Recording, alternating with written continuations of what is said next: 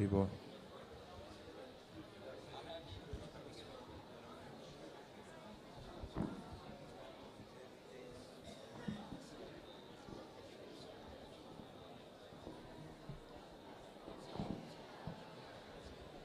Haribo, Haribo, Haribo. Haribo.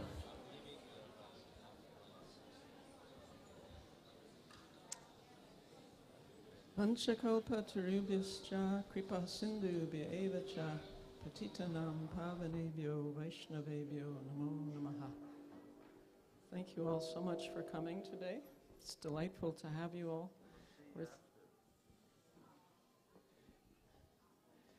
We're thrilled to begin this weekend honoring Srila Prabhupada's installation of Sri Sri Radha Gokulananda. So we're very fortunate to have Shiva Ram Swami to give us the morning class. And then it'll be followed by discussions.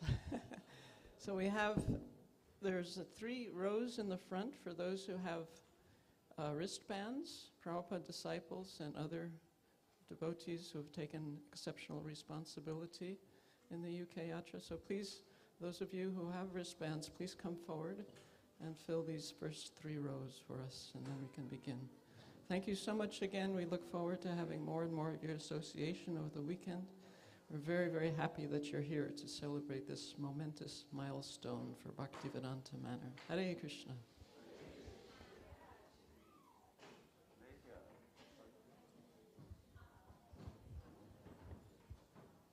I need this? Oh. Shyamasundari, Hare Krishna. Good cheer. Well, Adi never brings you anywhere. Should I use this one or this one?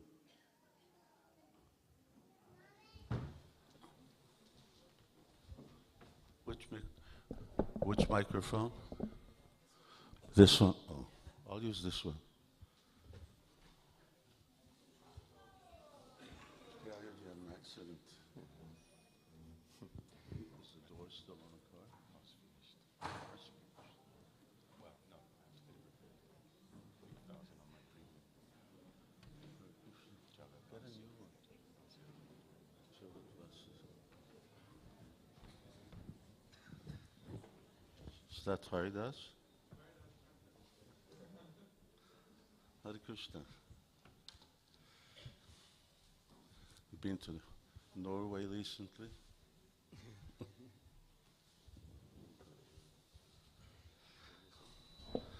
I have a lot of Prabhupada disciples over here. I mean, a lot of unmentionable things. Hare Krishna. Alachonan Chidalud. Alachonyan. Megalachonyaba.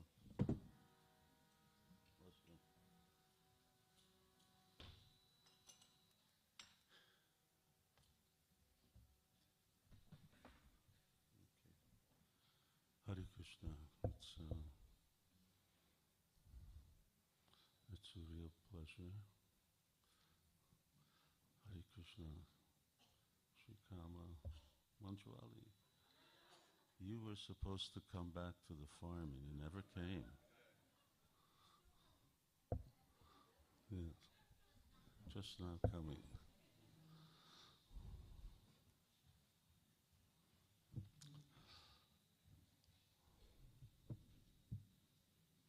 My apologies, I didn't come last night. I really wasn't up to it. I don't know what. I'm sort of half up to this, and then we see what happens after. It's so lovely to see everybody, and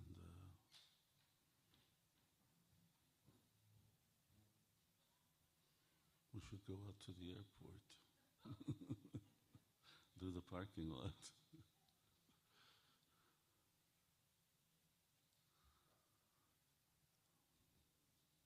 Okay, I'll chant. And the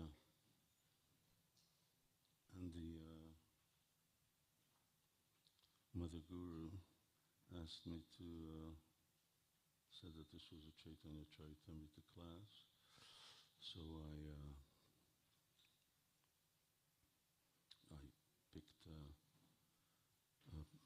picked some parts of Caitanya Charitamrita to read, and then we're going until how long? 9. If you think I heard what, 8:45, which day? Anyway, I don't need a translator now, so this is good. And I'm looking for this verse that's upstairs.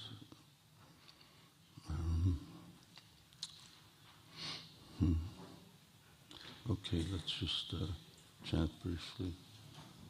Chinat.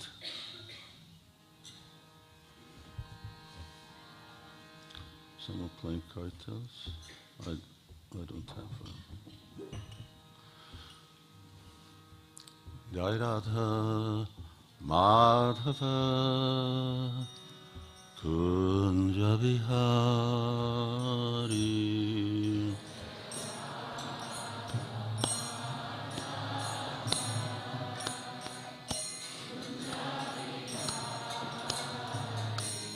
Jayo Radha Madhava Kunja Vihari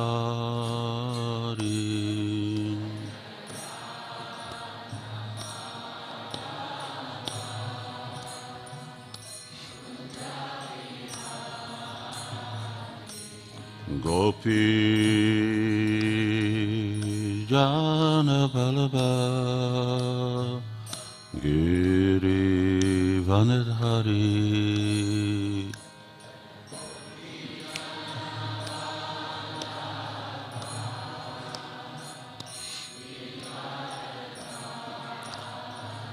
Gopi Jana Balaba Giri Vanadhari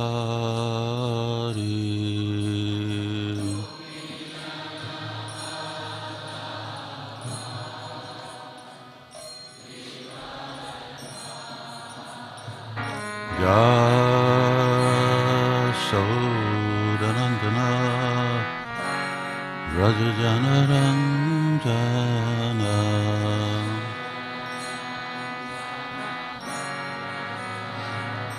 Yasodanandana Rajajana Ranjana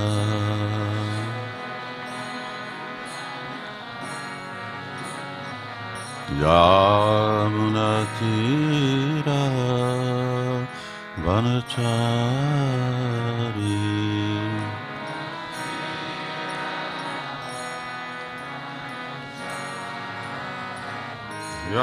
Yamunatira Vanachari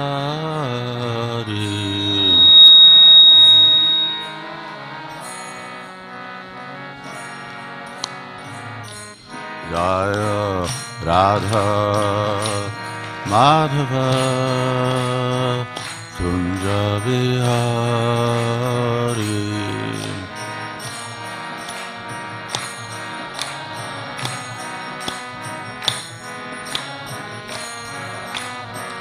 Jaya Radha Madhava Kunja Vihari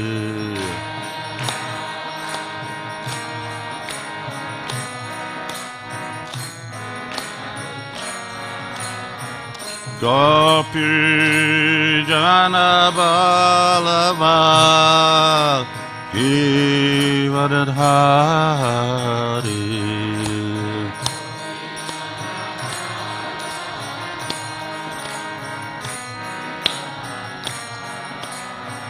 Gopi Jana Balava Girivanadhari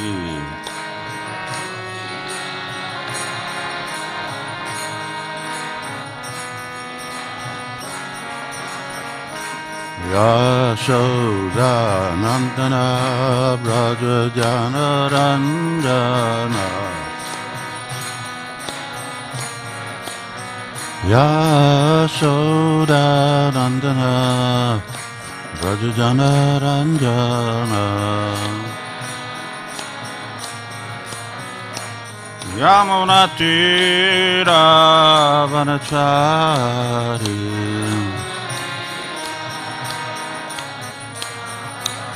Yamuna Tira Vanachari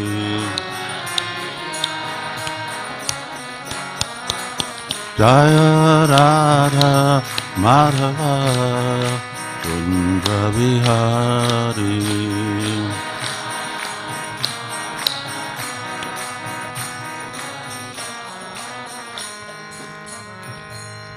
Jam Vishnupad Paramahansapad Vicharya Astatara Srimad Vecharanaravindra Bhaktivedanta Goswami Maharaj Srila Prabhupada Ki Jai Vishnupad Srimad Bhaktivedanta Saraswati Goswami Maharaj Ki Jai Anant Koti Vaishnavrinda Ki Jai Namacharya Shri Das Thakur Ki Jai Shri Rup Sanatan Bhatta Raghunath Shri Jiva Gopala Bhatta Sarvaghunath Sadhu Goswami Prabhu Ki Jai Prem Sago Chaitanya Prabhu Nityananda Shri Advaita Gadadhar Shri Sari Gaura Bhakti Vrinda Ki Jai Radha Krishna Gop Gopinath Shyamakunda Radha Kunda Giri Govardhan Ki Jai Jai Shri Shri Radha Gokulananda Ki Jai Mathur Vrindavan Dham Ki Jai Simapur Navarib Dham Ki Jai Gangamai Jamunamai Ki Jai Tulsi Devi Bhakti Devi Ki Jai Shri Harinam Sankirtan Ki Jai Jai Nitai Gaur Premanandi. All glories to the assembled devotees. All glories to the assembled devotees. All glories to the assembled devotees. All glories to Sri Guru and Sri Gauranga. Hare Krishna.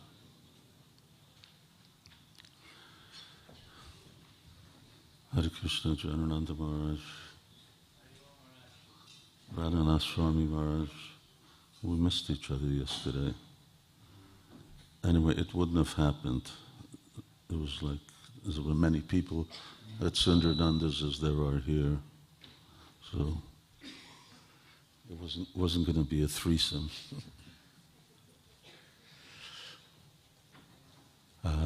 Yes, time is short, so I'll try to just move things along. Jai Jai Shri Caitanya, Jaya Nityananda, Jai Advaita Chandra, Jaya Gaura Bhakta Vrinda, Hare Krishna, Krishna Krishna, Hare Hare, Hare Rama, Rama Rama, Hare Hare.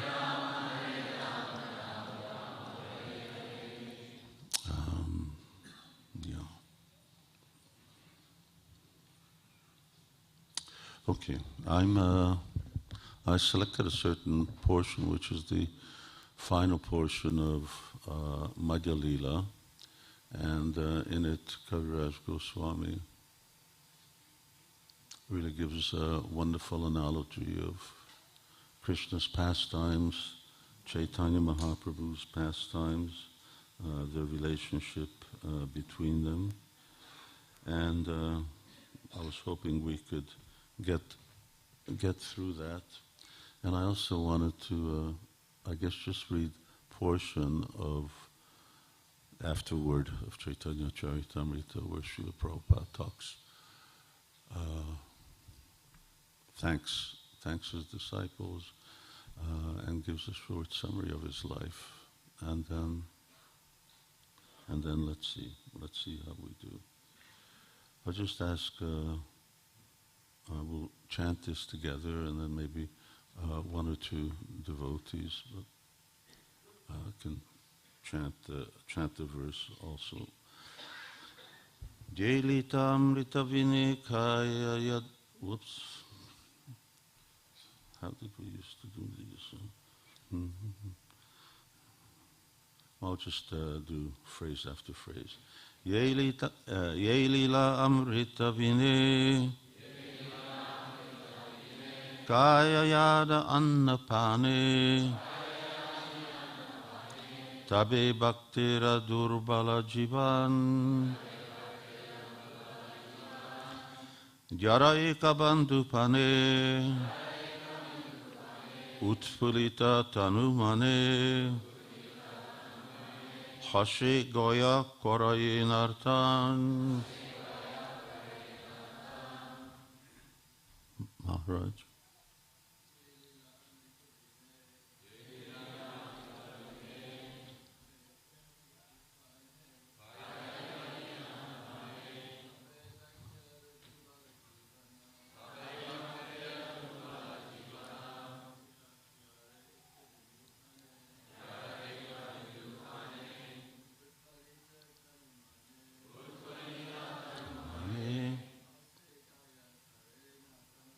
Hasigaya Karayinartan. One other gentleman.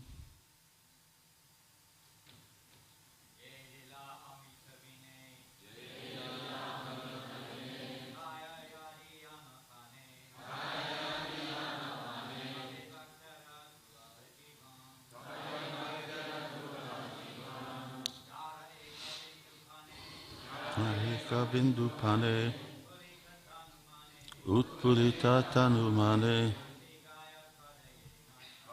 Hashegaya Karayinartam. Two ladies would like to chant. I made it nice and big.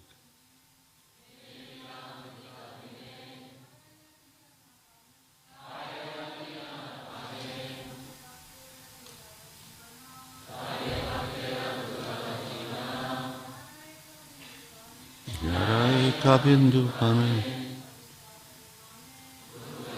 Tanumane Karayinartam. I was thinking of my god sisters, if any one of them wanted. Yetilamrita Vine Kaya Yadhyana Pane Tari Bhaktira Durara Jivan Jara Eka Bindu Pane Utpulita Tanumane Hasiga. Okay, let's do the translation. Men become strong and stout by eating sufficient grains. But the devotee who simply eats ordinary grains but does not taste the transcendental pastimes of Lord Caitanya Mahaprabhu and Krishna gradually becomes weak and falls down from the transcendental position. However, if one drinks but a drop of the nectar of Krishna's pastimes, his body and mind begins to bloom and he begins to laugh, sing, and dance. Okay, let's repeat that. Men become strong and stout by eating sufficient grains. But the devotee who simply eats ordinary grains but does not taste the transcendental pastimes of Lord Caitanya Mahaprabhu and Krishna gradually becomes weak and falls down from the transcendental position. However, if one drinks but a drop of the nectar of Krishna's pastimes, his body and mind begin to bloom, and he begins to laugh, sing, and dance. This is a wonderful verse. We could just stick with that, but I'll see if we can sort of go forward. And I will come to this verse as part of our reading. But whoever's working, we come back to verse 268, I think. Is that what's on the board? all sane men. Is that it? All sane men? Yeah, okay. Namo Vishnu Padaya Krishna Prasthaya Bhutale Srimati Bhaktivedanta Swaminiti Namine Namaste Saraswati Deve Gauravani Pracharine Nirvisesha Shunyavadi Pasat Sate Svatari Jai Srila Prabhupada Ki Jai. This portion of Caitanya Charitamrita is the conclusion that Kaviraj gives, Kaviraj Goswami gives to his Madhya Lila. And as you know, Caitanya Charitamrita is of 3 parts: Adi Lila, Madhya Lila, Antya Lila. And especially the Madhya Lila contains many of Chaitanya Mahaprabhu's preaching pastimes, traveling throughout India, which Srila Prabhupada says in the introduction to the Bhagavatam is the most important part of Chaitanya Mahaprabhu's pastimes. Antya Lila then really delves into the ecstasies of Lord Chaitanya, and Adi Lila is basically a philosophical basis, foundation for the truths of Krishna, Chaitanya Mahaprabhu, Lord Nityananda, Panchatattva, and then talks a little about childhood pastimes. So, let's all just read this verse together, and that's how we'll continue going on. All sane men all together, so we save time. All sane men within these 3 worlds certainly accept the conclusion that no one is more merciful and magnanimous than Sri Chaitanya Mahaprabhu, and no one is as kind to his devotees. Merciful and magnanimous. When we talk about mercy, or we talk about being magnanimous, these actually have their perfection in Sri Chaitanya Mahaprabhu. When someone is really suffering from something unpleasant, please do a sound check to determine that everyone can hear you. Okay, can everyone hear me? And back over there, yes? It's okay. Back over there, yes. Okay. Anyone can't? Thank you. Okay. That when someone's suffering from something unpleasant, and we get relief, someone is delivering us from an unpleasant situation, then that is being merciful. And of course, here we are in the material world, and we're really suffering. Now who's giving us relief? In this age, it's Sri Chaitanya Mahaprabhu. But not only is he giving us relief, but mercy means that forgiving those persons who are suffering, because why do people suffer? They suffer due to sinful reaction. And one thing is to be freed from this suffering. The other thing is to also be forgiven. So being merciful is that person, is that activity which realizes both of these things. And here Kaviraj Goswami is very much, considering that he never met Lord Chaitanya, is very much a proponent of absolute surrender, service to Sri Chaitanya Mahaprabhu. Even if you have to choose between Chaitanya Mahaprabhu and Krishna, then you choose Chaitanya Mahaprabhu. And of course, the person who's really very extreme, you could say that Kaviraj Goswami is relatively moderate, is Prabodhananda Saraswati. Now that I mention his name, who knows, raise your hands, who knows who Prabodhananda Saraswati Thakur is? Okay, this is about the same showing I got in Mayapur with a lot more devotees. It's sort of mind-boggling. But he's the uncle of Gopal Bhatta Goswami, and I won't ask you who knows who Gopal Bhatta Goswami is. And he's mentioned in Chaitanya Charitamrita. And who's read Chaitanya Charitamrita beginning to end? Okay, oh my God brothers, God sisters, and everywhere else is mute. Okay, that's why we did the initial verse that we were quoting on. And magnanimous, to be magnanimous means that you're very generous to someone who is of a much lower stature than yourself, who doesn't have a wealthy person, who just gives. Sarva, where's Bhagwat? Bhagwat's here? Oh, I'll see him later.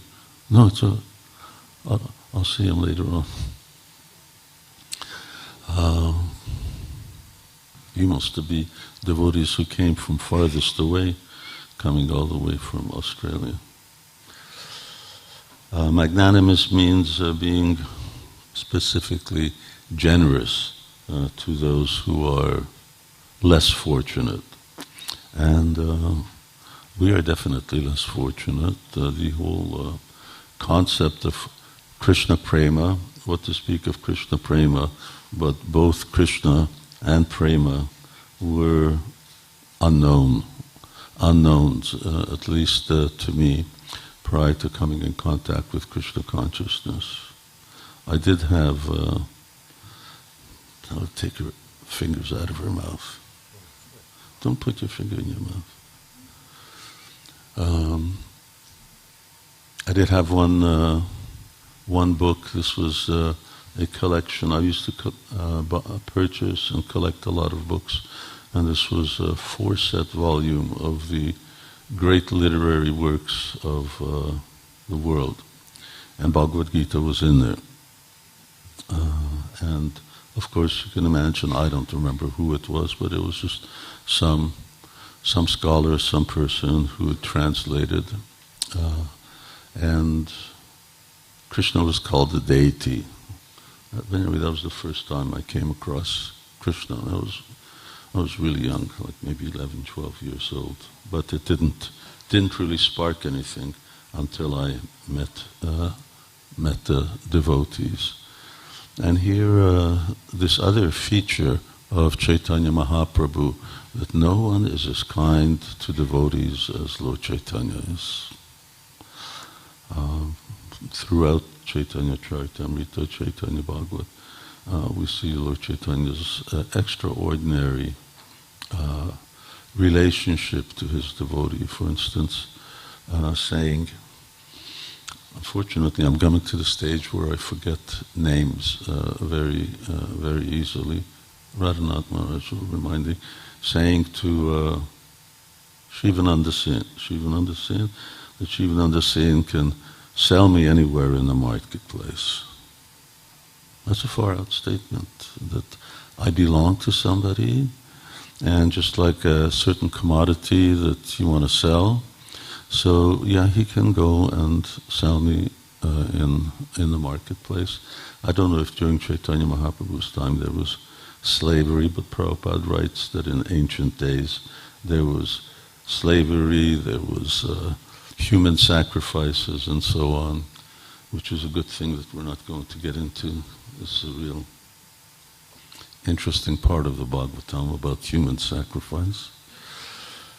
So Chaitanya Mahaprabhu is just simply wonderful, and he is the God that we need.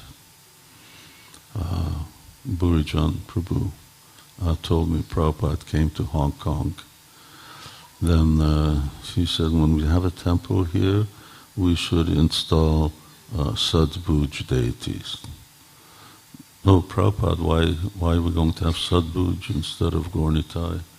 says, these people are so sinful, they need 3 gods to deliver them. So Chaitanya Mahaprabhu, Lord Ramachandra, Lord Krishna, we need all 3 of them. So now we move to the next verse, and we read together.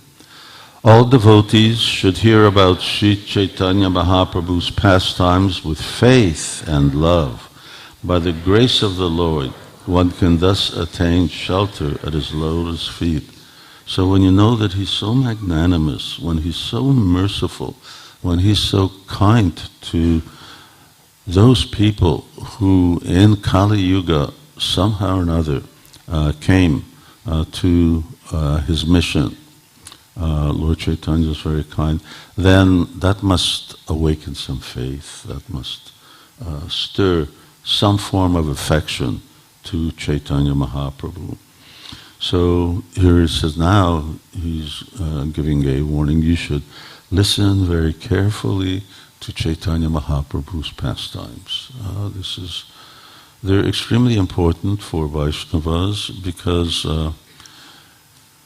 there's a common thread between Chaitanya Mahaprabhu and Lord Krishna. Of course, Chaitanya Mahaprabhu is Krishna.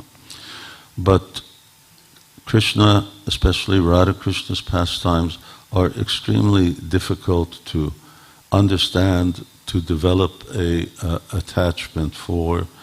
So the whole purpose of Chaitanya Charitamrita is, as Prabhupada often said, you have to go through Chaitanya Mahaprabhu to Krishna. And to get to Chaitanya Mahaprabhu, then you have to go through the Panchatattva, to go through the Panchatattva, Rupa Raghunatha Pade Hoibe Akuti, then you go through Rupa and Raghunath, and obviously you go through your Guru Parampara, and of course we're going through Srila Prabhupada and whoever Srila Prabhupada's successors are. Yes, I won't get into that. So it means that when we hear, there's a certain level of receptivity.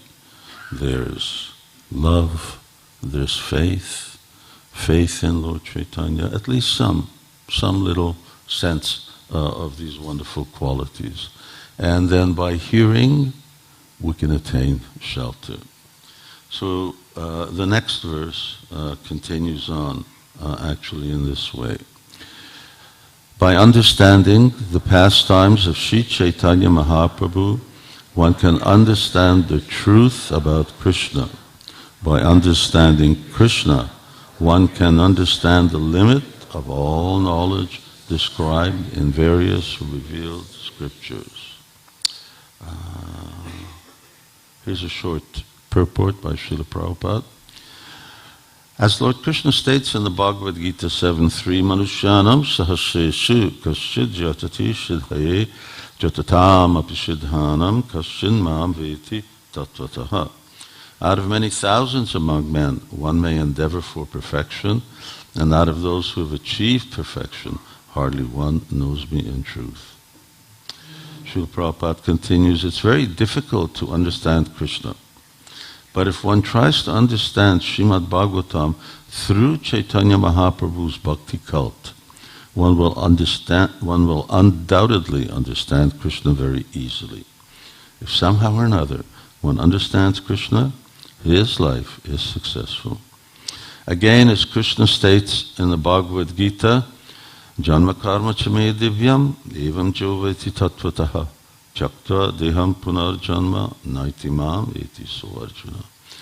One who knows the transcendental nature of my appearance and activities does not, upon leaving the body, take his birth again in this material world, but attains my eternal abode, O Arjuna. This idea of going through, it's not just a term or a way of speaking, but literally here we see in Chaitanya Charitamrita that Lord Chaitanya is absorbed in Krishna's pastimes. In Chaitanya Charitamrita, generally in Radha Krishna's pastimes, and in Chaitanya Bhagavat in a general sense, many of Krishna's pastimes, incarnations, and so on. So when we hear about how Lord Chaitanya is absorbed and is meditating upon, feeling ecstasy, reciprocating and responding to the different verses that describe Krishna's pastimes, then we have a safe access. Just like you have one pastime where Chaitanya Mahaprabhu is absorbed in his inner meditation, Lord Chaitanya has really three states of consciousness: inner, outer, and inner outer, or in between. So sometimes when he's in inner consciousness, then he's oblivious to anything that's going on in the world. When he's in external consciousness, then that's when he's fully relating to his associates, the circumstances going on around him. And inner, outer, or external, internal is sort of a blending of the two. Chaitanya Mahaprabhu is still very much relating, reminding or remembering the pastime that he was in internal consciousness, but he's at the same time relating to his devotees about him and talking to them, but not in a fully rational way. He does not really fully grasp who they are, where he is. He's speaking, something akin to, for instance, an intoxicated person. So when we read and when we hear Chaitanya Mahaprabhu remembering Krishna's pastimes, oh yes, in the pastime I was going to talk about, so Chaitanya Mahaprabhu sort of speaks in his ecstasy, in that intermediate ecstasy, external, internal, and he says, I was on the bank of the Jamuna along with Krishna and Radha and so many gopis, and Krishna and some of his girlfriends went into the water and they had all kinds of water sports. This is one of Krishna's special pastimes, water sport, splashing, and so many things. And Srila Prabhupada encouraged devotees to enjoy themselves in the water. And we were standing, he says, on the shore, and we were watching. So this is a very, in one sense, confidential pastime. It's described in other literature, like Govinda Lilamrita and so on, and Mahakavya. But reading those, one should really have a maturing or mature state of Krishna consciousness.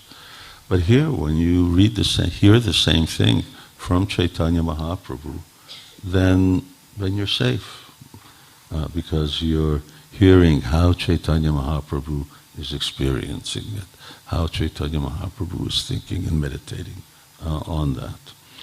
So, this limit of knowledge, what does it mean that when you know Krishna, ultimately you attain the limit of knowledge? Well, obviously limit of knowledge includes things like Krishna Prema, the position of Krishna's eternal associates, the gift of being able to go back home, back to Godhead. Vedasya sarveraham eva vedyo vedantakrit veda vedeva chaha. So Krishna says, yes, by all the Vedas I am to be known. Know Krishna, as in this purport, tattvataha. Know Krishna in truth. Now we're going to the next verse, and this starts off with a very extensive analogy, and we'll see how far we get in it. My apologies that this is sort of a little lengthy reading. Okay, we're on the next one, the pastimes of Lord Krishna, right? Pastimes of Lord Krishna are the essence of all nectar, and that nectar is flowing in hundreds of rivers in all directions. The pastimes of Sri Caitanya Mahaprabhu are an eternal reservoir, and one is advised to let his mind swim like a swan on this transcendental lake. Now there's a longish purport, which then I won't read. But you have to, this imagery is very vivid, very beautiful, and Kaviraj Goswami extends it more and more. So here we've got the rivers of Krishna's pastimes flowing in all different directions. There's a reservoir, which is actually Gaura Leela and Krishna Leela. And then there's devotees who are like swans, and the minds of devotees who swim like swans on the lake. It's interesting that he said the minds of devotees, because mind is, in the Gita, Krishna says that Bandhu Ripur Atmanaha. Mind can either be our Bandhu, our friend, or it can be Ripu, or it can be our enemy. So generally, practicing devotees experience this animosity from the mind that keeps bringing up thoughts from this life, past lives, who knows, and it becomes a real obstacle in our moving forward. But it's not something that you can void, just like some yoga practices, you want to void your mind. We don't really want to void our mind, because our mind is the instrument by which we're going to actually remember Krishna. The Satatam Kirtanam Vishnu. So if you're meant to be always remembering Krishna, then that has to be done with a mind, but it requires a pure mind, a mind that's cooperating. So Chaito Darpanam Arjanam, ultimately Chaita means to purify our mind. And of course, this Krishna Leela, Chaitanya Mahaprabhu's reservoir, and these pastimes of Krishna, they're just flowing in all different directions. They're flowing all over the world, so that others can also get that benefit. And the pastimes of Lord Chaitanya are a reservoir. So Krishna's pastimes are flowing from this reservoir of Gaura's pastimes. And the devotees' minds, should be like swans who are on this transcendental lake. And I'll read a little more about what they do on that transcendental lake. It's Chaitanya Mahaprabhu who's actually making all of these rivers flow in different directions. And as we had said, the devotees drink Krishna Leela through Gaura Leela. That's why these two books are so important, Caitanya Charitamrita and Chaitanya Bhagavat. Bhaktivedanta Saraswati Thakur did a commentary on Chaitanya Bhagavat, Bhaktivinoda Thakur, Srila Prabhupada on Chaitanya Charitamrita. So then he goes to the next verse. With all humility, I submit myself to the lotus feet of all you devotees, taking the dust from your feet as my bodily ornaments. Now, my dear devotees, please hear one thing from me. It's interesting that before he continues, that Kaviraj Goswami then submits himself to his listeners. This really needs to be the mood or the proper attitude of a Vaishnava, of a author. And over again he's saying, I'm taking the dust of the feet of my readers. Obviously, he's not doing that literally, because he has no specific aspect to all contact to all of us to take the dust, but through the media of his words, then he places his feet, places his head on the lotus feet of the devotees, which is interesting, because here you have an eternally liberated soul, And he has this type of submissive attitude to Vaishnavas. The beautiful relationship of how Vaishnavas should relate to each other it really sings loud and clear in Chaitanya Charitamrita. Devotees have such an extraordinary, loving relationship, which is, of course, characteristic of Madhyamadhikaris, and what to speak of Uttama Adhikaris. The tendency sometimes with Kanishta Adhikaris is not tatchaneshu bhakteshu, that they don't really know how to recognize, relate with other Vaishnavas. And as a result, Yadiyati Vaishnava aparade uti hatimata. That as a result of that, if one commits offenses at the feet of Vaishnavas, then things become extremely chaotic.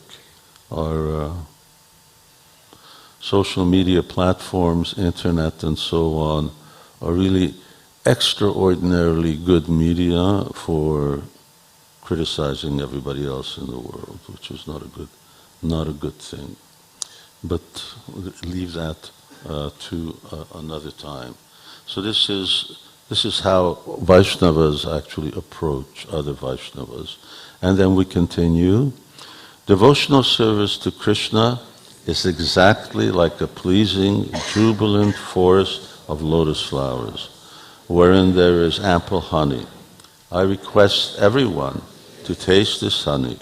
If all the mental speculators, being the bees of their minds, into this forest of lotus flowers and jubilantly enjoy ecstatic love of Krishna day and night, their mental speculation will be completely, transcendentally satisfied.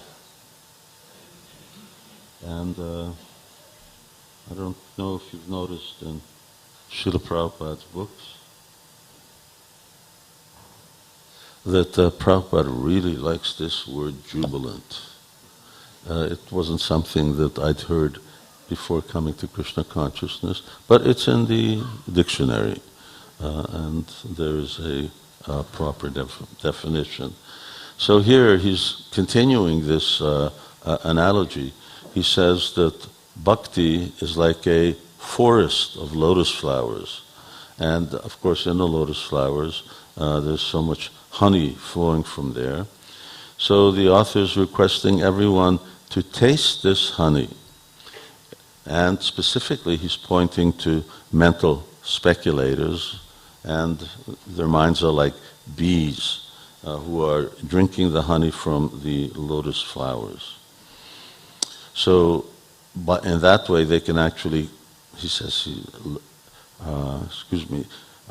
bring the bees of their minds into this forest of lotus flowers and jubilantly enjoy ecstatic love of Krishna day and night. Then their mental speculation will be completely satisfied. I guess the author is speaking about quite advanced Gyanis who are already purified at heart, something of the state of, for instance, the Kumaras. And when they hear Chaitanya Mahaprabhu's Leela, then ecstatic love means that they immediately enter onto the transcendental platform, into the platform of ecstatic love. Yes, devotional service like a forest of lotus flowers. So devotion has many angas. We have 9 different angas as mentioned, or limbs mentioned by Prahlad Maharaj. And they also have various subdivisions. So you could just imagine that these different types of limbs of devotion, they are represented by the different lotuses. And that these Gyanis, they come and they drink the nectar of different devotional activities to Krishna. Shravanam, Kirtanam, Vishnu, Smaranam, Padapsevanam, Archanam, and so on. So when you perform these devotional activities with real faith, then the end result will be is that if it happens to the Gyanis, it will certainly happen to devotees. Here he uses this term devotee and obviously seeming to mean different levels of devotees or different types of devotees, but particularly the practicing devotees, the sadhaka devotees, such as us.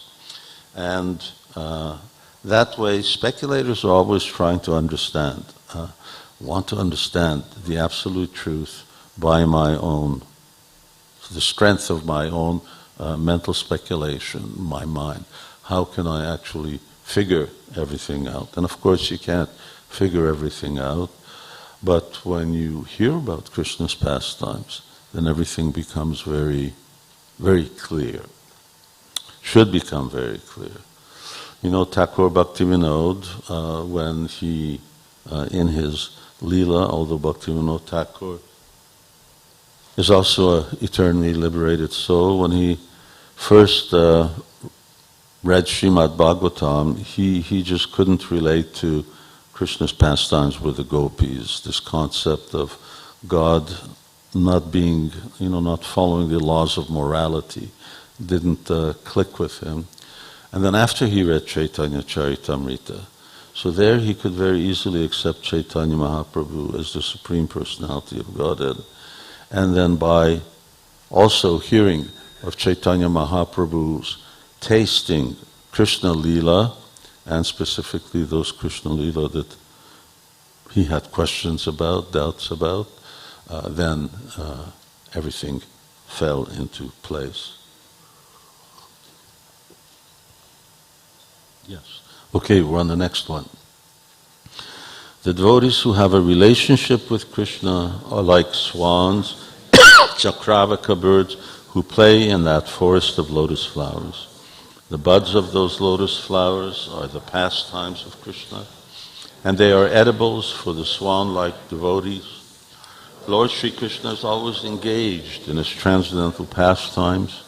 Therefore, the devotees, following in the footsteps of Sri Chaitanya Mahaprabhu, can always eat those lotus buds, for they are the pastimes of the Lord. So, before we had Gyanis as being bees. Now we've got devotees, and there's swans and Chakravakas. So in terms of evolutionary comparison, insect and birds are in a much higher state. So similarly, a swan is a much more elegant, although not necessarily safe animal as a bee. Bees tends to sting you. I remember a long time ago in Chaitanya College, there was this huge snowstorm, and I found this swan, big swan, in the back field, and myself and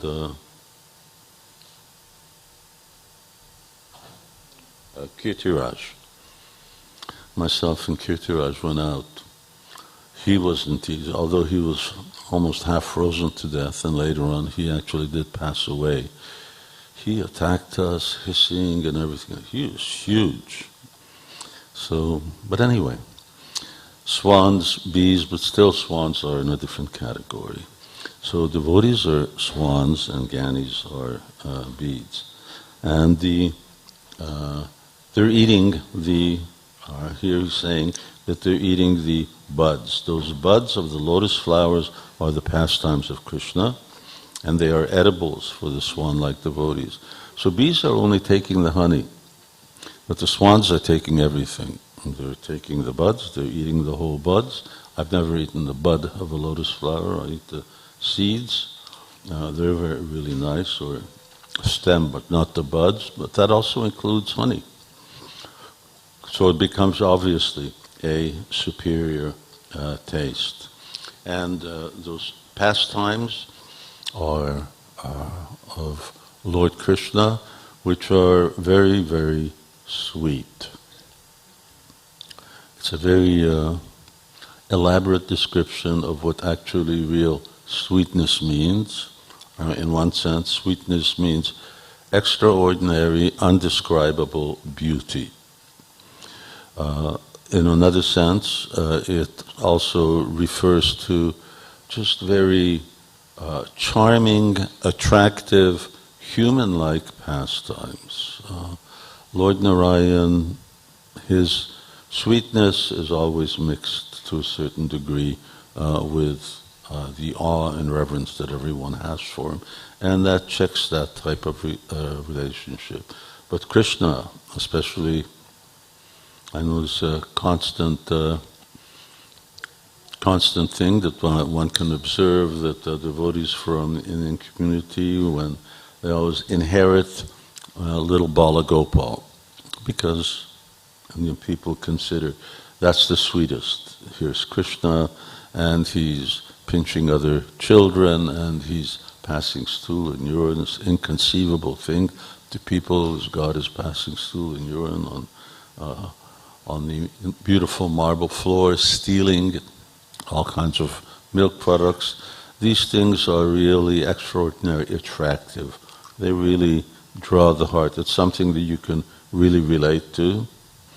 I don't know if you stole milk products. I stole chocolate, but I didn't steal milk products. Didn't have to steal them. You were allowed to drink whatever milk that you wanted. But yes, milk, makan, and so on. That was one of my first turning points with Krishna consciousness. I used to always love eating just bread and butter. And when I heard this thing that God steals butter, I said, this is the right God. This is the God for me, someone who's really into butter. So these things are very, very attractive. And so the bud in that sense, because it not only, the bud is better than the open lotus. Why is the bud better than the open lotus? Because there's only one way for the open lotus to go, and that is that it dies. But the bud still has yet to open. Of course, it's not going to open in the stomachs of devotees, but it's a wonderfully attractive form of the lotus.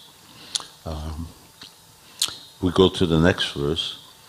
All the devotees of Sri Caitanya Mahaprabhu should go to that lake, and remaining always under the shelter of the lotus feet of Sri Caitanya Mahaprabhu, become swans and chakravaka birds in those celestial waters. They should go on rendering service to Lord Krishna and enjoy life perpetually. In this way, all miseries will be diminished, the devotees will attain great happiness, and there will be jubilant love of God. Jubilant love of God. Okay, before we were talking about a forest of lotus flowers. Now there are, I've never seen, but there are land lotuses. Perhaps devotees who lived in India. You've seen Maharaj, Radhanath Maharaj, land lotuses that grow? I've never seen land lotuses. Stala Kamalini, it's called. Stala Kamalini Yukta Garvite Smin. So land lotus, and it's a terminology that's used quite often.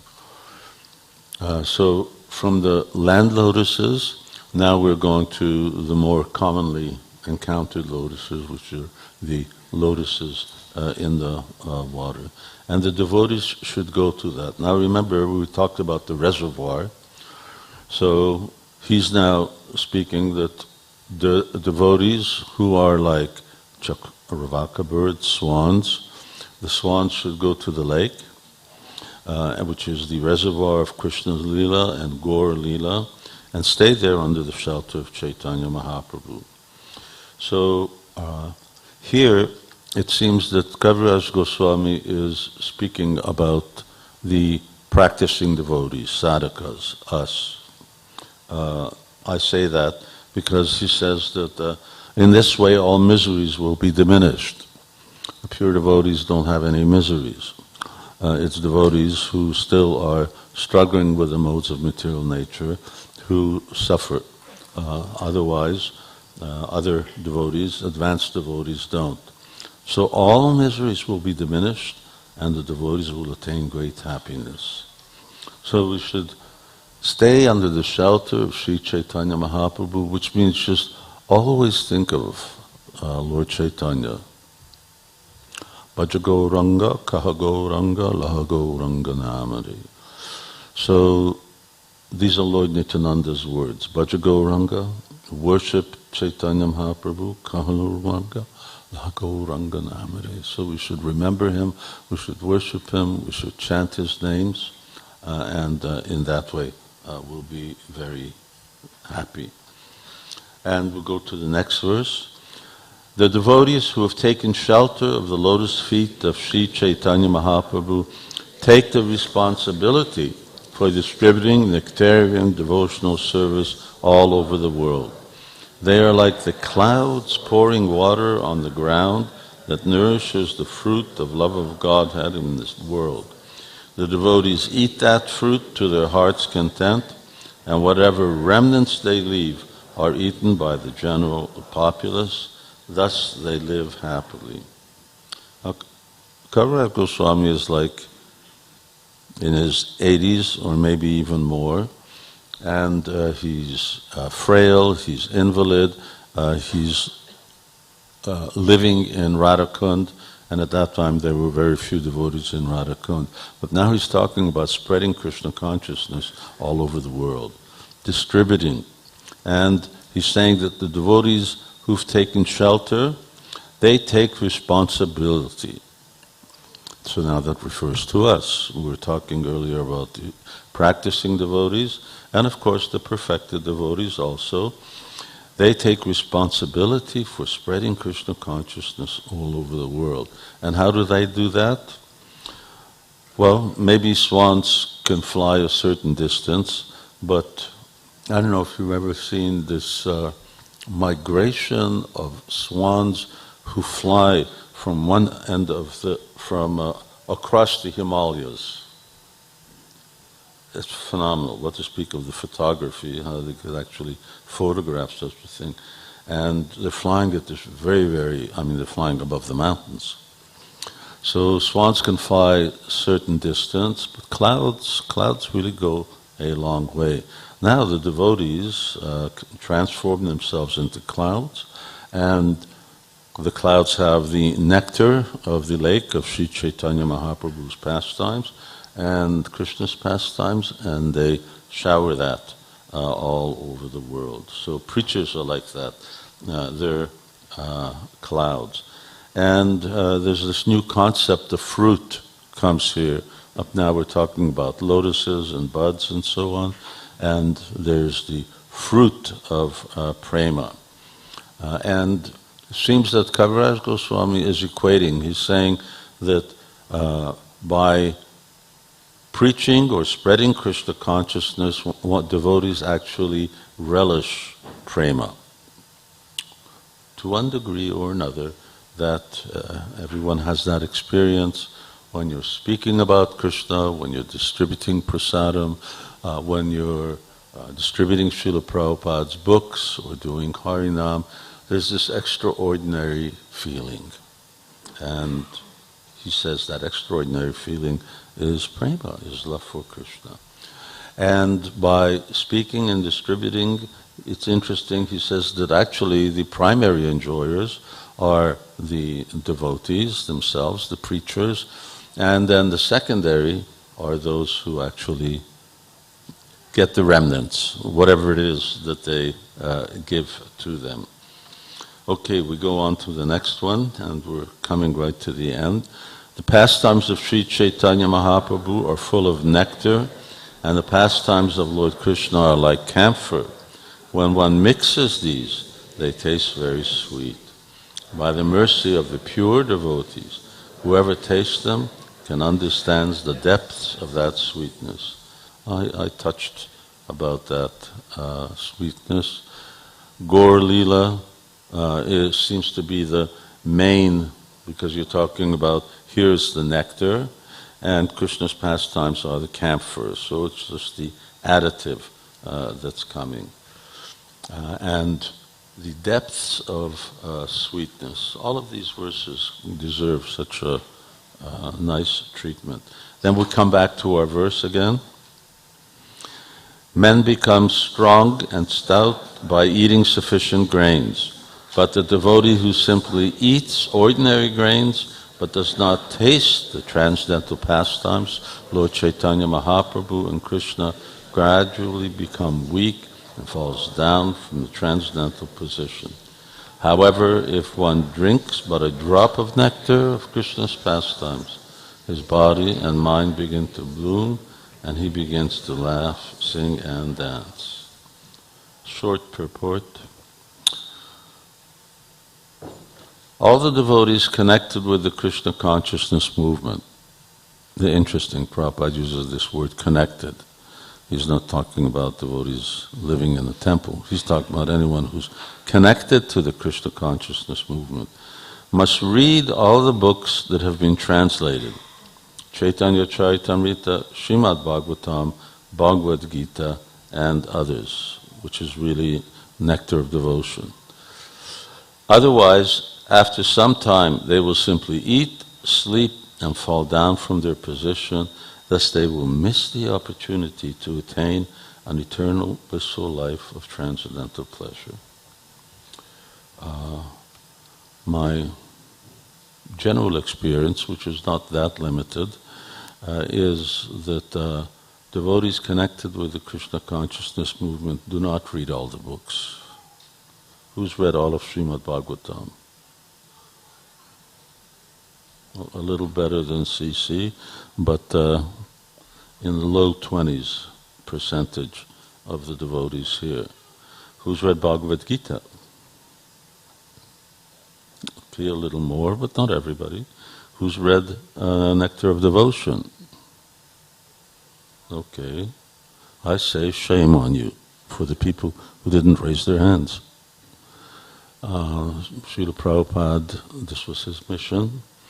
You see those pictures of Prabhupada laying on his deathbed and translating Srimad Bhagavatam. This was like Prabhupada's gift. 4 books. And you've all been to school. Well, you tell me, how many books have you read? Grade school, high school, college, university, hundreds. I read hundreds before I found out that they're all a waste of time. We read hundreds of books. Here's 4 books. Just 4. And by that 4, then we can understand what is actually Krishna consciousness and what it means to go back home, back to Godhead. It isn't a given.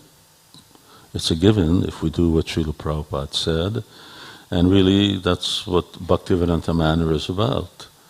It's a place where devotees can actually understand the science of Krishna consciousness.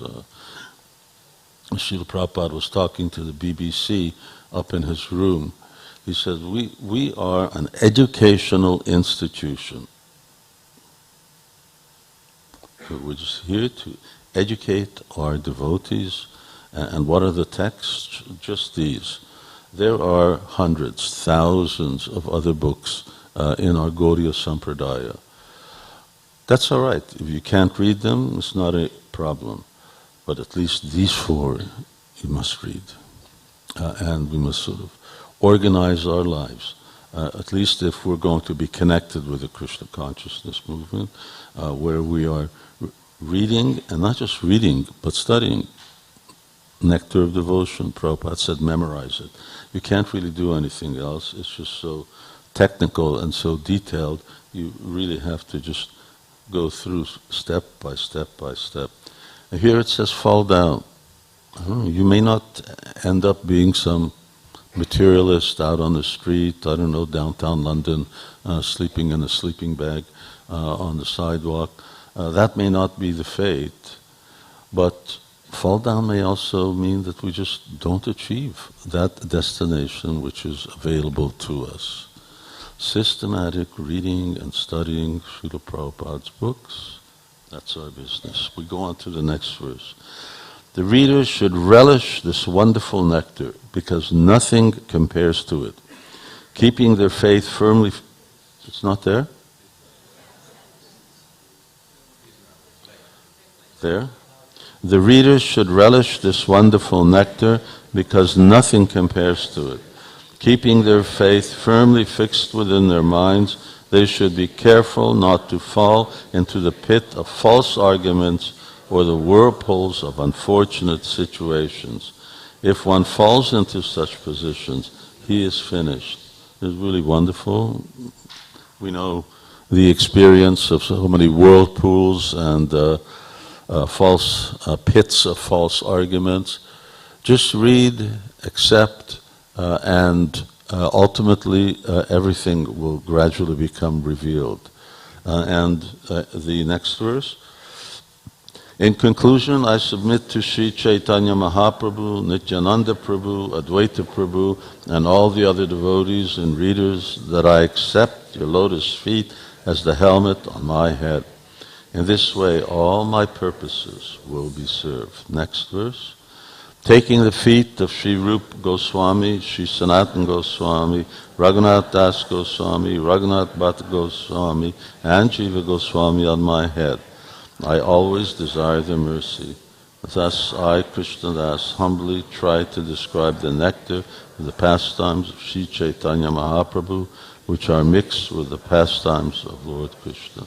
So, Panchatattva first, then comes 6 Goswamis, and the next verse. For the sake of Sri Madan Gopal and Govinda Dev, we pray that this book, Sri Chaitanya Charitamrita, may be offered to Sri Krishna Chaitanya Mahaprabhu. And last verse. Chaitanya Charitamrita pastimes of Lord Sri Krishna constitute a very secret literature. It is the life and soul of all devotees. Those who are not fit to relish this literature, who are envious like hogs and pigs, will certainly not adore it. However, this will not harm my attempt. These pastimes of Lord Sri Chaitanya Mahaprabhu will certainly please all saintly people who have clear hearts. They will certainly enjoy it. We wish that this will enhance their enjoyment more and more. Thus end the Bhaktivedanta purports of Sri Chaitanya Charitamrita Madhya Lila, 25th chapter, describing how the inhabitants of Varanasi were converted to Vaishnavism. And before you go, let me just... so a very secret science. We're privileged to this very secret knowledge. Don't take it for granted. Take it very seriously. This other verse that we had about people being stout and strong. Spiritually, we mature and advance by chanting Hare Krishna nicely and reading Srila Prabhupada's books. Those two things go together. Now I'm just going to read, because you don't see this, I'm just going to read 5 lines. And then Hare Krishna, everyone's off to Prasadam. This is the end, the last paragraph that Srila Prabhupada wrote to his afterword of Chaitanya Charitamrita. He said, on this occasion, therefore, I request my disciples who are determined to help me in this work to continue their cooperation fully, so that philosophers, scholars, religionists, and people in general all over the world will benefit by reading our transcendental literatures such as Srimad Bhagavatam and Sri Chaitanya Charitamrita. So Srila Prabhupada concludes this book by with a request to his disciples, a request to his followers. So number one, help me. It's, when someone's calling out to you, oh, please help me, and you become very compassionate on that person, you respond. And Srila Prabhupada here is saying, please help me. So there were other times when Srila Prabhupada actually verbally said that. So I ask you, help me. distribute books, distribute books, distribute books. I request my disciples who are determined to help me, meaning that, anyway, some people may not be determined to help Srila Prabhupada, but some are. This sort of reunion, especially next weekend, is about Srila Prabhupada's disciples, and you're all here, next generation after that. It was a different world at that time. There was just determination to help Srila Prabhupada, and we really didn't know anything else. And we took very seriously continue our cooperation. That didn't always work, so that people in general all over the world can benefit from Srila Prabhupada's literatures. Tadvaga visargo jana tabba viplava yasmin pratishlokam abhaddhavati api. Jagadish Prabhu once sort of wrote a appreciation of that verse, saying that this actually talks about Srila Prabhupada, even if not perfectly composed, namely Srimad Bhagavatam, and Srila Prabhupada's Bhagavatam in the very beginning was not really edited, and it was based on Srila Prabhupada's English, which sometimes was very unique to him, and then sometimes a little difficult to understand. So yes, but it will bring about a revolution. You have to have faith in that revolution. We really had faith. In fact, sometimes it seemed we were too faithful. We thought that it was happening tomorrow, that we were taking over the world. But by distributing, by reading Srila Prabhupada's books and then distributing them, then there will be a real change in the world that we live in, which is really a horrible place, much worse a place than when I was age of this little girl. People were a little more sane at that time. And even when they were insane, it was a little more civilized than at the present. So thank you all very much. My apologies that we went a little over time, and wish everybody wonderful celebrations. Srila Prabhupada's grandeur and exceptional achievements, and our Bhaktivedanta Manor along with its Haveli. Thank you all very much. Srila Prabhupada ki jai.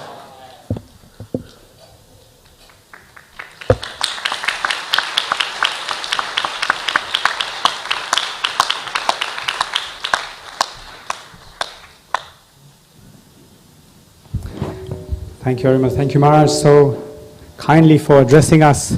Let's have three loud Haribos. His Holiness Shuram Swami Maharaj ki! Three loud Haribos. Haribol!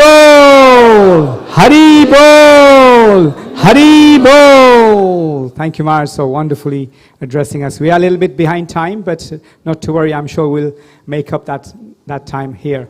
So the rest of the program will now have a wonderful offering that has been created by the Bhaktivedanta community here, and it's the world map of the 108 temples that were initially established by Srila Prabhupada.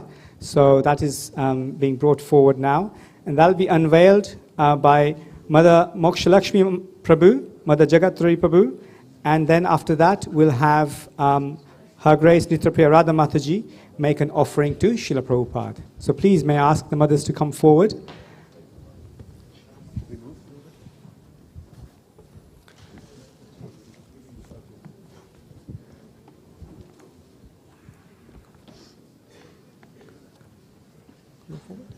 A little bit forward, yes, a little forward.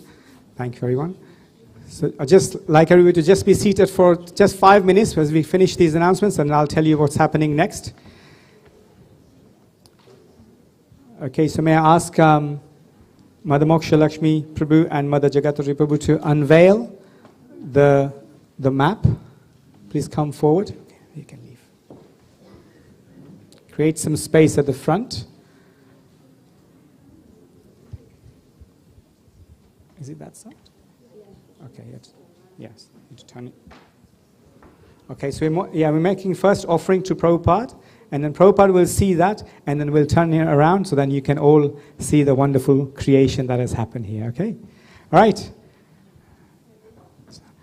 Ready, steady. 1, 2, 3. Haribol! Wow, this is temples established by Srila Prabhupada between 1966 and 1977. So you'll see that offering. I'll ask Mother Nitrapriya to offer the offering.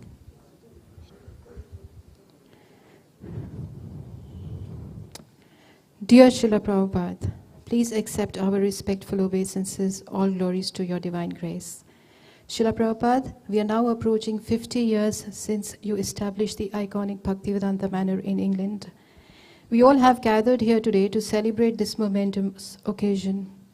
However, this celebration is also a stark reminder that this is not just a mere celebration of a milestone.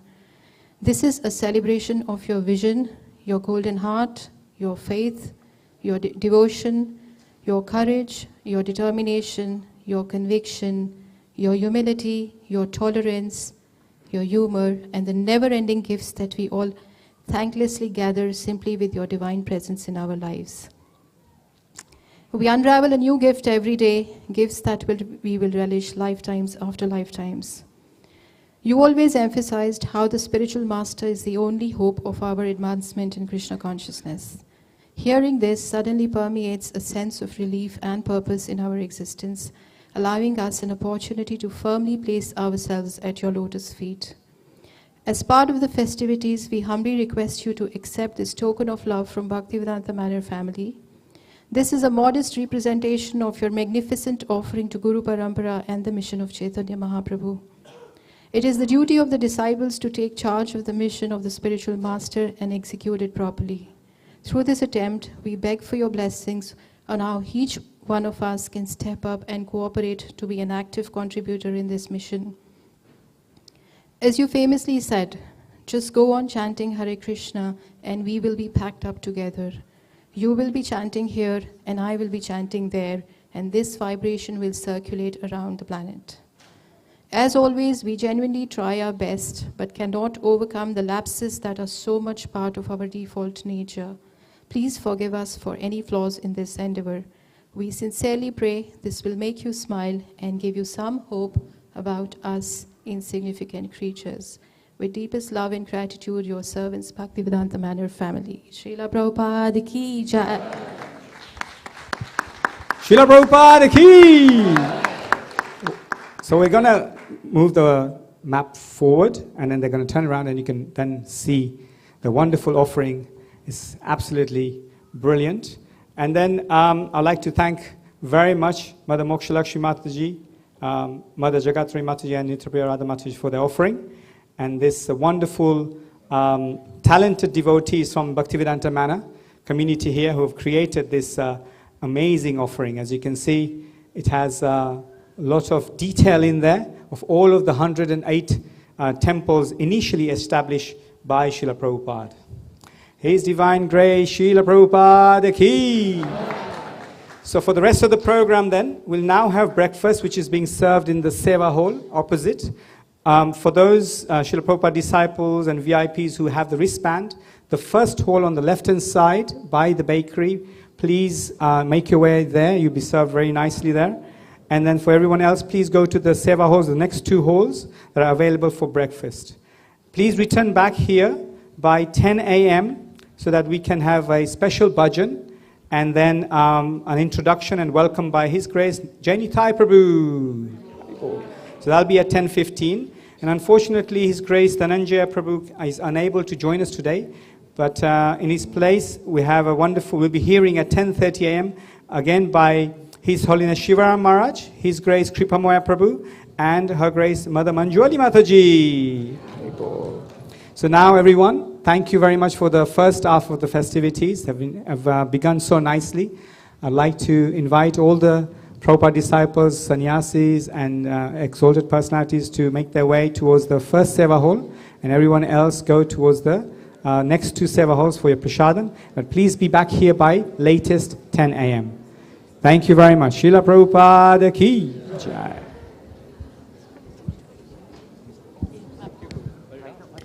Hare Krishna. Hare Krishna. Naturally.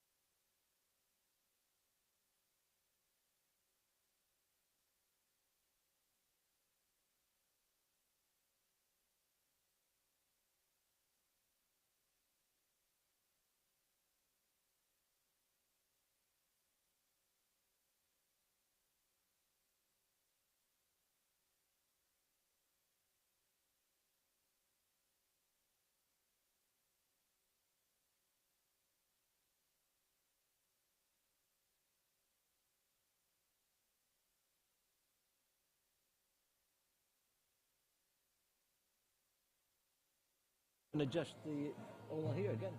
Yeah, everything. So you get what you think it's going to be, and then you switch it on, and then you turn it on, and And then I'll tweak it, like fine tune everything. Like audio. Yeah. So like I said, just to give a bit of an ambience to it, and just even out the voice, so that I don't know what the settings would be. that's fine. I can do that stuff upstairs Yeah. with the effects and the reverb. Yeah. So do you not need this? Do you need this now still? It's up to you. If you're happy with everything, Well, I can't hear it. I'm testing you because I can't hear any of it. I mean, even that.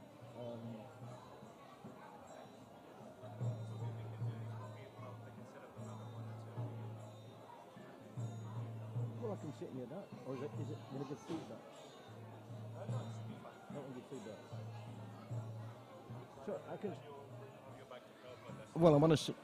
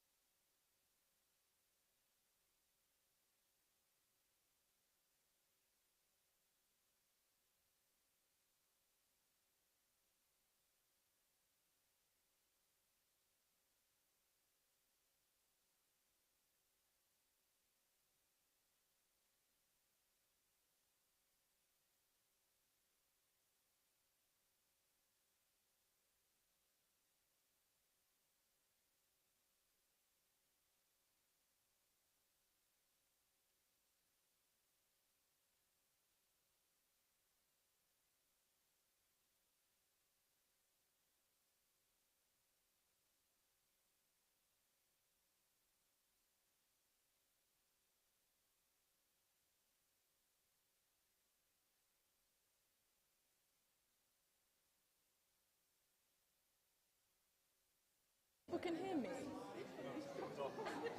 It was, yeah, it was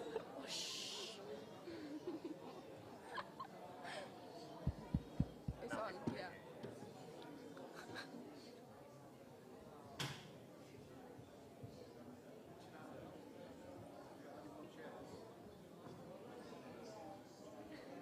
My back hurts so badly, oh my god.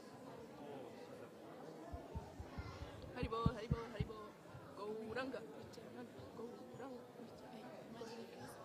No, it's on. It's on mute. I made sure. Haribo, testing 1, 2, 3, 1, 2, 3. Yeah, I can. I just don't want to, obviously. Namaste, Narasimhaya. I pray because I believe I back up on the microphone. Might just take a look and know. Namaste, Narasimhaya. Everyone online can hear me. Oh, they can probably hear us right now, actually, because like it will pick up what we're saying.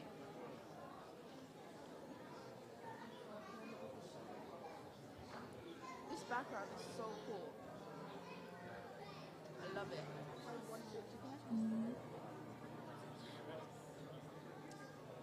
Mataji said that she'll tell me when to stop. Today, yeah. I think 7. Yeah, today.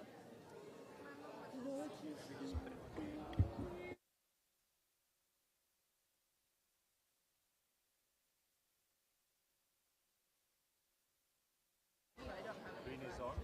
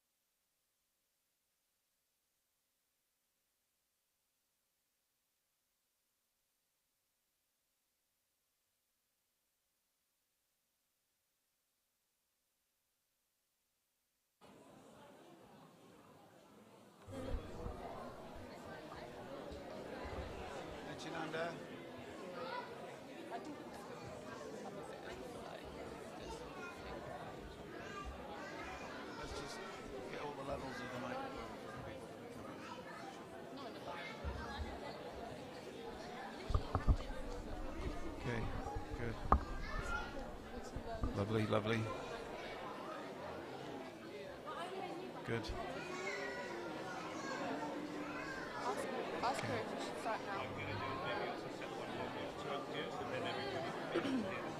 Yeah, yeah.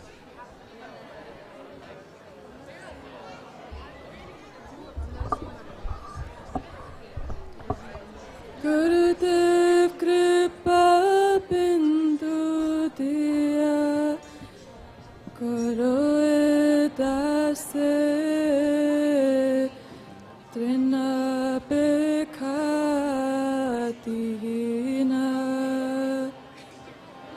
Gurudev Bindu Guru Dase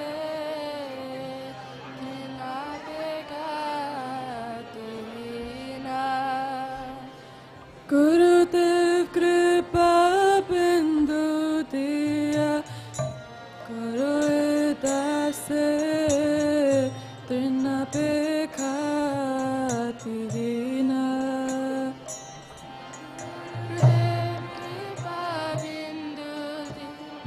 Guru Dase Trina Bekhatina Sakala sahane baladiya koro nij mane sprihahina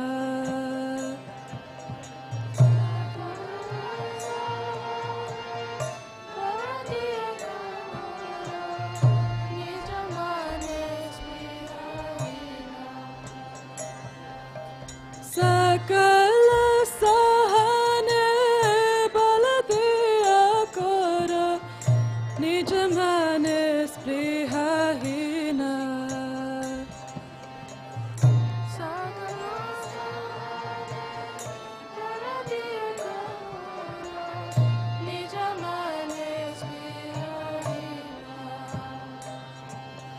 Sakala samana korite shakati dehonata yata yata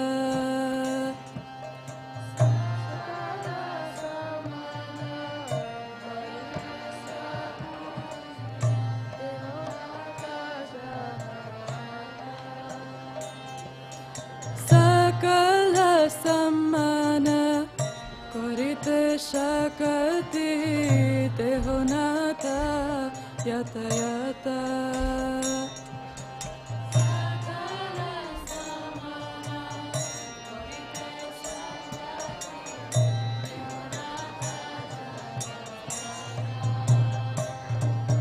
Tabe tu gaibo harinama shukhe aparada hoibe hata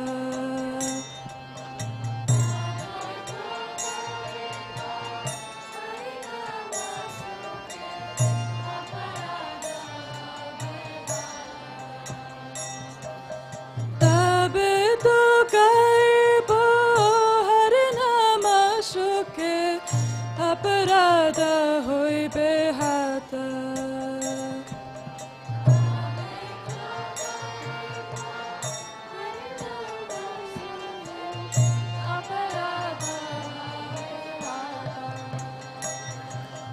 Kabe heno kripa labhiya jana kritata hoi penatha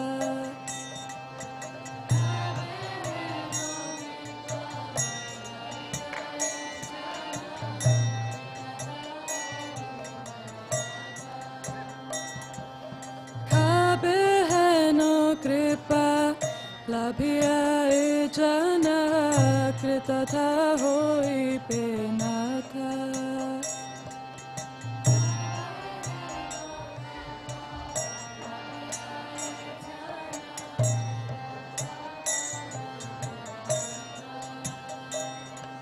Shakti buddhina mihadidina koro more atma sat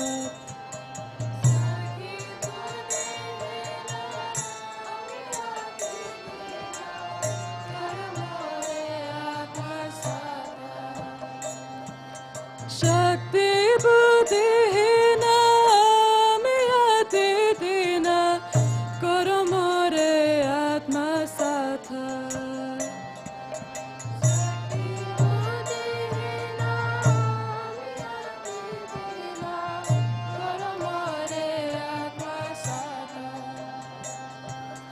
Yogyata vichar kichu nahi paye tumhara karuna sai.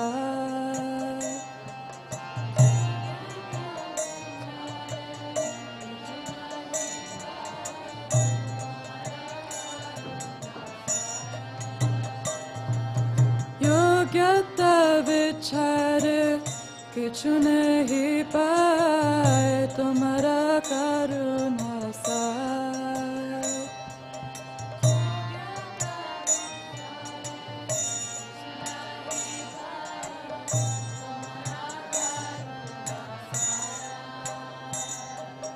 करुणा न होइलो कांडिया कांडिया प्राण न राखिबो आरा.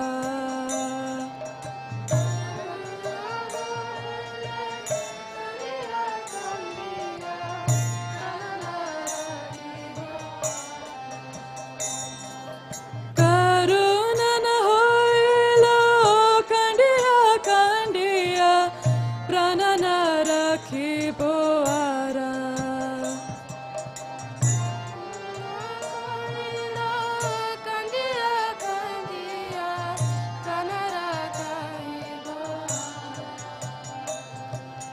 करुणा होइले कांडिया कांडिया प्राण न राखिबो आरा.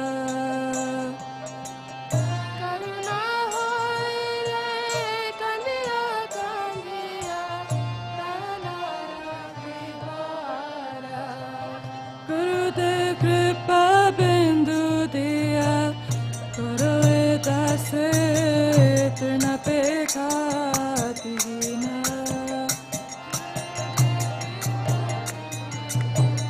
करो दासे इतना पे खातीना. गुरुदेव कृपा बिंदु दिया करो दासे इतना पे खातीना.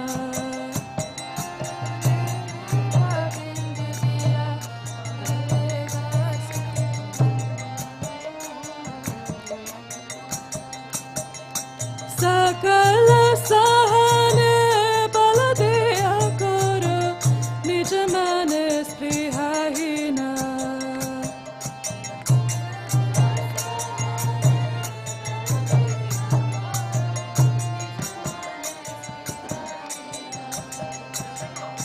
सकल सहने बल दिया करो निज मन स्पृहाहीना.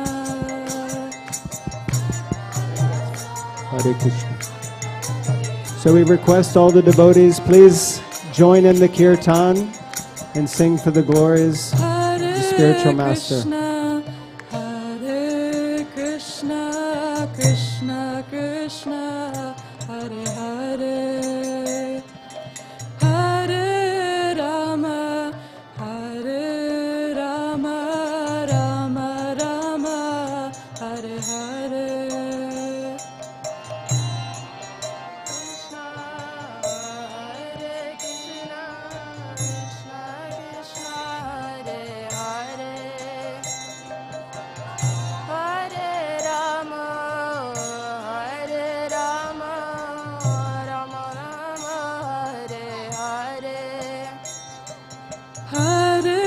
Krishna, Hare Krishna, Krishna Krishna, Hare Hare, Hare Rama, Hare Rama, Rama Rama, Hare Hare, Hare Krishna, Hare Krishna, Krishna Krishna, Hare Hare. Hare Rama,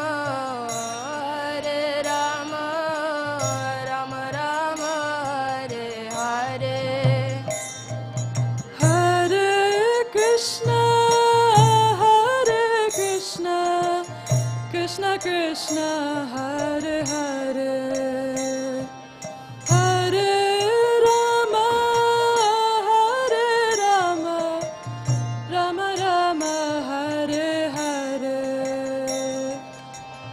Hare Krishna, Krishna Krishna, Hare Hare, Hare Rama, Rama Rama, Hare Hare, Hare Krishna, Krishna Krishna, Hare Hare, Hare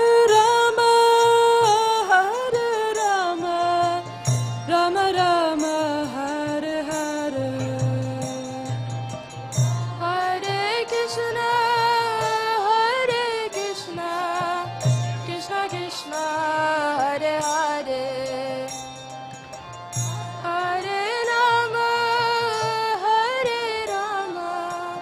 Rama Rama, Hare Hare, Hare Krishna, Krishna Krishna, Hare Hare, Hare Rama,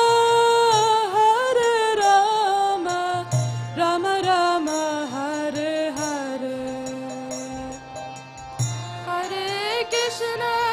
Hare Krishna, Krishna Krishna, Hare Hare, Hare Rama, Rama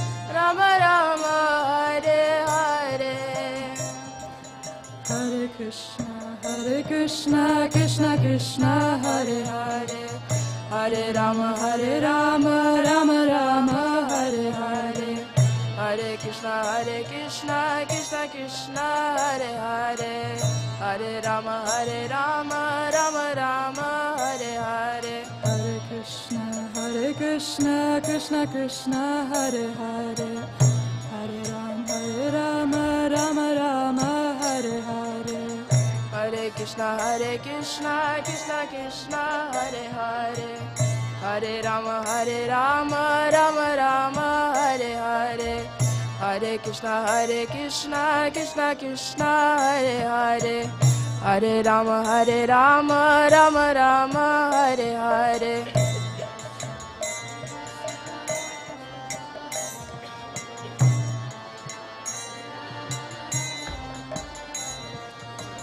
Hare Krishna, Krishna Krishna, Hare Hare, Hare Rama, Rama Rama, Hare Hare, Hare Krishna, Krishna Krishna, Hare Hare, Hare Rama, Rama Rama, Hare Hare, Hare Krishna, Krishna, Hare Hare,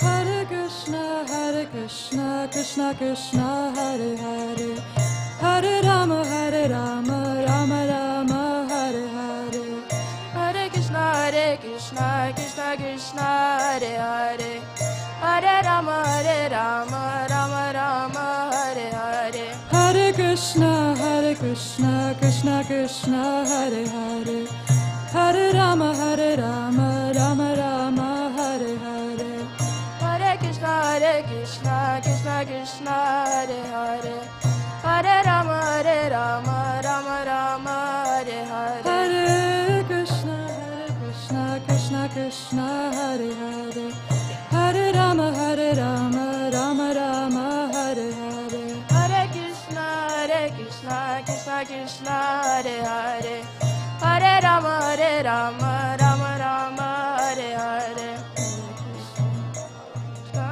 Krishna Hare Hare, Hare Rama, Rama Rama, Hare Hare.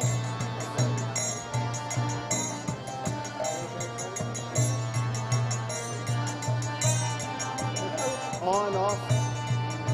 Jayo Prabhupada, Prabhupada, Prabhupada, Srila Prabhupada.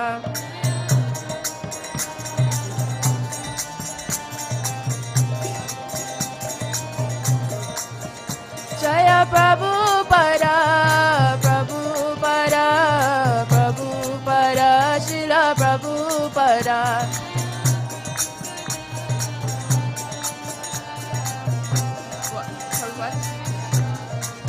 Krishna Haribo Haribo Haribo Nitai Gora Haribo Haribo Haribo Nitai Gora Haribo Nitai Gora Hare Krishna. Hare Krishna. Hare Krishna. So welcome everyone. We would like to invite you and encourage you now to please, if you could, take your seats so that we can begin the program.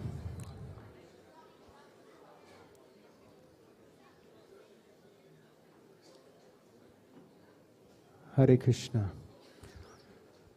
So it is our great honor and privilege to be here with all of you, our esteemed guests here at Bhaktivedanta Manor for the celebration of the 50th anniversary installation of Shri Shri Radha Gokulananda. Shri Shri Radha Gokulananda Ki. Iskam Bhaktivedanta Manor Ki. Sadhu Sangha Ki. So to begin this program, we would like to invite a very important and special soul whom we owe much gratitude. We were discussing with her the other day, and she said, I'm a photographer. And we were remembering all the powerful pictures that have been captured of Srila Prabhupada by this amazing devotee to whom we owe so much gratitude and appreciation, without whose dedication we would not have so many wonderful pictures of Srila Prabhupada to meditate upon. So we would like to invite our esteemed temple president, Her Grace Vishaka Prabhu. Hare Krishna.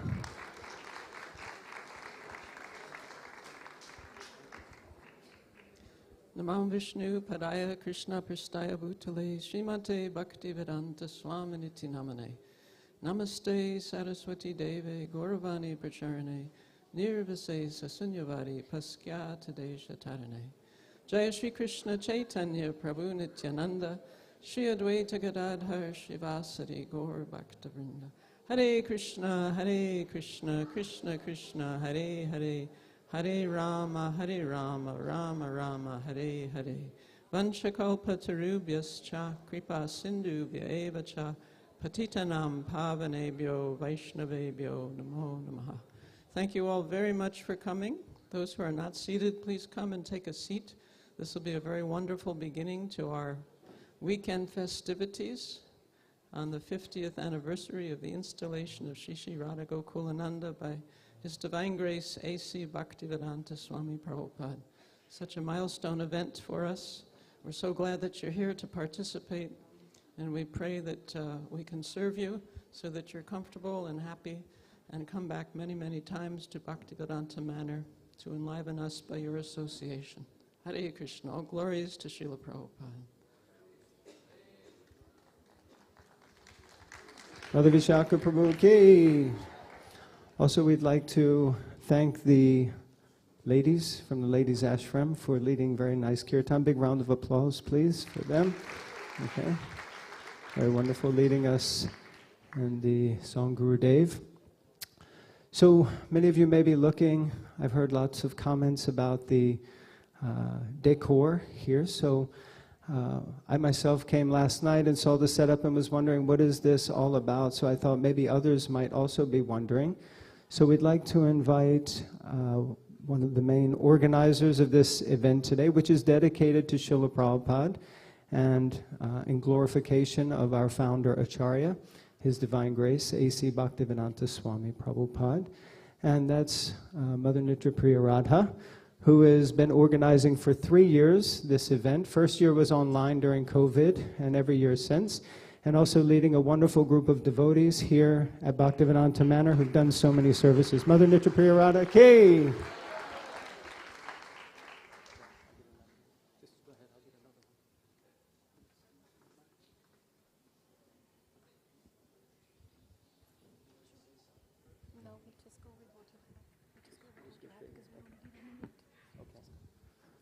If we could have the other roaming mic, that would be useful. So, that's okay. So, we rehearsed this really well, as you can see. It's really going well. So, we're just going to do a little questions and answers here. So first, Dear Mother, can you tell us a little bit about Hare the Krishna. theme of the festival today? Hare Krishna, everyone. Vanchakaptarupasya kripa sindhu me vichapatidinam pavnebhyo vaishnavebhyo. Hare Krishna, everyone. So, yes, thank you all for coming. Yes, the theme this year, of course, we were thinking it's 50th celebrations, and of course we always have, it's been 3 years rather, we've been having Srila Prabhupada festival. Does anybody remember what was our theme in year 1? It was very low-key, we were online, 2021. Anybody here remembers? I wouldn't be surprised if you don't, because it was really very low-key. So, okay, so for first year we had the theme, our founder Acharya, past, present and future. So every year we are trying to kind of spend a dedicated day on reflecting about some aspect of Srila Prabhupada's personality. And then that was last year. Last year a lot of you were here. Anybody remembers from last year? Jaladuta journey, yeah, because it was in person and everyone came. So this year with 50th anniversary, so the theme that we are trying to meditate today is He built a house where the whole world can live. Yeah, and of course we know Srila Prabhupada, the struggles that he took, the travel that he made specifically for us.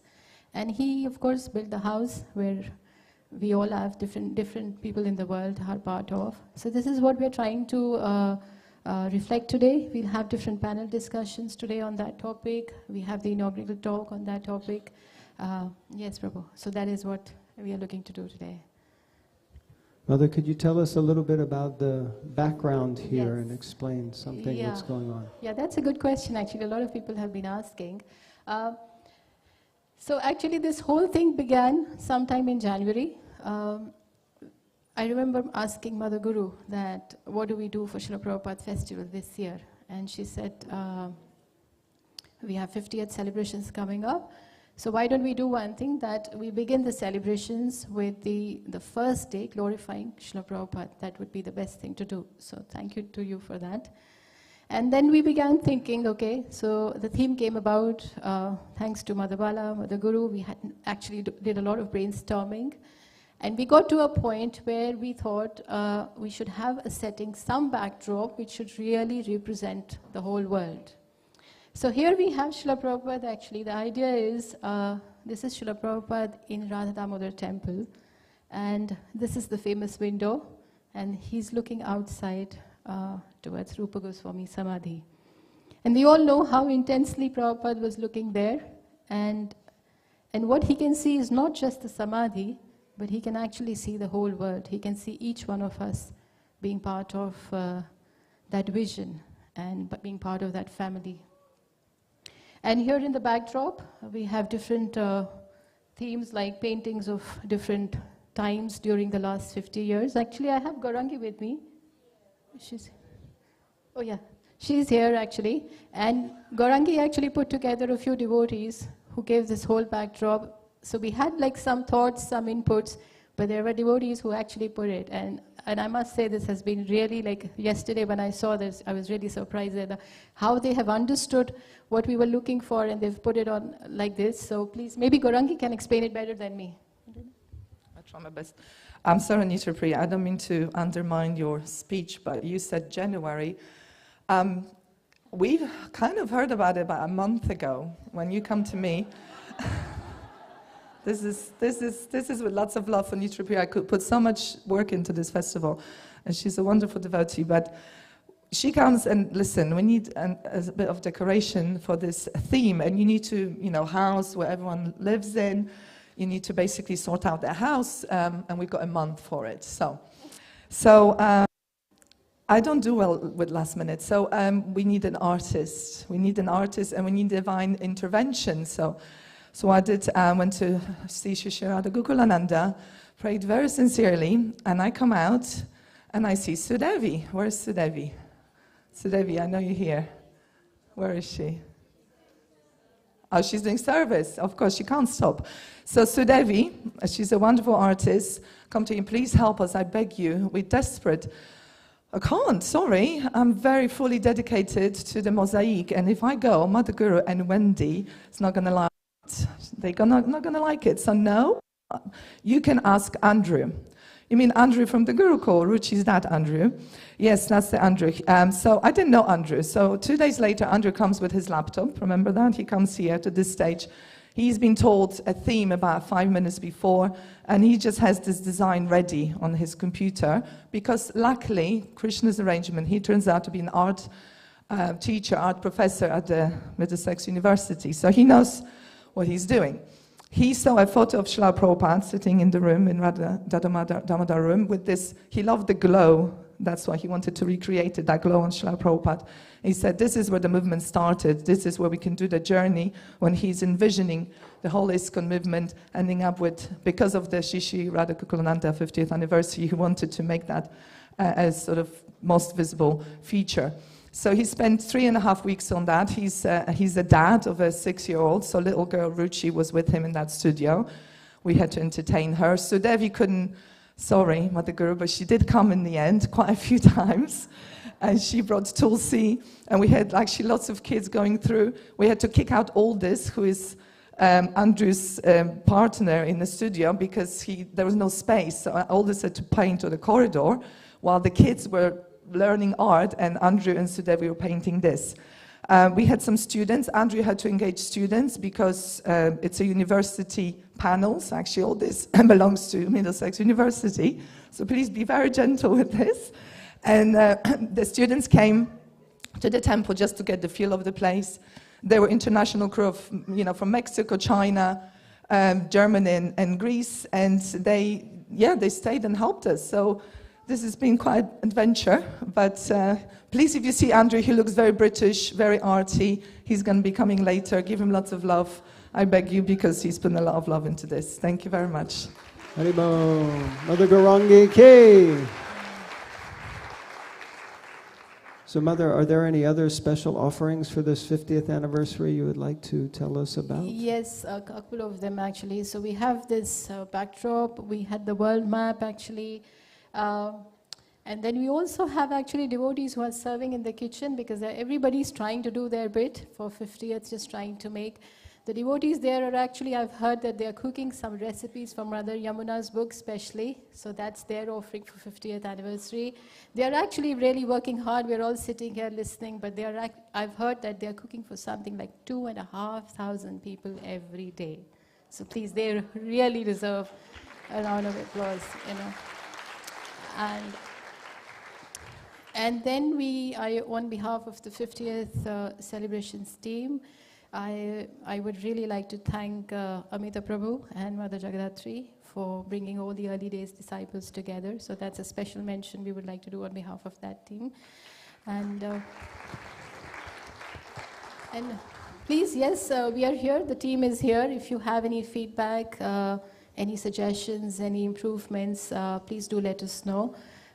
There's a lot of love, and there's a lot of, hard work is always there, but there's a lot of love done with the best intentions. And so yeah, if you have any suggestions, any improvements, we are here, please tell us, and we'll be happy to take forward. If any one of you would like to come and part of these annual festivals, please let us know. The team is expanding now. We need more ideas. We need more offerings for Srila Prabhupada. He's our life and soul.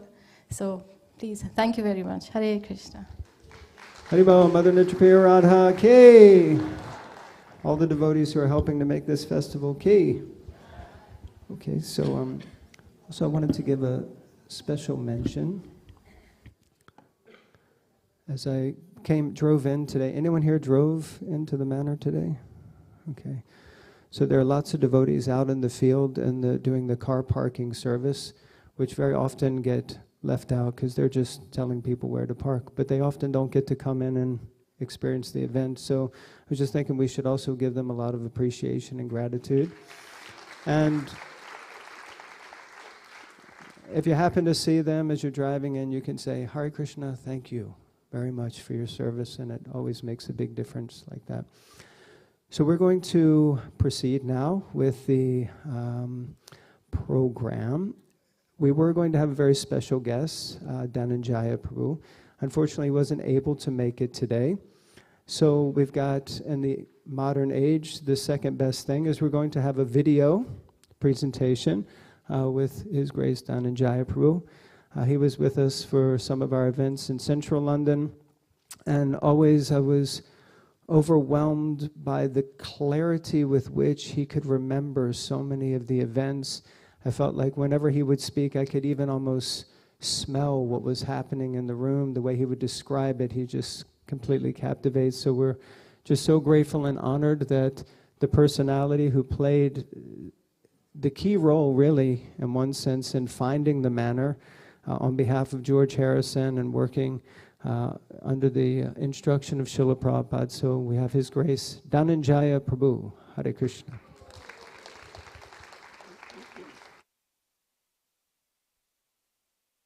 Hare Krishna, everybody. I'd just like to apologize for not being able to be down at the manor at this time, but my health is not so good. I want to share a letter that I got from Srila Prabhupada at the end of December 1972. And I found that to be so special in my life that Prabhupada gave me so many opportunities to serve him and to also serve the deities. So I pray that you will also get inspiration from this letter and chant Hare Krishna and be happy.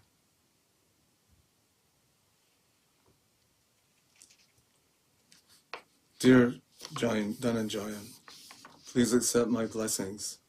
I am in due receipt of your letter dated 28th of December 1972, delivered by Latika from London, and I am very happy to hear of all the good news in English and Scottish temples in general.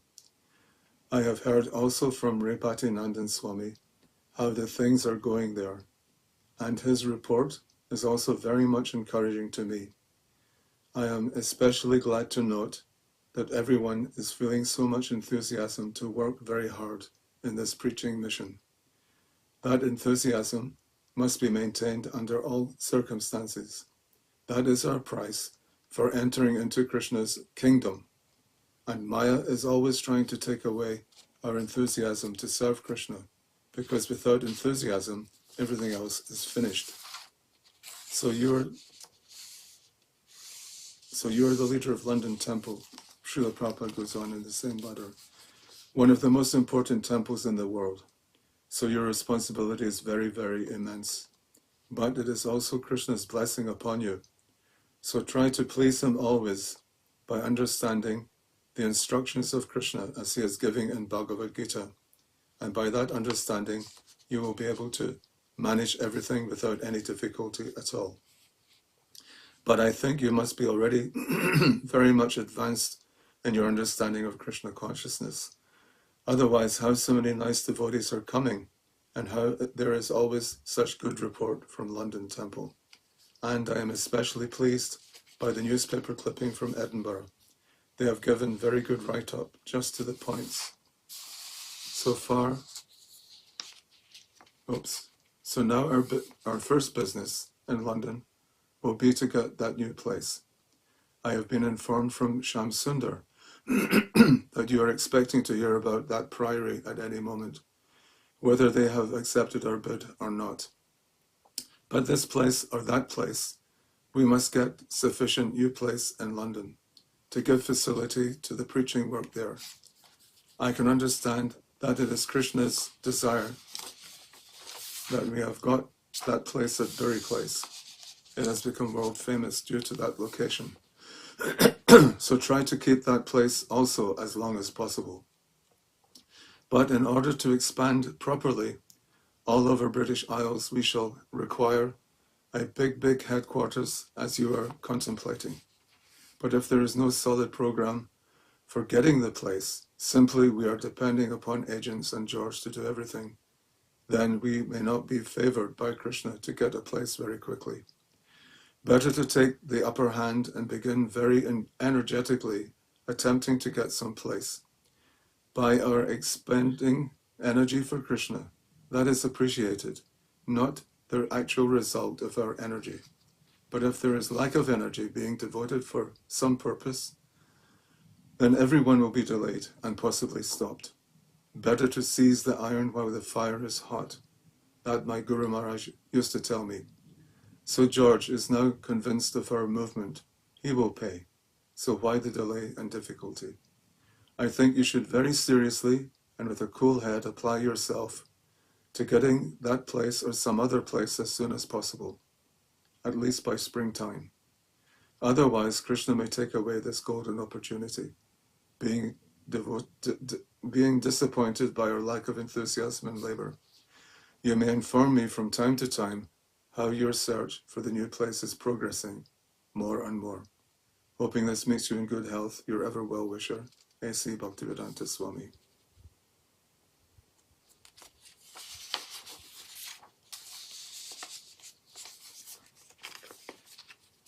So, I'd just like to say that I've noticed over the years and decades how our temple in Lechmore Heath is increasing in strength, increasing in understanding, increasing in developing love for Krishna. So we should go on like that, developing love for Krishna as much as we can, because this was also Prabhupada's desire. He wanted everyone in the universe to love Krishna. So how do we love Krishna? By chanting Hare Krishna, Krishna Krishna, Hare Hare, Hare Ram, Ram Ram, Hare Hare. Srila Prabhupada ki jai. Sri Sri Radha Gokulananda ki jai. Hare Krishna, everybody. His Grace Dhananjaya Prabhu ki. So a big loud round of applause, please, for Dhananjaya Prabhu. It was by his immense efforts that we found the manor. Some of you may be familiar with Shamsundar Prabhu was recently here with his third volume of Chasing Rhinos with the Swami. If you don't have that book, it just is all about getting Bhaktivedanta Manor, all the things that were going on, as well as a few other things, like a ruby business, if anyone knows, has read the story. But very inspiring. And Dhananjaya Prabhu, so much working hand in hand with George Harrison, getting the instruction from Srila Prabhupada, and then such valuable instructions there. So we really would like to show our gratitude and appreciation to Dhananjaya Prabhu for what he has done here. So we would like to offer, or ask Mother Bhagopal Devi to please come up, and on behalf of her husband, Dhananjaya Prabhu. She was telling us a story earlier that the husband is the right side and the man is the left side, so they're non-different, even though she was trying to convince us that they were, I think. Okay, thank you. Mother Bhagopal ki. Yeah. What, I'm supposed to speak? Oh, no, you can speak. You're going to, I think Mother Vishaka.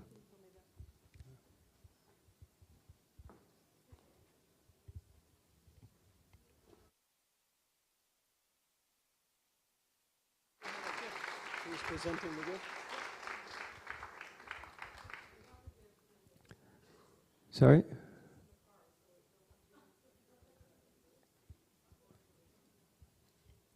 I didn't quite catch that. The gift is in the car, and we're getting the people in the car park who's parking the cars to bring it in. So, okay. On behalf of my husband, I'll just say, we were discussing it, when he felt his health wasn't good enough to come. But we were talking about that actually he was only 24 years old when Prabhupada gave him that instruction. And, it was a very, as Maharaj said this morning, it was a very magical time where all you wanted to do was please Srila Prabhupada. You were willing to do anything, and nothing was impossible. So he, through trial and tribulation, they saw many different places. They went to, different properties. And every time they'd get, Dhananjaya would find the property, he'd call up George, and George would come look at it. And as soon as George would look at it, they would see who was buying this property, and they would raise the price. So that became very discouraging to George.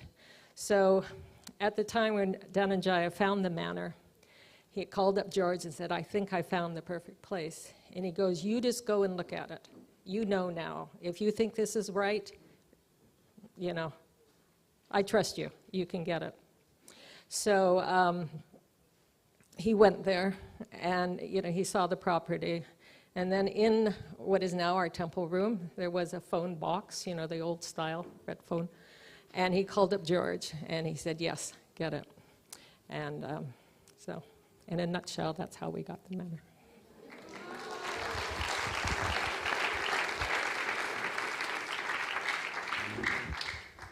In Shamsundar Prabhu's book, he mentions that George said he had complete faith in Dhananjaya Prabhu, that he trusted him. In Bury Place, when Srila Prabhupada told Dhananjaya, you go and ask George if he'll give the money. That's a very daunting thing. You're going to go and ask somebody to give that amount of money. So he used to go down armed with the prasadam, like nightly. So we'd make all these samosas and nectar drinks, and he'd bring them down to this Apple studio. And George was very enthusiastic about eating prasadam, So finally one day he just, he said, I can't carry on doing this. I'm losing too much money because I'm supposed to be recording. So Dhananjaya, got up the courage and he said, Srila Prabhupada wanted me to ask you, would you help us try to find a building? And immediately, without hesitation, he agreed to pay for a temple for Srila Prabhupada. He had so much love for him.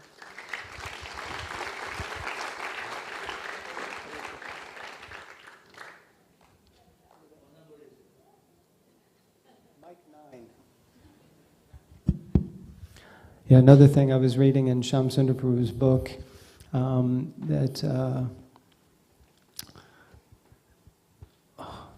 just went out of my mind when I had to say Mike 9.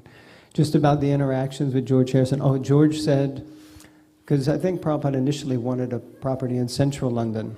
Yeah, and George said he wanted to get a place out in the country. And the quote that Shamsundar Prabhu gives there is that, I'll buy a nice place out in the country where you can chant and dance as loudly as you like and no one will disturb you.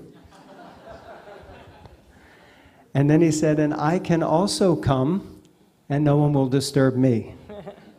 So, but I'm not sure if that manifested exactly the way that we had expected. So maybe we can move on to the next part, and once the gift arrives, because you're going to be part of the next panel, I think, as well, Mother, right? Yeah. Everyone, we got the thumbs up from Mother Manjwali. So we'll just invite the next group of devotees to come onto the stage. And Mother, you can just have a seat here. Make yourself comfortable. So we're going to have a few devotees come and share their experiences of the early days. So we'd like to invite to the stage also Mother Manjwali, who is non-different from the goddess of fortune. She is transcendentally blissful, one of the most sweet, loving, caring devotees that I think I've ever met. So the perfect mother. So please, Mother Manjwali ki.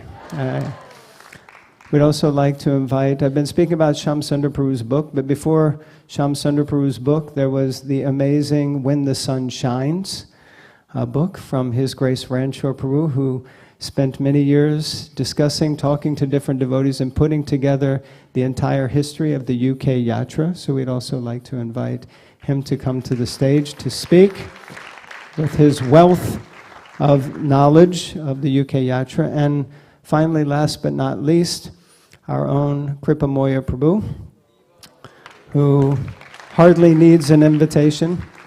Is he the one who went to the car?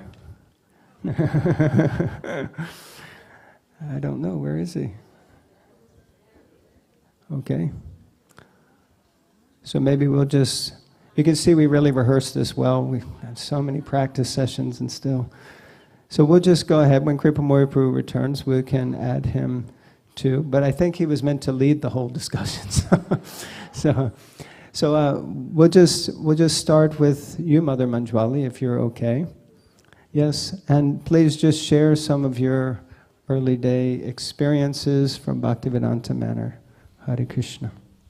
Hare Krishna. Om Ekanatamandasya Ganagana Salakaya Chaksu Umitam Jaina Tasmai Shri Gurve Namaha. Nama Om Vishnu Padaya Krishna Pastaya Bhutale Shrimati Bhaktivedanta Swami Etanamane Namaste Saraswati Devi Gaur Vani Pacharne Nirvishesha Shunyavadi Pasyachade Satarane. Yes, Kripa Moya. All glories to Srila Prabhupada. Kripa Moya Prabhu. Jai. Maybe you should go first because you're kind of facilitating. You were here yet, so.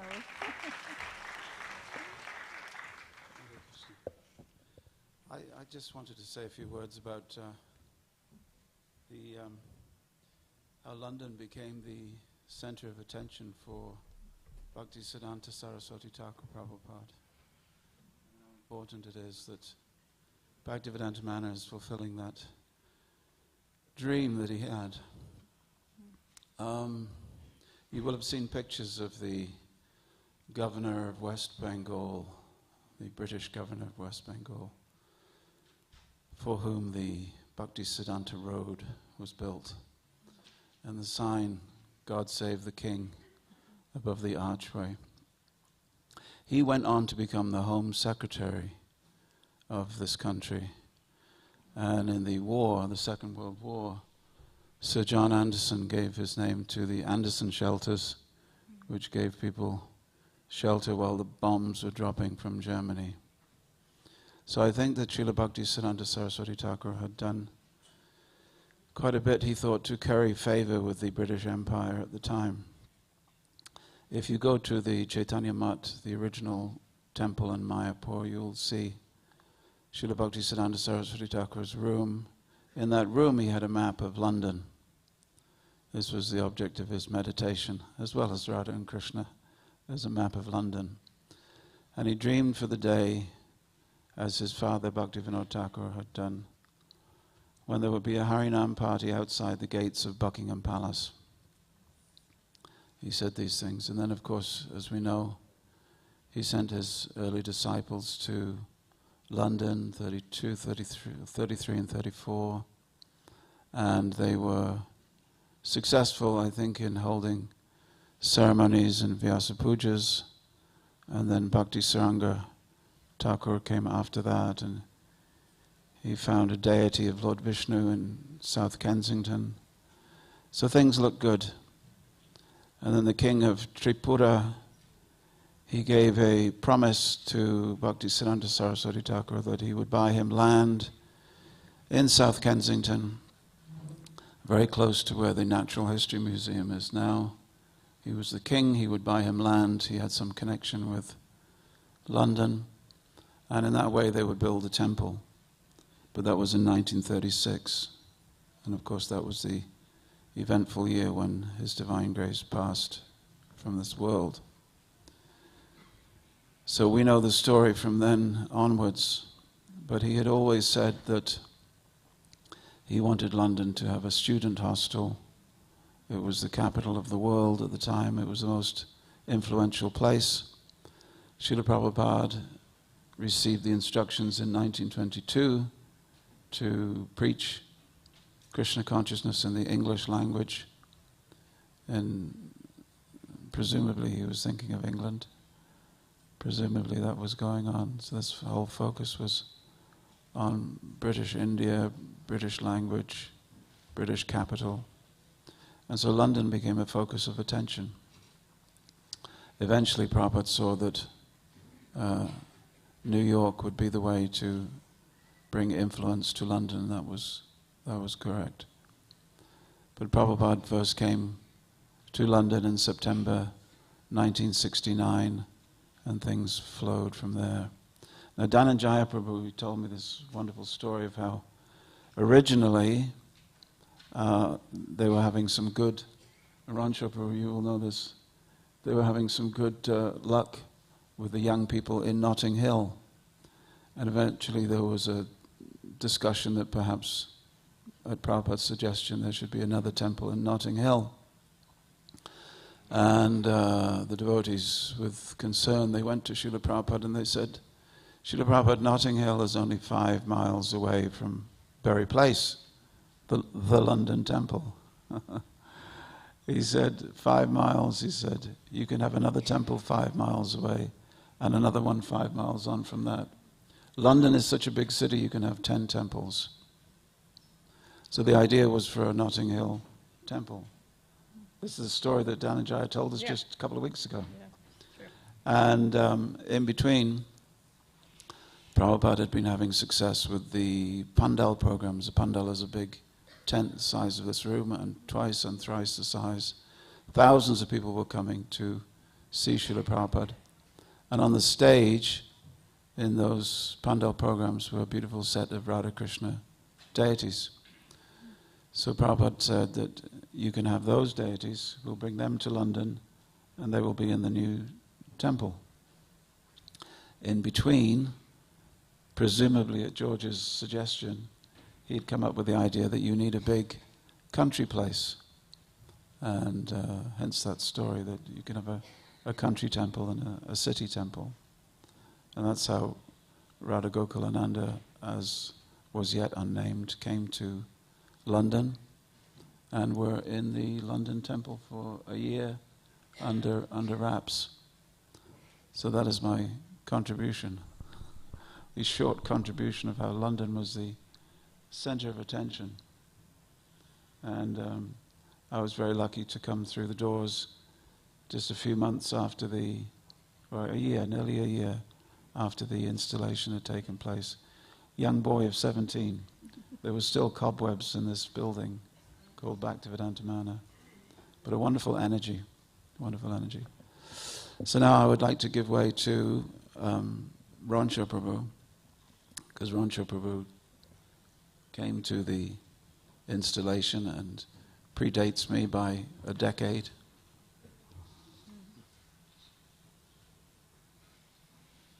Thank you, Rancho. Thank you very much for inviting me to say a few words. Can everyone hear me clearly? Yeah? Okay? Is that yes or no? Okay. Thank you.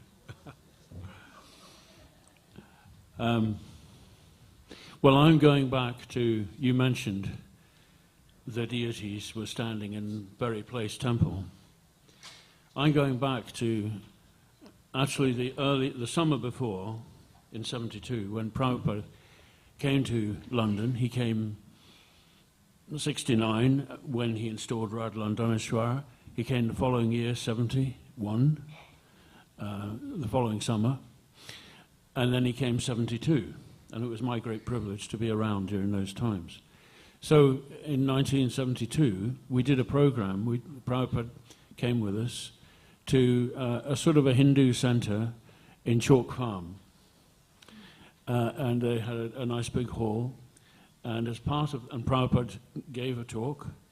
It was crammed by mostly us. And there was a slide shown of these stunning Radha Krishna deities. And we were told, I can't remember, Shamsundar was there, I'm sure he would have explained, that these were the deities who had been installed in a pandal in Delhi. Yes. But that they were going to come, and Prabhupada wanted them to be installed in, of all places, Edinburgh, which I can sort of understand because Prabhupada had, you know, a childhood or a youthful connection with the Scottish churches and so on. So these stunning deities. And Dhananjaya, I know, was involved with the whole process of bringing them over, and they arrived in London. Yeah, I think there's a little, interesting on that. I think there's two different points of view, because there were the deities, and he said, if you want, because their discussion of finding a property, and it says, if you want, you can bring them over. So Dhananjaya, of course, was very enthusiastic, and so he had to find the money to bring the deities over. He asked them, should it come by ship or by air freight? And Prabhupada said by, air. So we used to have, remember Dr. Shaw, who used to visit the manor? Bury Place. So he had agreed to give the 500 pounds, which it would cost to bring the deities over. So Dhananjaya, very overly enthusiastically, gets a hold of Guru Das and says, you know, Prabhupada wants these deities to come. So he immediately somehow started that process. They were in a go-down in Delhi at the time. And then Prabhupada questions, did Dr. Shah give the money? And Dhananjaya says, not yet. And so he said, then stop the shipment. Don't call for him. He said, don't do it until you have the money. So Dhananjaya panics and, you know, gets a hold of Guru Das. And he said, it's already been processed. It's with a forwarding agent.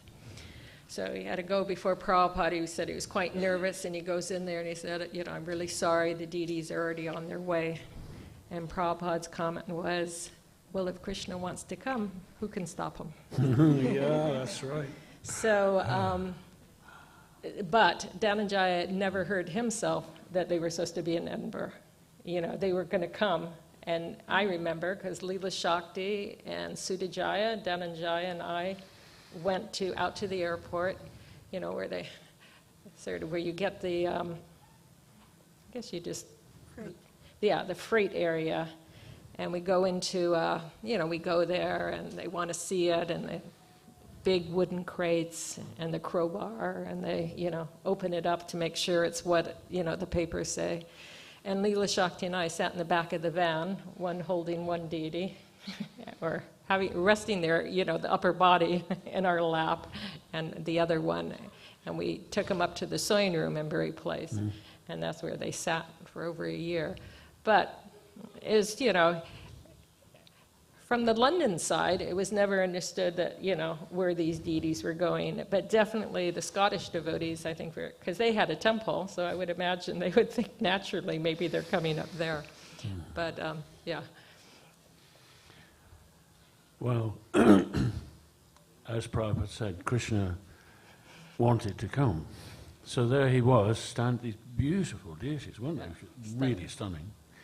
And you know, we didn't know really where they were going to go. So meanwhile, and now I'm going to pick up the story, in that last period, we had been searching for a bigger temple because the Bury Place temple was, you know, it was like a shoebox, really, on 6 floors.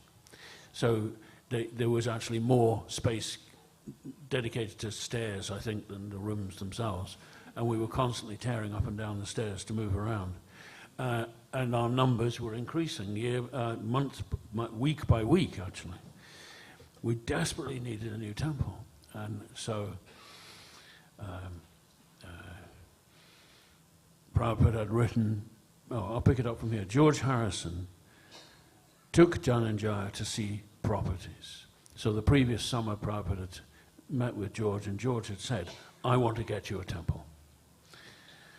So now we're 6 months down the road, and George Harrison is taking Dhananjaya to see properties, went to see a health spa near Oxford, a convent near Virginia Water. He drove his Aston Martin with his hand in his bead bag. At traffic lights, people recognized him, and he would raise the bead bag and say, Hare Krishna. But whenever property agents saw who the buyer was, they inflated the prices, as he said. So George decided Dhananjaya should continue to search on his own, and George went to America. George was working on his Living in the Material World album, which would bring his Krishna consciousness into the open as never before. When it came out in June 1973, the single that accompanied it, Give Me Love, Give Me Peace on Earth, went to #1 on the US charts. Meanwhile, Dhananjaya searched on, and Prabhupada wrote to him, and he read that beautiful letter, we just heard it. And the essential phrase was, strike while the iron is hot, because George had said, I want to buy you a place. So I think Prabhupada was immediately thinking, we've got to act on this now. As soon as Dhananjaya received this letter, the one he just read to us, he heard about Pigott's Manor, located in a small Hertfordshire village north of London. On a cold winter's day, he and a friend, and I believe that was Koshika, for those who, if anyone has a memory of Koshika, he was a devotee at that time.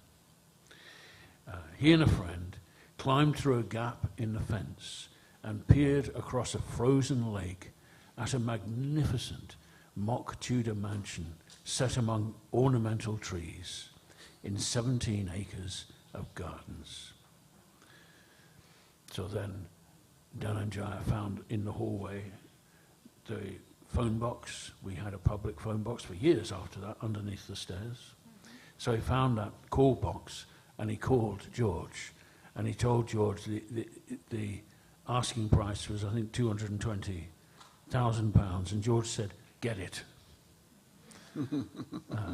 But he also said, I won't pay a penny more. He said, you can only get it for that price. Ah, right. I won't buy it if they inflate the price. Yeah. See, he knew about money, even though he was a musician. Meanwhile, George had just received a letter from Prabhupada, just before he got the call from Dhananjaya. And in the letter, Prabhupada said, "Great soul does not mean politician, or scholar, or famous musician, or scientist. No, great soul is one who understands that Krishna is the cause of all causes and all that is, and then surrenders unto him. You are doing that. Therefore I say, you are a great soul, not because you have got some material name, fame, or wealth. That will vanish at the time of your death, so what good is it? But because you are serving Krishna in devotional, loving mood, therefore I say, you are great soul." And then Prabhupada added, at the bottom of the letter, a note. Sometimes this happened with Prabhupada's letters. It would be all typed up and brought to him to sign, and then he would write a note in his own handwriting.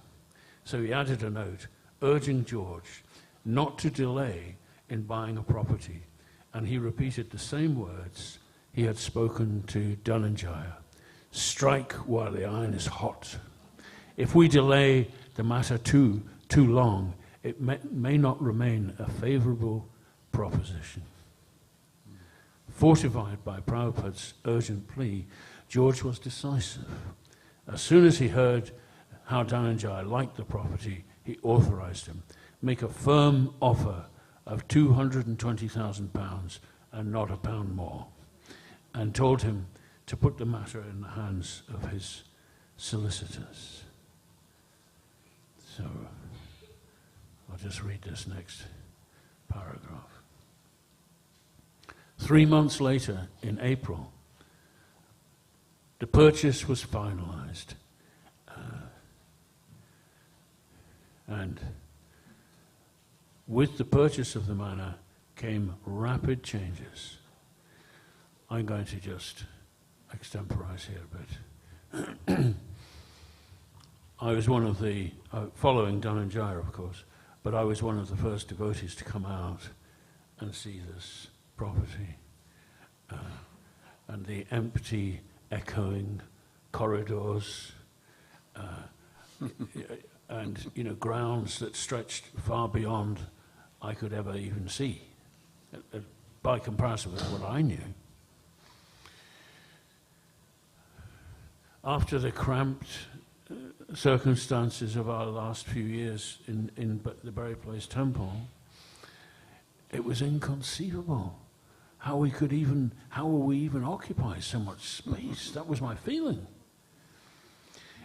And what it reminds me of, it's a bit like, we had been climbing through dense thickets up a steep ridge, and then suddenly you get to the top and a huge vista opens up. Oh my gosh. Getting the manor was a bit like that. Also, I remember getting lost.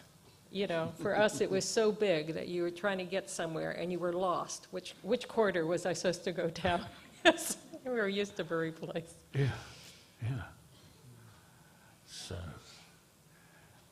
yes, a whole new, the dawn of an entire new phase in the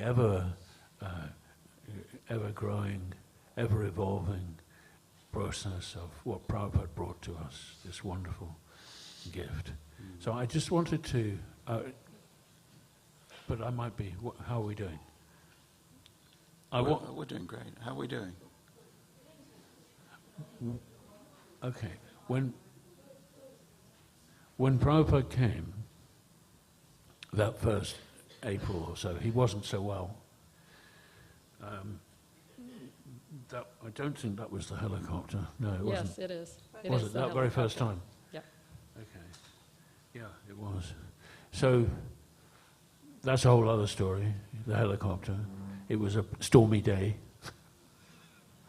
And I think it was quite challenging for Prabhupada to be flown in a helicopter, you know. So, but once he got into the building, here we go. He went inside, entering through the conservatory that was soon to be the altar room.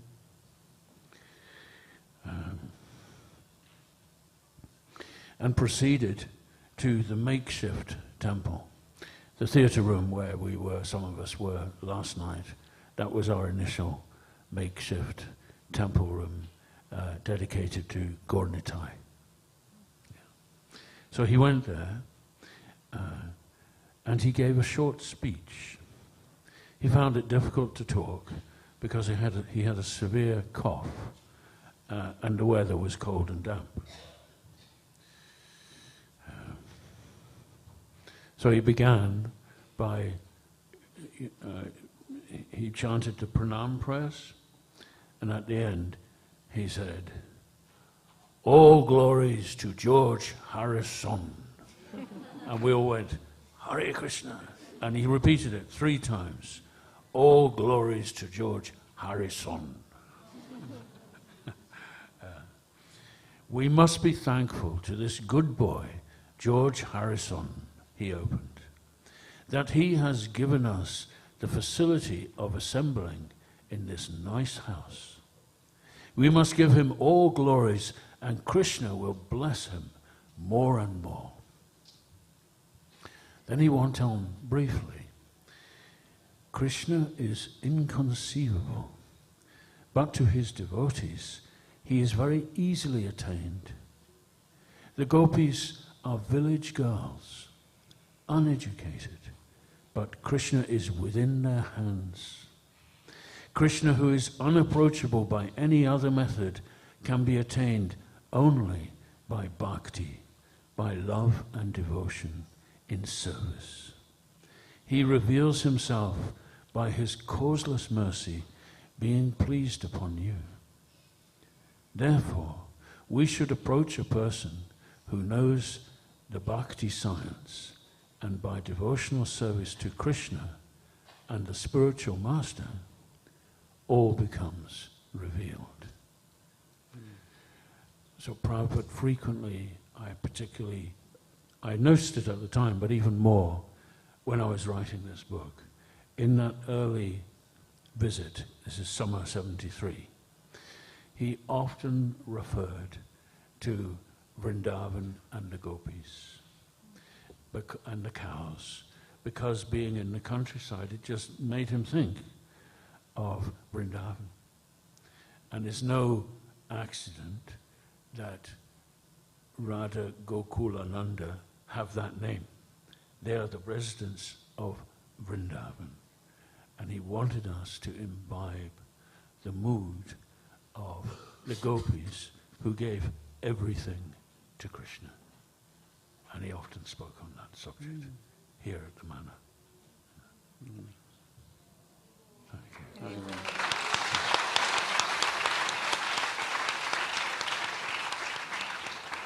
Thank you very much, Rancho Prabhu.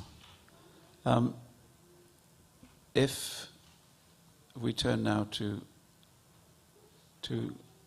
devotees who know a lot about worshipping Radha and Krishna, I know we're going to have another panel discussion where we ask you about the worship and details of how you cared for Radha Gokulananda in those first years.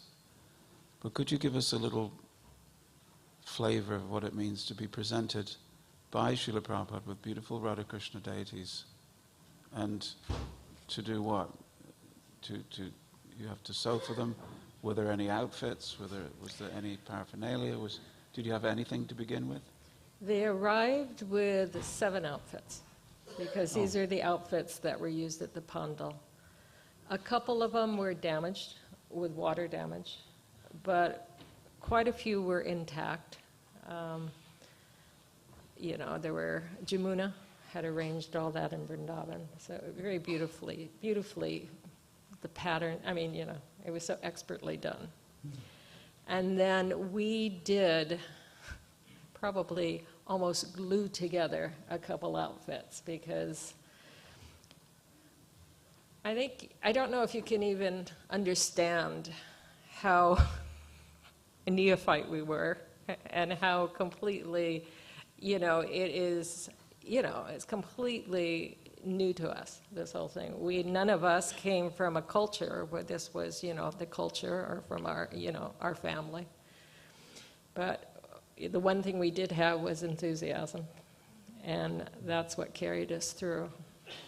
So even the installation, when Srila Prabhupada came down the stairs, remember that you come down to you go down the stairs, and there's that little landing bit. Actually, there were stairs there going into the temple room. They kind of moved the door, or there was both doors, or, but they definitely, that's how he came down.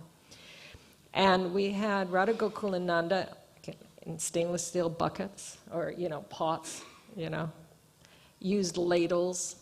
No one knew how to chant any mantras. So this was all by the mercy of Srila Prabhupada. He's the one who brought these deities here. There was no one qualified amongst us, it was only Srila Prabhupada. So I do remember standing there, and when someone went to offer Srila Prabhupada a garland, he took the garland in his hand and he put it on Gokulananda. And you see that photo of the bathing where Gokulananda is wearing a garland that they had made for Srila Prabhupada. So what I remember, I do not have a memory like my husband whatsoever, but I do remember, with ladles, bathing the deities. He did have them rubbing, oils, as part of, as they do, but it started affecting the paint, because this was just the paint, was still from India. And it was coming off a little bit on Srimati Radharani. So then he just had them stop, very practical, and rinse them with water. And I remember Ray Bhattanandana Swami, I don't know who, maybe it was Samsunder, the other person who carried the deities to the altar. And I was dressing with Malati. I dressed Srimati Radharani, and she dressed Krishna. So the altar, and obviously the curtains were closed. And then Prabhupada personally, told how much distance he wanted between the deities, and were they standing straight. So we dressed the deities. Prabhupada, he wanted it done in 45 minutes. And I remember him coming and pushing us a little bit, to finish. I don't even, looking at that altar, and we, on the side, even in this painting, you can see it there on the right side, there's these steps, and there was on both sides, and you walked up the steps and you stood there, and that's how we dressed the deities, There was no other way to do it, so we did it from the side. And then Prabhupada came in, and he personally did the offering, chanted his Gayatri, and then he did the curtains open, and he did the arti. And it's funny, because I don't, my memory is not that good. So, I can even watch that video, and I see at one point Prabhupada's asking Malati something, and I'm standing there, and then I'm running around trying to get whatever it is. I have no idea what that was whatsoever. But, that feeling, that's what stays with me. It was just so magical and special. And then when Prabhupada danced, which was very rare, Rath Yatra and a few things, when he danced, you know, you felt it was as close to the spiritual world that I ever can get. And he would circumambulate. He was circumambulating, and he invited everybody in the deity room. It's unusual.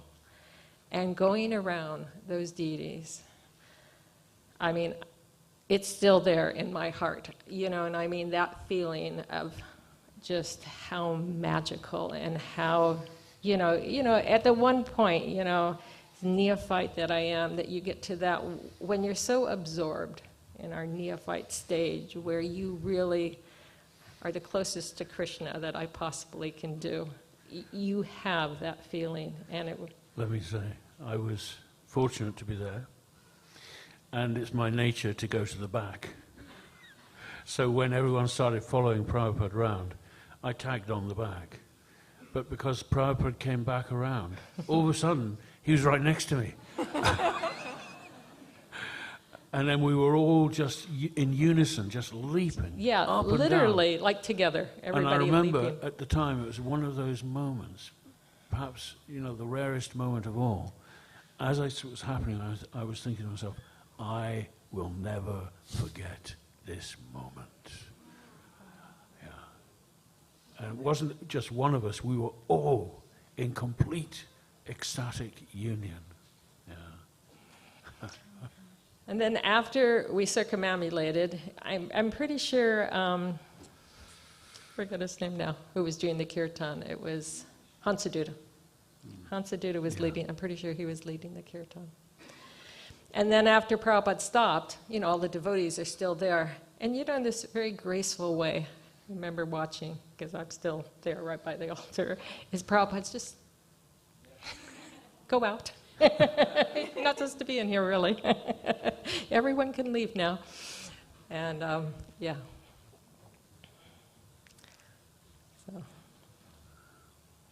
that's my only I mean, that's how I, you know, it's in bits and pieces, but that's what I remember of the installation, yeah.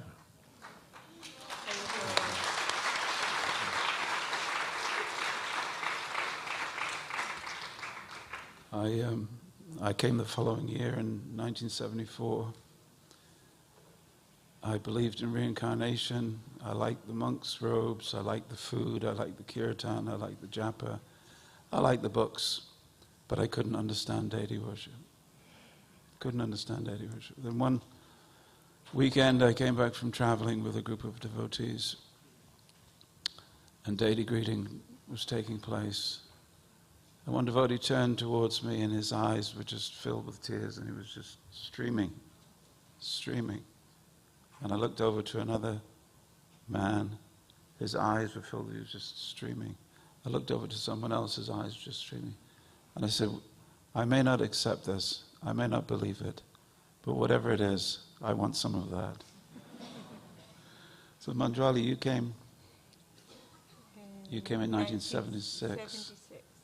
And I just want, because we are coming to a close, but I just want you to give us a flavor of how things have progressed from 73 to 76. Well, in 1976, my husband Jayatirtha was at the Mayapur festival, and Srila Prabhupada called him in and said, we were in Los Angeles, and my husband was the Pujari and the GBC, and Srila Prabhupada was really pleased by the way the movement was being facilitated in Los Angeles. That was the capital, or the international headquarters, that's the word. And Srila Prabhupada knew there was potential in Bhaktivedanta Manor, and he just really, asked Jayatirtha, please, can you come to Bhaktivedanta Manor and grow the project here and put some energy into organizing. And so I had a brand new baby, month-old, and Jayatirtha came back from Mayapur Festival and says, in 2 weeks we're moving to England. And we're going to be serving at Bhaktivedanta Manor. So within 2 weeks we were here, and it was very austere after Los Angeles. It was potatoes and cabbage every day, practically. Los Angeles was kind of New Dwarka, you know, so it was very opulent. And we came here beyond Srila Prabhupada's ask and Srila Prabhupada, and actually to be asked to do something by Srila Prabhupada was such a great honor and such a daunting task as well, but we loved him and wanted to please him. And as Balakapala said, we ran on enthusiasm. We saw Srila Prabhupada and we really wanted to be part of his team and help him in his mission.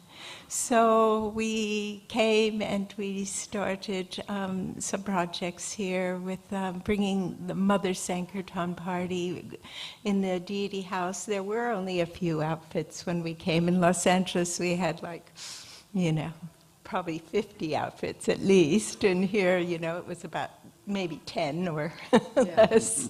And they were in kind of the standard, because there was only a small team of devotees here, and they were looking after the grounds. They were trying to collect money, no money, and there was no money. And the fabric of the house needed some love, and some paint, and so we created the team and we started decorating. And Srila Prabhupada said, we'll give you a couple of months and then he'll come. So the promise was so that we had a time zone, a time limit of what we could do, and we would do it as quickly as possible because Prabhupada was going to come in the summer. So we set about to hang new wallpaper in the temple room, put a new floor down. My husband bought this big roll of velvet, and he said in the meeting, "My wife will make all the curtains in the temple." And with my new baby, managed. But it was like, and we made the pelmets. I remember the night before Prabhupada came here, we were on high ladders, staple gunning the pelmets up, and just... wherever you went, you had your baby strapped on. Yeah, my baby was strapped on, and we were doing service. So we were, it was really ecstatic, though. There was, like you were speaking about, the days when, we were kind of in the fire of Krishna consciousness, in the fire of serving Srila Prabhupada. And we were absolutely focused. And actually, Srila Prabhupada was empowering us all to actually spread the movement, because Bhaktivedanta Manor, Srila Prabhupada told us, was a place to welcome people and to help them to come to learn about Krishna, to develop good practice so that they could be good citizens and have Krishna in their heart, Krishna in the center of their lives. So this was a beacon place, and it was a country ashram, but it was a place of service and a place of inquiry and a place of study, as well as a place to do what we have to do to manage our groups and our people, our devotees. So setting up, we got the altars that are there, because originally the altar was just made from part of the woodwork that was part of the temple, actually, the original altar, Shyamasundar. They had no money, so he kind of took pieces of wood. You probably know about that from... The fireplaces, the mantelpieces. Yeah, that's what created the first altar.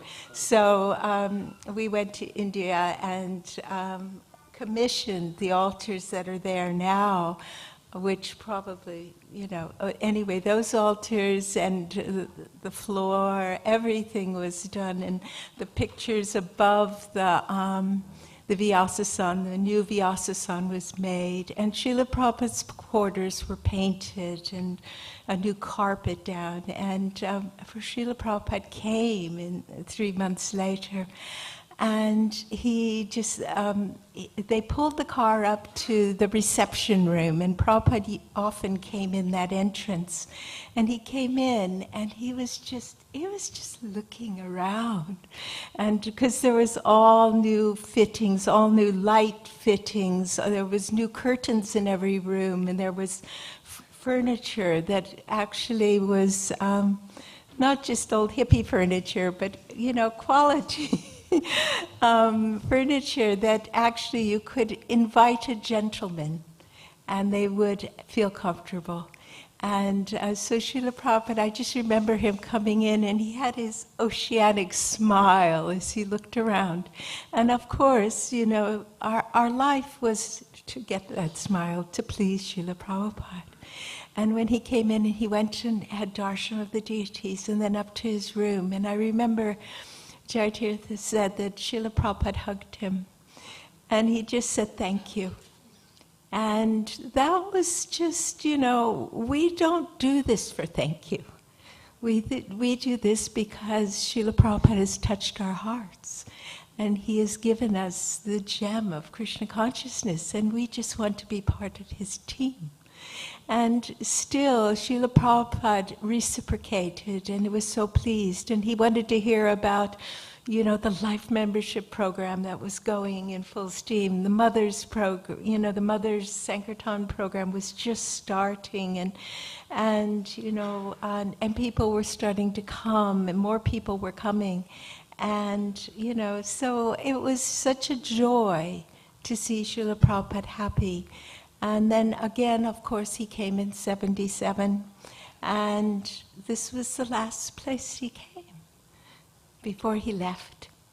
And he came here to just have darshan of the deities, but also, the order, as Ranchor said, London was important, England was important, and Prabhupada had great affection for his family of devotees, but also the preaching mission. And this was a pinnacle, a place where actually Krishna's name was being broadcast all over the world, and it was done with skill, but it was done with a whole lot of heart too, and that was radiating around the world really, and it became an example of devotees coming together and serving Srila Prabhupada without a bunch of ego, but just serving Srila Prabhupada with humility, with gratitude, and with deep, deep appreciation for the mission of Mahaprabhu and the gem of Krishna consciousness that actually has changed all our lives and will change many more. Hare Krishna.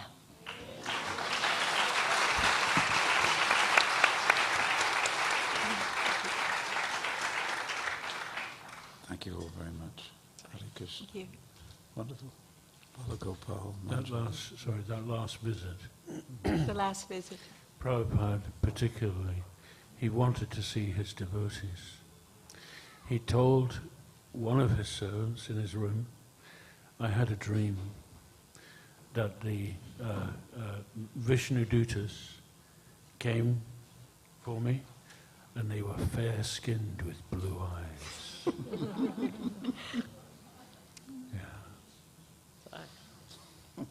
Yeah. That was on that last visit. Yeah.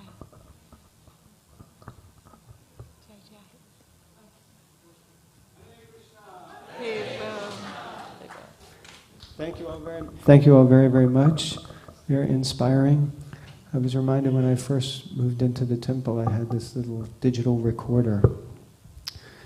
And somehow I thought all of Srila Prabhupada's disciples that were come were like the disciples of Jesus, and that whatever they said needed to be recorded and kept for posterity and shared. And just hearing from all of you reminds me how valuable it is and how important it is to be fortunate to have all of your association while you're here. So we're very, very grateful and would like to thank you so much for sharing with us. Hare Krishna. Hare Krishna. Mother Bhagopal ki, Mother Manjwali ki, Kripamoya Prabhu ki, Rancho Prabhu ki, Hare Krishna. How's everyone doing? Yes? Okay. The devotees over here are absorbed. So we're going to have a very special treat now. We're going to need this stage also, so you're all welcome to probably leave if you like. We'd like to invite a very wonderful, artistic, talented, multi-talented devotee who's been here also. If you see the video of Srila Prabhupada dancing at the installation, you'll see him also in that video. And multi-talented, artistic, you'll also always see him dancing and chanting on the Harinams, especially in central London. So he is going to perform a song for us today. His Grace Shakshi Gopal Prabhu. Hare Krishna.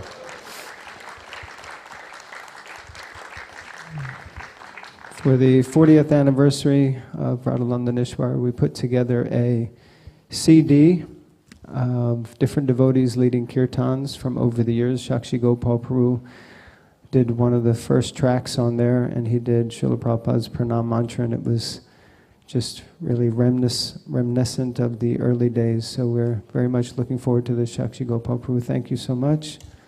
Hare Krishna.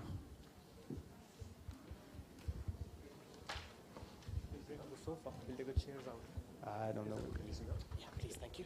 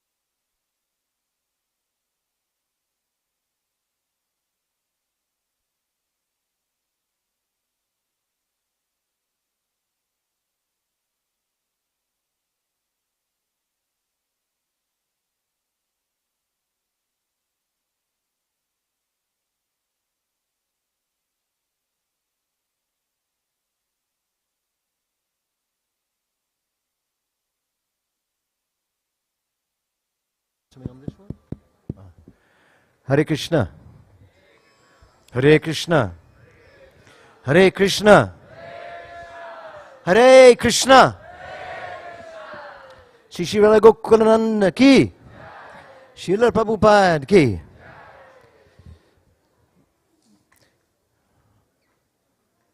"50 years ago, I would never have thought we'd be sitting in a wonderful facility quite like this.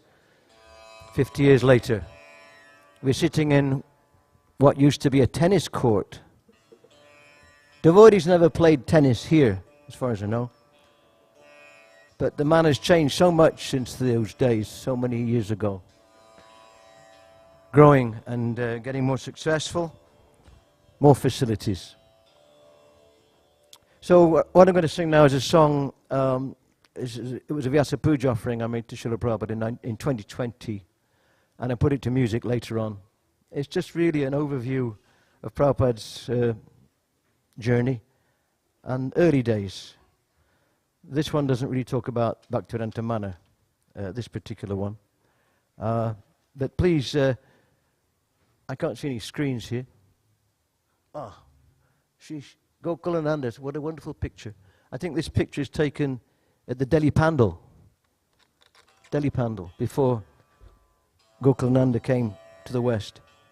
So I hope that these words, the lyrics of this song, will inspire within yourself visions and pictures of Srila Prabhupada in these various stages of his bringing Krishna consciousness to the whole world. This is called Mercy Flow. Mercy Flow. And Mr. David Stuckey here's kindly brought a Tampura.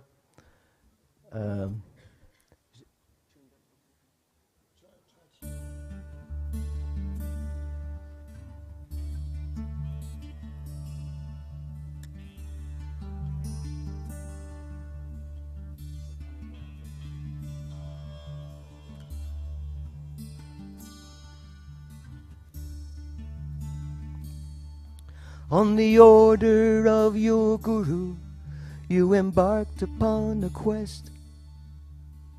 With holy name and Bhagavatam, you traveled to the West. No ocean wave or heart attack could compromise your mission to spread the sacred Yuga Dharma of Lord Chaitanya's vision. Prabhupada, you arrive in Boston Harbor, $7 to your name, with cartels and a trunk of books to broadcast Krishna's fame.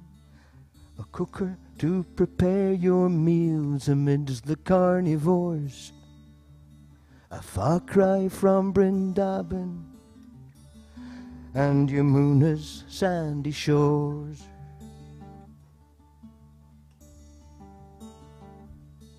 Hare Krishna, Krishna Krishna, Hare Hare, Hare Rama, Rama Rama, Hare Hare.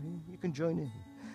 Hare Krishna, Krishna Krishna, Hare Hare, Hare Rama, Rama Rama, Hare Hare. Prabhupada, you brave the barriers of winter winds that chill you to the bone. Your typewriter was stolen, yet you struggled on alone. Unperturbed you carried on, for nothing could impede the order of your Guru, that you preach the Bhakti Creed.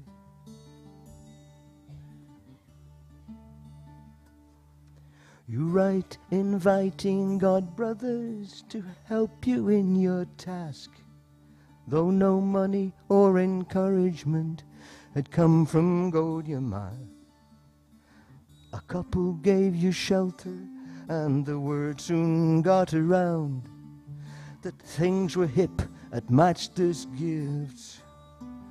The Swami's here in town. Hare Krishna, Krishna Krishna, Hare Hare, Hare Rama, Rama Rama, Hare Hare, Hare Krishna, Krishna Krishna, Hare Hare, Hare Rama, Rama Rama, Hare Hare. Prabhupada, Srila Prabhupada, in the belly of America, a land of the brave and free, You cook and serve chapatis, rice, and deep philosophy, with chanting, dancing, feasting, and your steel front Gita classes.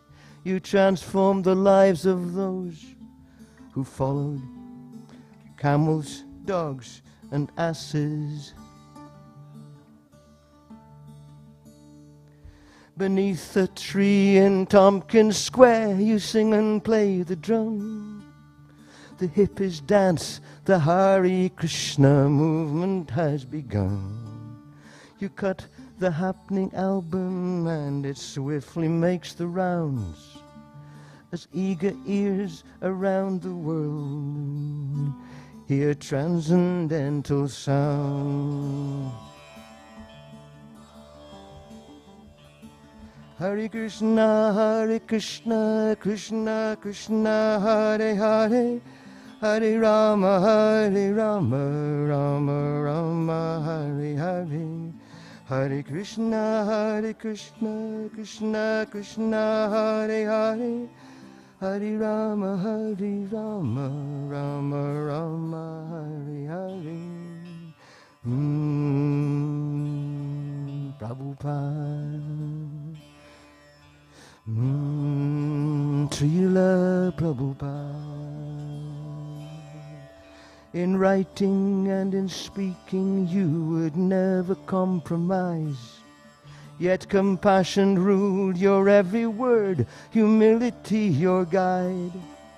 You draw a core of eager souls who search for higher truth, that God is still alive and well.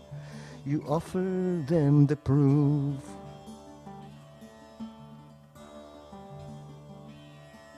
Hare Krishna, Krishna Krishna, Hare Hare, Hare Rama, Rama Rama, Hare Hare. Hare Krishna, Krishna Krishna, Hare Hare, Hare Rama, Rama Rama, Hare Hare. Prabhupada, Srila Prabhupada. And while the world is sound asleep, you're seated at your desk, surrounded by the Acharya's words. You pray the world be blessed. In dead of night, before the dawn, an icon of persistence, you share your deepest ecstasies, the essence of existence.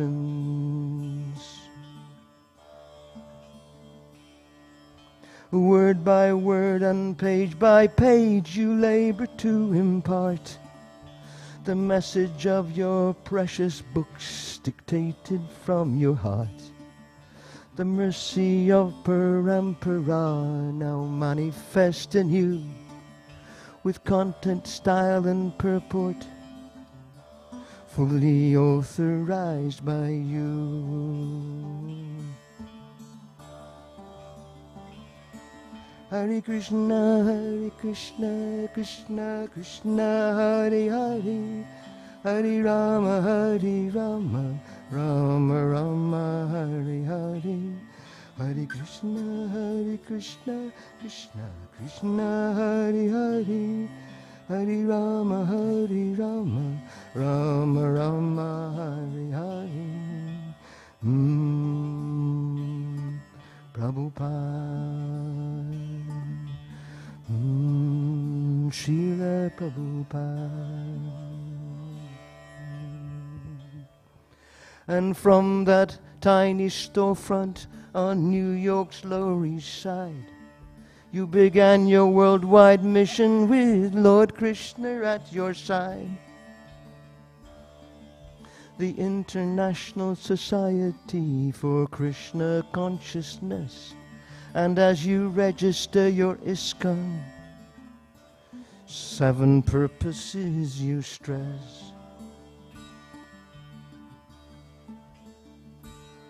They will be your mission statement for the next 10,000 years. the guidelines and objectives that will make your purpose clear. A blueprint of your strategy established at the start, choking out a revolution meant to purify the heart.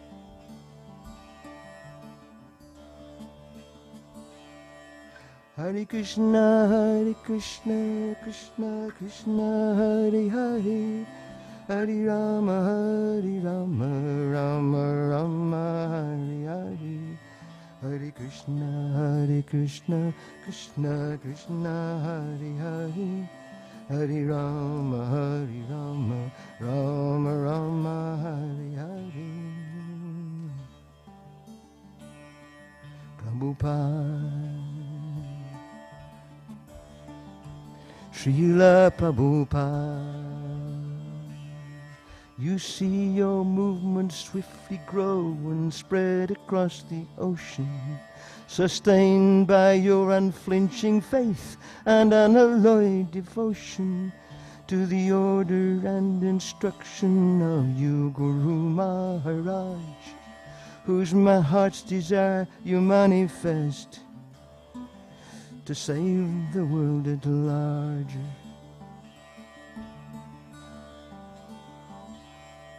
Hare Krishna, Krishna Krishna, Hare Hare, Hare Rama, Rama Rama, Hare Hare. Hare Krishna, Krishna Krishna, Hare Hare, Hare Rama, Rama Rama, Hare Hare. Prabhupada, Srila Prabhupada, though centuries may come and go, your mercy will not pass. You're still inviting each of us to listen to your class, to take prasadam, read your books, and taste the potency of chanting Krishna's holy names with Krishna devotees.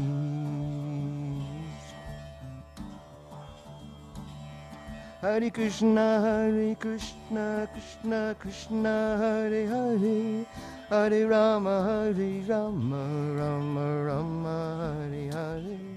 Hare Krishna, Krishna Krishna, Hare Hare, Hare Rama, Rama Rama, Hare Hare.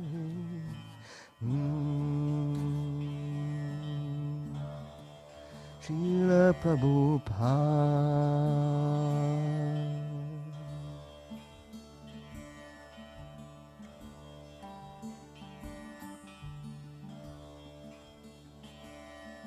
O Prabhupada, we glorify your pastimes on this day, your transcendental, our transcendental debt to you can never be repaid.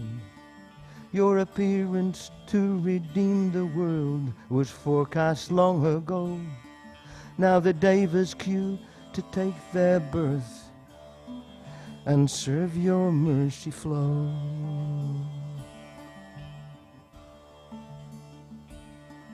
There'll come a day when all the world will thank you, Prabhupada. The saints who serve your legacy will make the nations glad. The seeds they sow on your behalf are sure to sprout and grow when watered by the holy name that you yourself bestow. That you yourself bestow.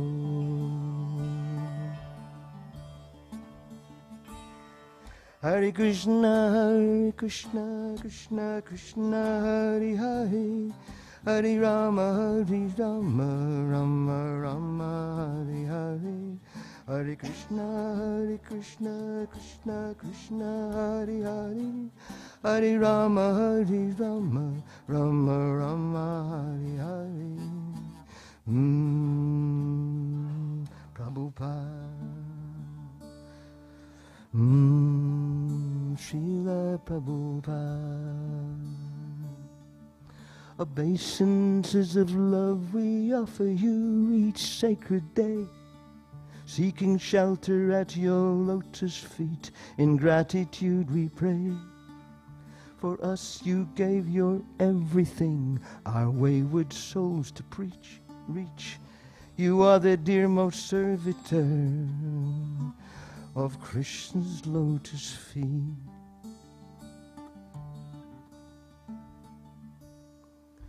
Obeisances of reverence each turning of the day, as beggars at your lotus feet with humbled heart we pray, to amplify your pastime so the world will know your fame as the Shaktavesha avatar who brings the holy name.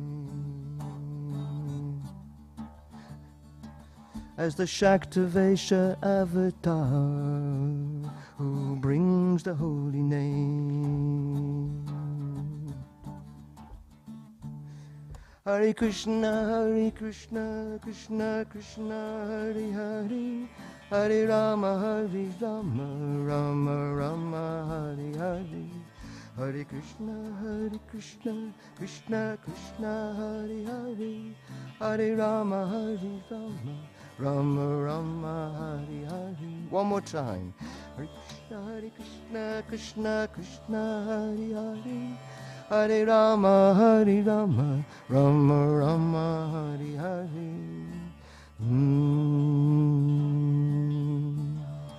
Srila Prabhupada, Srila Prabhupada, Srila Prabhupada.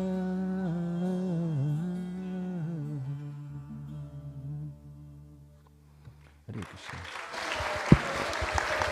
His Grace Shakshi Gopal Prabhu Ki.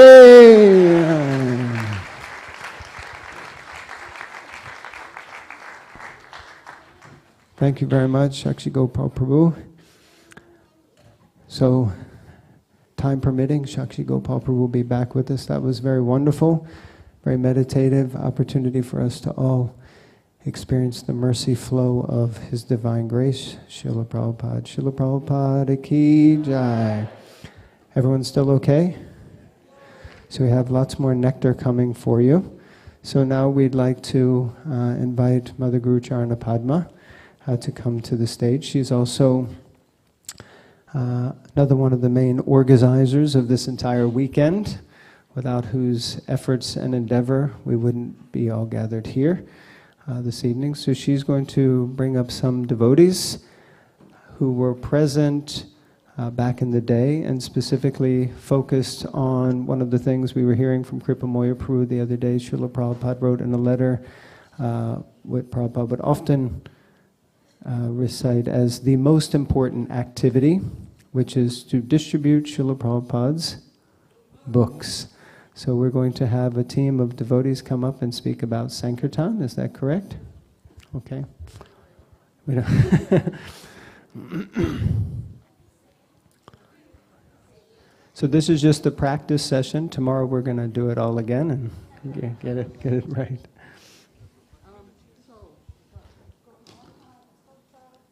Do you want me to call out their names?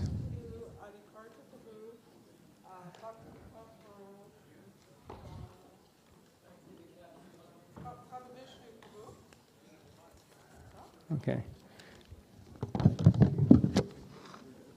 They were on this side. No, you brought the one. Yeah. Oh, okay. Do you want to call them out so they know? Because they seem a bit bewildered. Hare Krishna. So just to save a little time, I hope everyone's having a wonderful morning. I certainly am. How's everyone doing? I mean, just hearing all that nectar, felt we could just sit here for hours. However, I was concerned that the kitchen team might not appreciate that, but it was just so wonderful.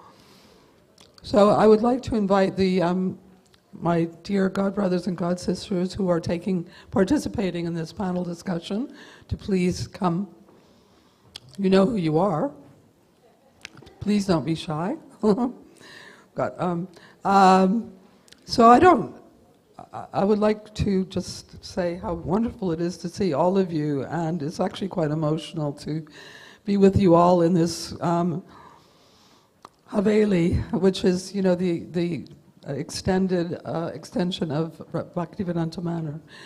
I'm not sure if all of you realize how much Sankirtan, and specifically book distribution, helped to shape this yatra.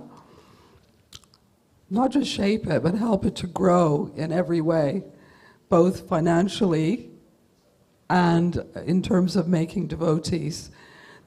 We were all part of the Sankirtan team, whether you were a pujari or a cook or helped to clean the temple. We were all connected to Srila Prabhupada's Sankirtan team. I heard Manjuali say we wanted to be part of Srila Prabhupada's team. So please, Maharaj, come. So, thank you. These very esteemed devotees are joining us as part of this discussion, have done what Shivaram Maharaj talked about this morning. He asked for help to distribute his books. And I see so many Sankirtan devotees here, both from the past and the present. So all glories to Srila Prabhupada's Sankirtan movement. We're going to take you back now on a journey of the early days of book distribution in the 70s and 80s. And I'm just carrying on. Ankota, Gopimata Prabhu, do we have? Yeah, we could do, please. Old friends meeting, it's always beautiful. So, and Radha Priya, yeah. Well, everyone wanted to join this discussion. I couldn't say no.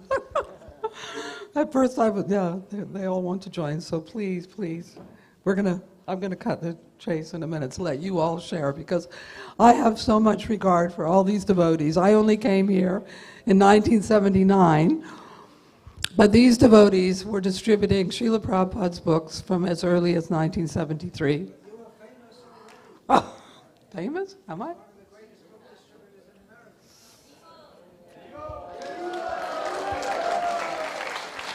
We were all competing. We were all a part of, this wonderful competition, you know, who could distribute the most books.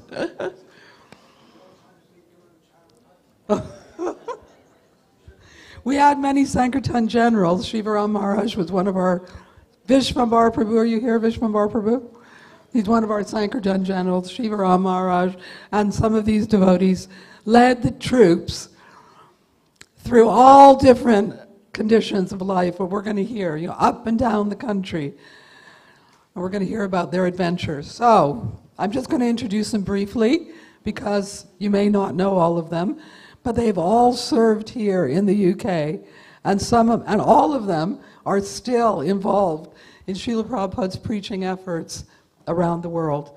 So we have Gopimata Devi Dasi from Kansas, USA, who helped lead the Ladies Sankirtan Party here in the UK. Radha Priya Devi Dasi. He was one of the first book distributors here in the UK. Prabhavishnu Prabhu, who was, I think he was one of the Sankirtan leaders, were you? Anyway, they all received such special instructions from Srila Prabhupada, which we're going to hear in a minute. Janananda Swami, Hare Krishna. We don't need an introduction. Amita Prabhu, who's still distributing Srila Prabhupada's books. Bhakti Vikas Swami, Hare Krishna. Adikarta Prabhu, who's still at the age of over 70, goes out on the streets distributing Srila Prabhupada's books. And Ankota Prabhu, husband of Gopimata, also still very much, I think, although those were some of the hardest days of our lives, I think we can all agree they were some of the best days of our lives, right? So, I want to ask you all, Mike? Oh, sorry, thank you. I'm not used to using a mic. I want to ask you all because, thank you. You served in an era that many of us here will never have a chance to serve in. You were one of the first wave of Srila Prabhupada's servants. And many of the devotees here will never have experienced the mood at the time of determination, enthusiasm. So I'm just going to ask you all or whoever would like to speak, if you could just share something of the mood that was present at the time here in the UK in the 70s when Srila Prabhupada was present. And also, because I know some of you, Prabhu Vishnu Prabhu, you got some direct instruction from Srila Prabhupada as well. So maybe you'd like to start. You can share the roving mic, or you can use this one.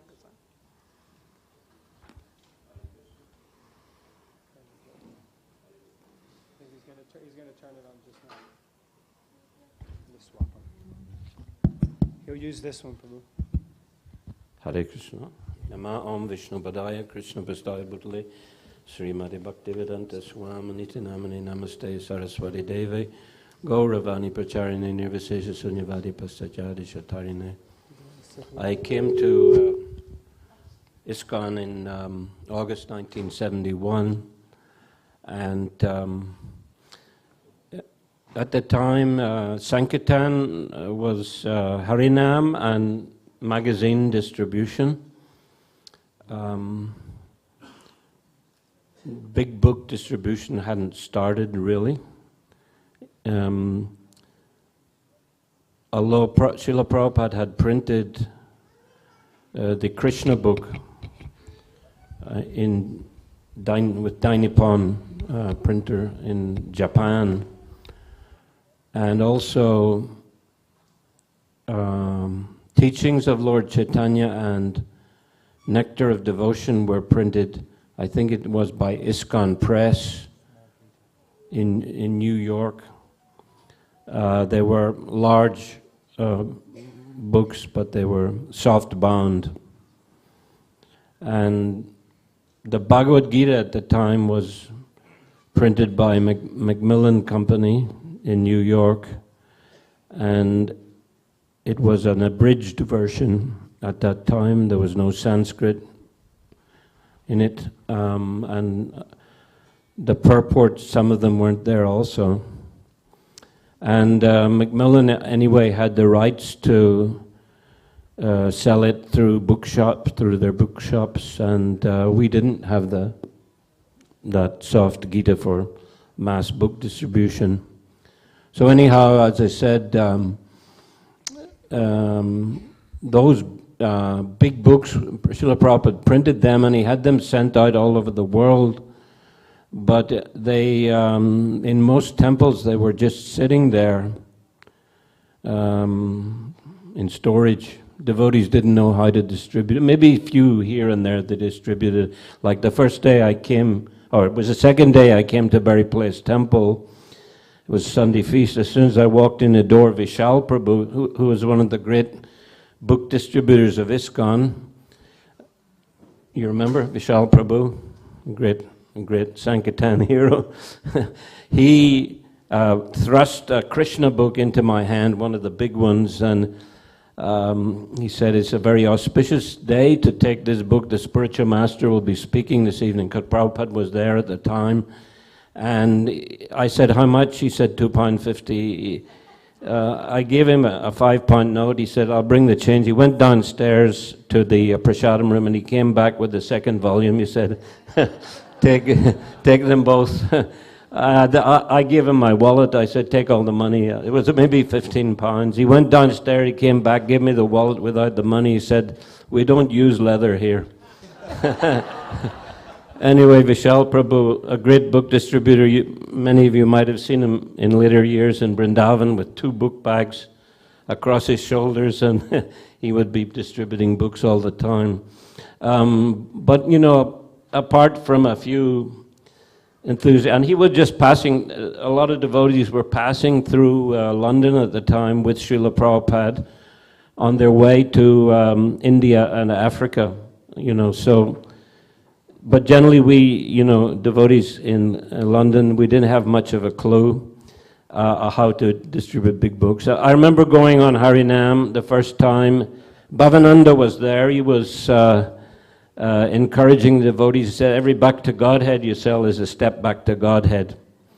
So I managed to sell 2 that day.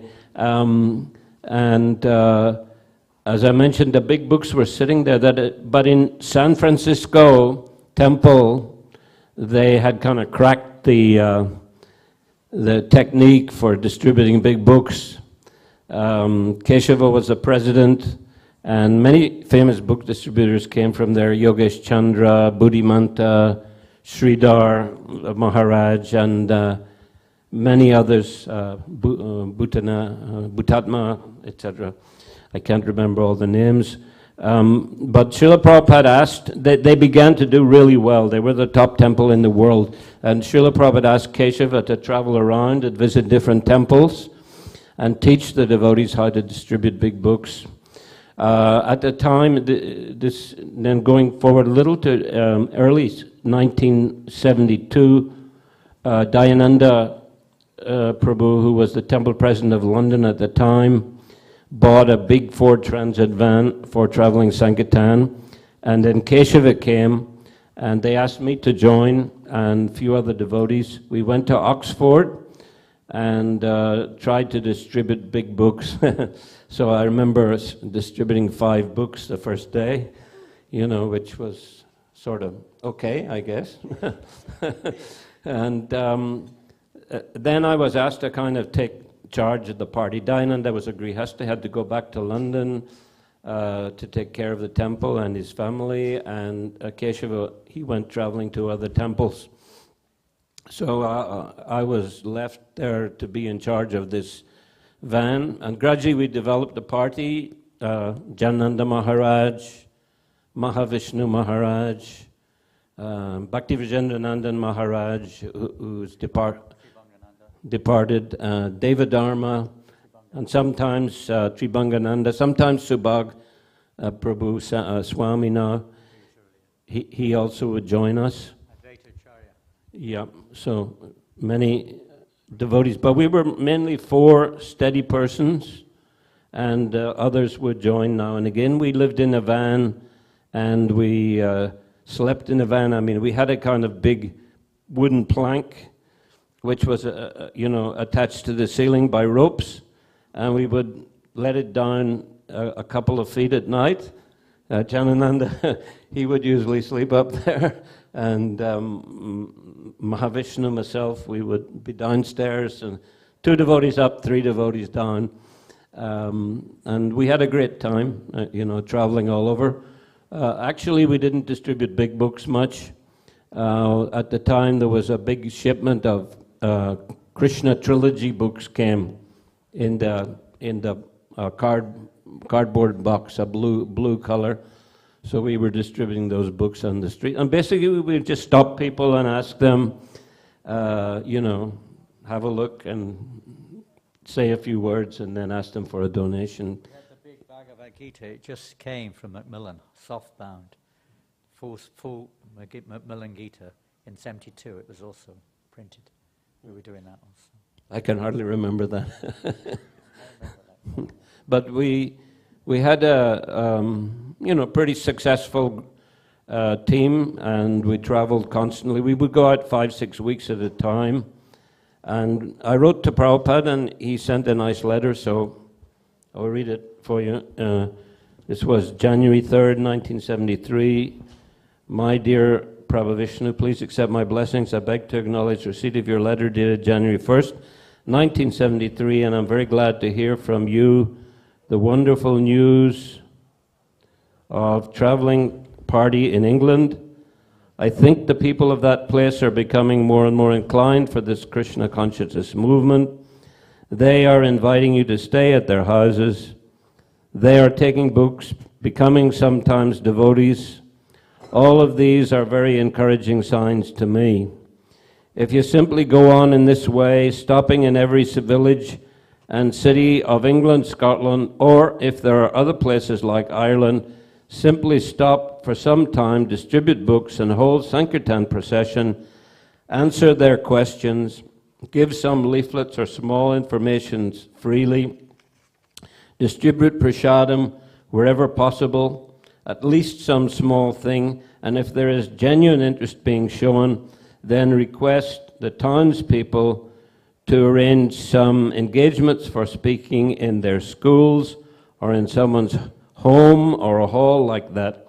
In this way, remain always without anxiety for destination and comfortable situations, always relying only on the mercy of Krishna for your plan. Just, 1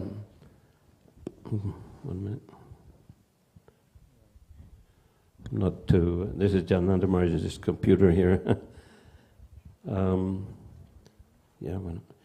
Just relying only on the mercy of Krishna for your plan. Just go on preaching his message and selling his books wherever there is interest. We shall not waste time if there's no interest or if the people are unfriendly. There are so many places to go. But I understand from your letter that practically everyone is taking some interest. That means you're presenting the thing in a very nice manner. They can detect that here are some persons who are actually sincere and nice. Let me hear them. Let me purchase one book. So I can understand that it is not an easy matter to travel extensively over long periods of time without proper food, rest, and sometimes it must be very cold there also, and still because you're getting so much enjoyment, spiritual enjoyment from it, it seems like play to you. That is advanced stage of spiritual life, never attained by even the greatest yogis or so-called jnanis. But let any man see our devotees working so hard for Krishna, then let anyone say that they are not better than any millions of so-called yogis and transcendentalists. That is my challenge. Because you're rightly understanding through your personal realization this philosophy of Krishna consciousness, therefore in such a short time you have surpassed all the stages of yoga processes to come to the highest point of surrendering to Krishna. That I can very much appreciate. Thank you very much for helping me in this way. Hoping this meets you and the other men of your party. In the best of health and spirits, your ever well-wisher A.C. Bhaktivedanta Swami Haribol, Prabhupada. Srila Prabhupada ki jai. Thank you so much, Prabhu Vishnu Prabhu. I would like to ask now, we can move along. We have a half an hour, so to enable everyone to share a few words and realizations. Yeah, I know, we could go on all day, but I know Amita's got so much to share. Bhakti Vikash Maharaj, Janananda Swami would like to, and the ladies' Sankirtan party, of course. We cannot forget. Srila Prabhupada's secret weapons, yeah. Haribo. Haribo. Haribo! Hare Krishna. Thank you very much, Prabhu Vishnu Prabhu. A great inspiration in those early days was Prabhu Vishnu Prabhu for book distribution. We have a little something in common, I think, in terms of timing. I first came in September 71 to Bury Place, and in October I started distributing books. Now I was living outside the temple. That was quite rare in those days. I was at 5 months I waited, and just to see, if this was what I wanted to do. But I would come to the temple, and the devotees would go every day on Harinam, up and down Oxford Street. It was amazing. And they would distribute, as Prabhu Vishnu Prabhu said, back to Godheads. Actually, they had no big books at that time on Sankirtan, only BTGs. So I took the opportunity. Let's give it a go. So I tried to distribute Back to Godhead magazine. And we would stand there. I mean, you've seen these newspapers, maybe you've not seen them now, but in the old days, the newspaper men would stand on the street corner, Daily Mirror, Daily Mirror, whatever. People come up and buy their Daily Mirror. So I would stand there. No one knew what to do. I would stand there with the Back to Godhead. Back to Godhead, Back to Godhead. Get your Back to Godhead here. I was the top distributor my first afternoon out. I did the amazing number of 3 magazines. Nobody could believe it. Almost a record for the month. It was ecstatic. I mean, you would think now, my God, what is that, you know? I mean, where to start? There's so many things. Okay, Krishna book. When I joined the temple in early 72, Krishna books were there, the big hardbound ones, you know. So the first day I joined, I remember Sambanath shaved me up. Saturday evening. And he said, "Where are you from?" I said, "I'm from Swindon." He said, "Oh, maybe in a week or two you can go and open a temple in Swindon." Now, does anyone ever say to that after 10 years or 20 years? No, hardly ever. That was the mood. You know, as I think earlier on, different devotees said, Balagopal, maybe Manjuali, nothing was impossible. We believed in Prabhupada that everything would be done by his order. Not by our ability, just by his instruction, if we embrace his instruction. So then the next morning, I'm there with a shaved head, they said, "Oh, we want you to go on book distribution." Next morning. So we had to go to Earl's Court. If you know, I'm sure you all from London know where Earl's Court is. And I went there, I think, back to Paul, later on Partha. I think we went together to Earl's Court with these heavy Krishna books, you know, big. They were big. You've seen the old ones. They're much bigger than they are now. And we had these bag with these big Krishna books, and I thought, how are we? No one knew what to do with these books. And I had no idea at all. So we were going knocking door to door, tung-tung on the flats, different apartments in Earl's Court. So the first apartment I knocked on the door. The door opened. This weird, now you wouldn't call him weird now, but he was a weird-looking guy, came out with his underpants on. And he looked at me. I looked at him. I was a bit shocked. And he said, what's this? And I said, "It's a Krishna book." "It's a Krishna book." He said, "What? Krishna book?" I put it in his hand. He kind of opened it. And, "How much?" I said, £5. He got £5. Went inside, got £5. "Give me the £5 note," and closed the door. I thought, this is the easiest thing I've ever done in my life. It's so easy. Book distribution, so easy. 1 week later, not one more book was distributed. Nobody. We were distributed practically nothing between us. I mean, back to Pramod, most of you have never heard of him. A very special soul in our development of our Krishna consciousness in England. His name was Bhakti Pramod Prabhu. We have no time to talk about that. He used to drive us. He worked in the Midlands Bank. He was the only one who had any kind of money or position in the world. He used to drive us here, Reading, Brighton. We all go out, you know, all day long. Nothing, not a single book. But we'd be so happy. It was just, it's not the resort. It's just, you know, surrendering to the desire of Srila Prabhupada. Absolutely incredible. I mean, you could go on and on and on with initials. I remember when then they asked me to do, everything changed real quick in those days. The president would change sometimes every few weeks. Every service would change, you know. One thing, the next week, another thing. After about 2 or 3, 4 weeks, I had to do Spiritual Sky with Sudhajaya, and he kind of handed it over to me. And I remember the first person who had helped me, I don't know if Jananivas Prabhu's here or not, but his brother, Pankajangri Prabhu, was living in London still. He joined him in 72 in Mayapur, Calcutta, Mayapur. But he was the first person. He was my helper on Spiritual Sky Incense. It was amazing. Back to, I don't know what his name was. He was there, and we would just run out every moment we had. Now, this is another secret. It wasn't like, oh, today you're going on book distribution. Oh, today we're doing this. Every moment, and this is like going on to about April. Then we had lots of small books. Every moment we would run out on the street with these books.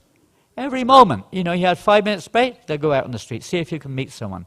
It's not like now, it's all like, no, so mechanicalist. It was like, this was our life. It was our very purpose of existence, to assist Prabhupada in his mission. So I remember the first day I went out all day, I set a new record. 100 small books. We would run up to people, "Please take this book." We didn't know what to say. "Please take it. It'll make you happy. Please take it." We'd go down on our knees sometimes, begging like this. It was the spirit, the enthusiasm. It was just so. And the most blissful thing, I'll finish here, the most blissful thing in my life now is December. Why? Why? You go off to India, right? Go to some courses.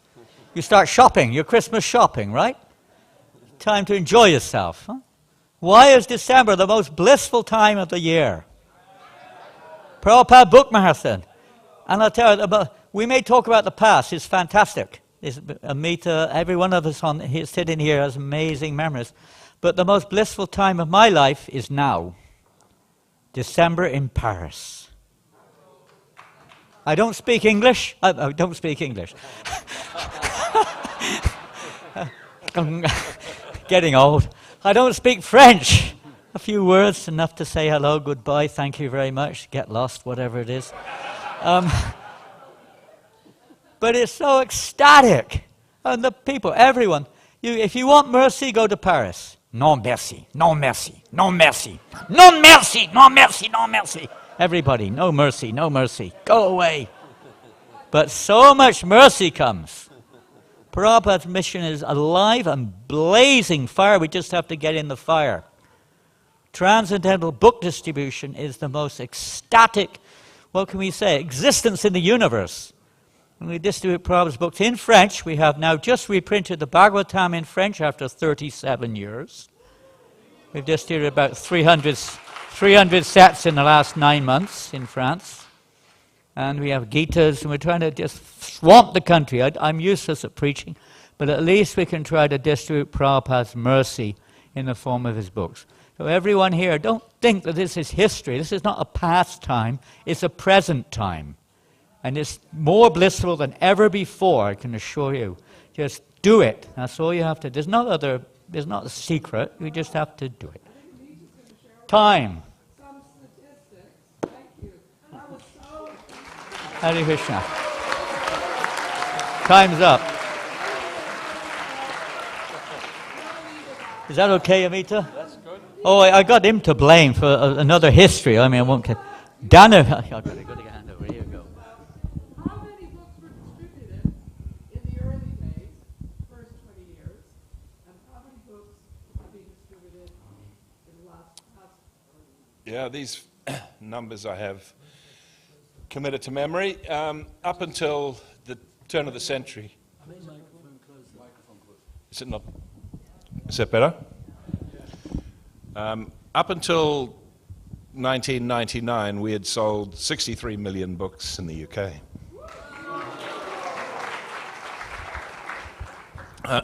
And those are Prabhupada's books. I have included, I must admit, folk magazines and other literature that we had produced here that was used in preaching. But yeah, 63 million. I remember the number because that was the population of the UK at the time.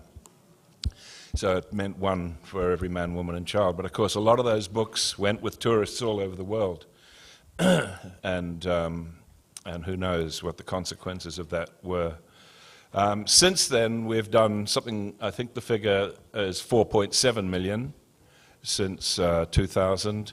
Plus, we haven't got the figures from ISKCON Scotland, but it is something around half that, another 2 million. And another 470,000 Prabhupada's books published by another entity. What I wanted to speak about quickly, because I've got some very good speakers to my right here. I've been plowing through the history of the Sankirtan newsletter, which has been a very, shall we say, powerful experience to remember the people, the places, the books, the competition. And I, at one time, was called the Sankirtan coordinator, particularly in 76, 77, when Srila Prabhupada's last visits were here. And you were the leader. I was the coordinator. You were the leader. I think my focus was on competition, competing with all the other temples in the world to distribute more books than anyone else to please Srila Prabhupada. And some of the history that I have written down here quickly, it was in 74 that competition started amongst the temples, and it was just American temples at that time, and the marathons lasted a weekend, Friday night, Saturday, Sunday. So they were reporting what we called scores, but they were the book totals sold. And of course, as previous two speakers have said, the numbers were small, but over a period of time, I mean, take too long, but the numbers grew to hundreds of thousands a week, and then 500,000 and 1 million a week. And gradually the European temples joined in, and then before long South American temples, Indian temples. But to begin with, I've made a note here, and Adi will probably remember this better than me, but in early 75, Adi was sent to join the Radha Damodar Party in America to learn from Pragosh and Vaisheshika how to distribute big books, because the British economy didn't allow us to sell big books, hardback books, very, very much at all, whereas in America they were doing. And Prabhupada regarded book distribution as the big hardback books, Bhagavatams, Gita, etc. And the histories are there that when, I think you spent 2 weeks there, Eddie? 3 weeks? And he learnt from the best in the movement at that time how to distribute big books. And in these newsletters, there's the names of those Sankirtan devotees, particularly those who are the best, or the best, had the highest scores each week in the newsletter. And it's Adi's name comes up a lot.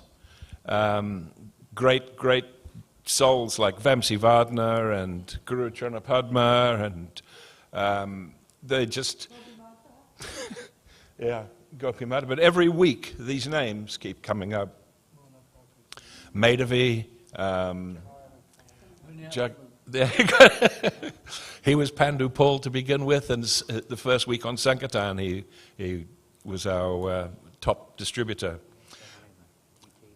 So many names, and I've got a photograph here of 30 traveling brahmacharis, 4 Sankirtan vans, and that started when Jayatirtha became our GBC, that we had basically everybody was on book distribution every weekend, and there was as much manpower as possible was on book distribution all during the week.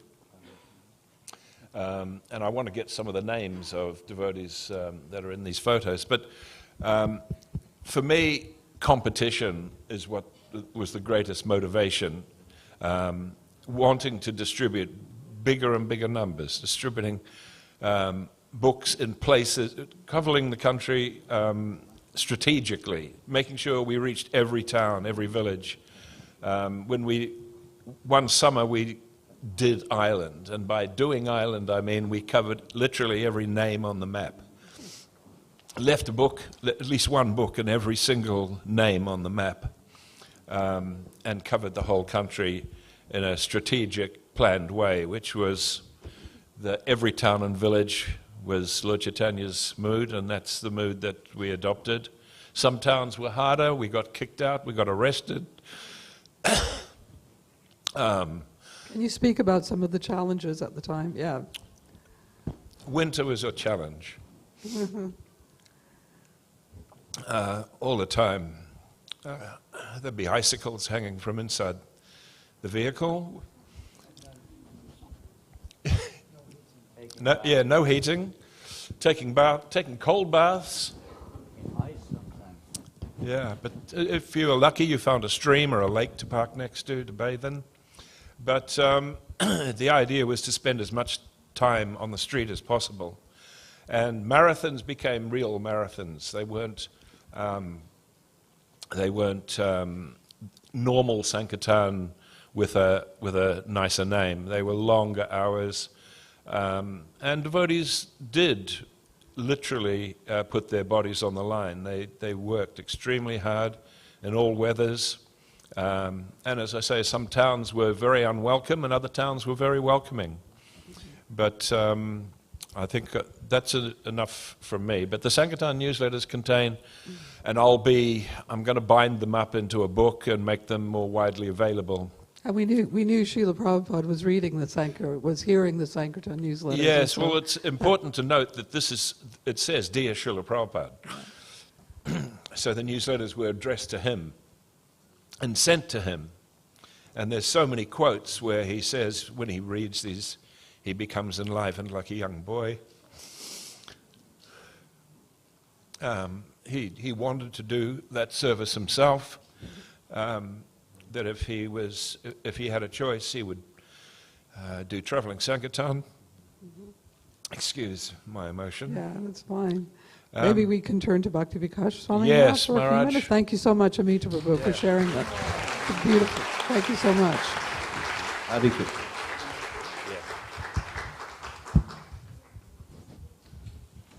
Yeah, there's so much to say and so little time to say it. We need more time. There's the whole future. That point Janananda Maharaj was making, we're looking back at the past, but really the future is there. Such a great opportunity in this country for distributing. Now the sets of books, the idea is coming up. In America, devotees are regularly doing that, just going out on the streets. They have sets of books.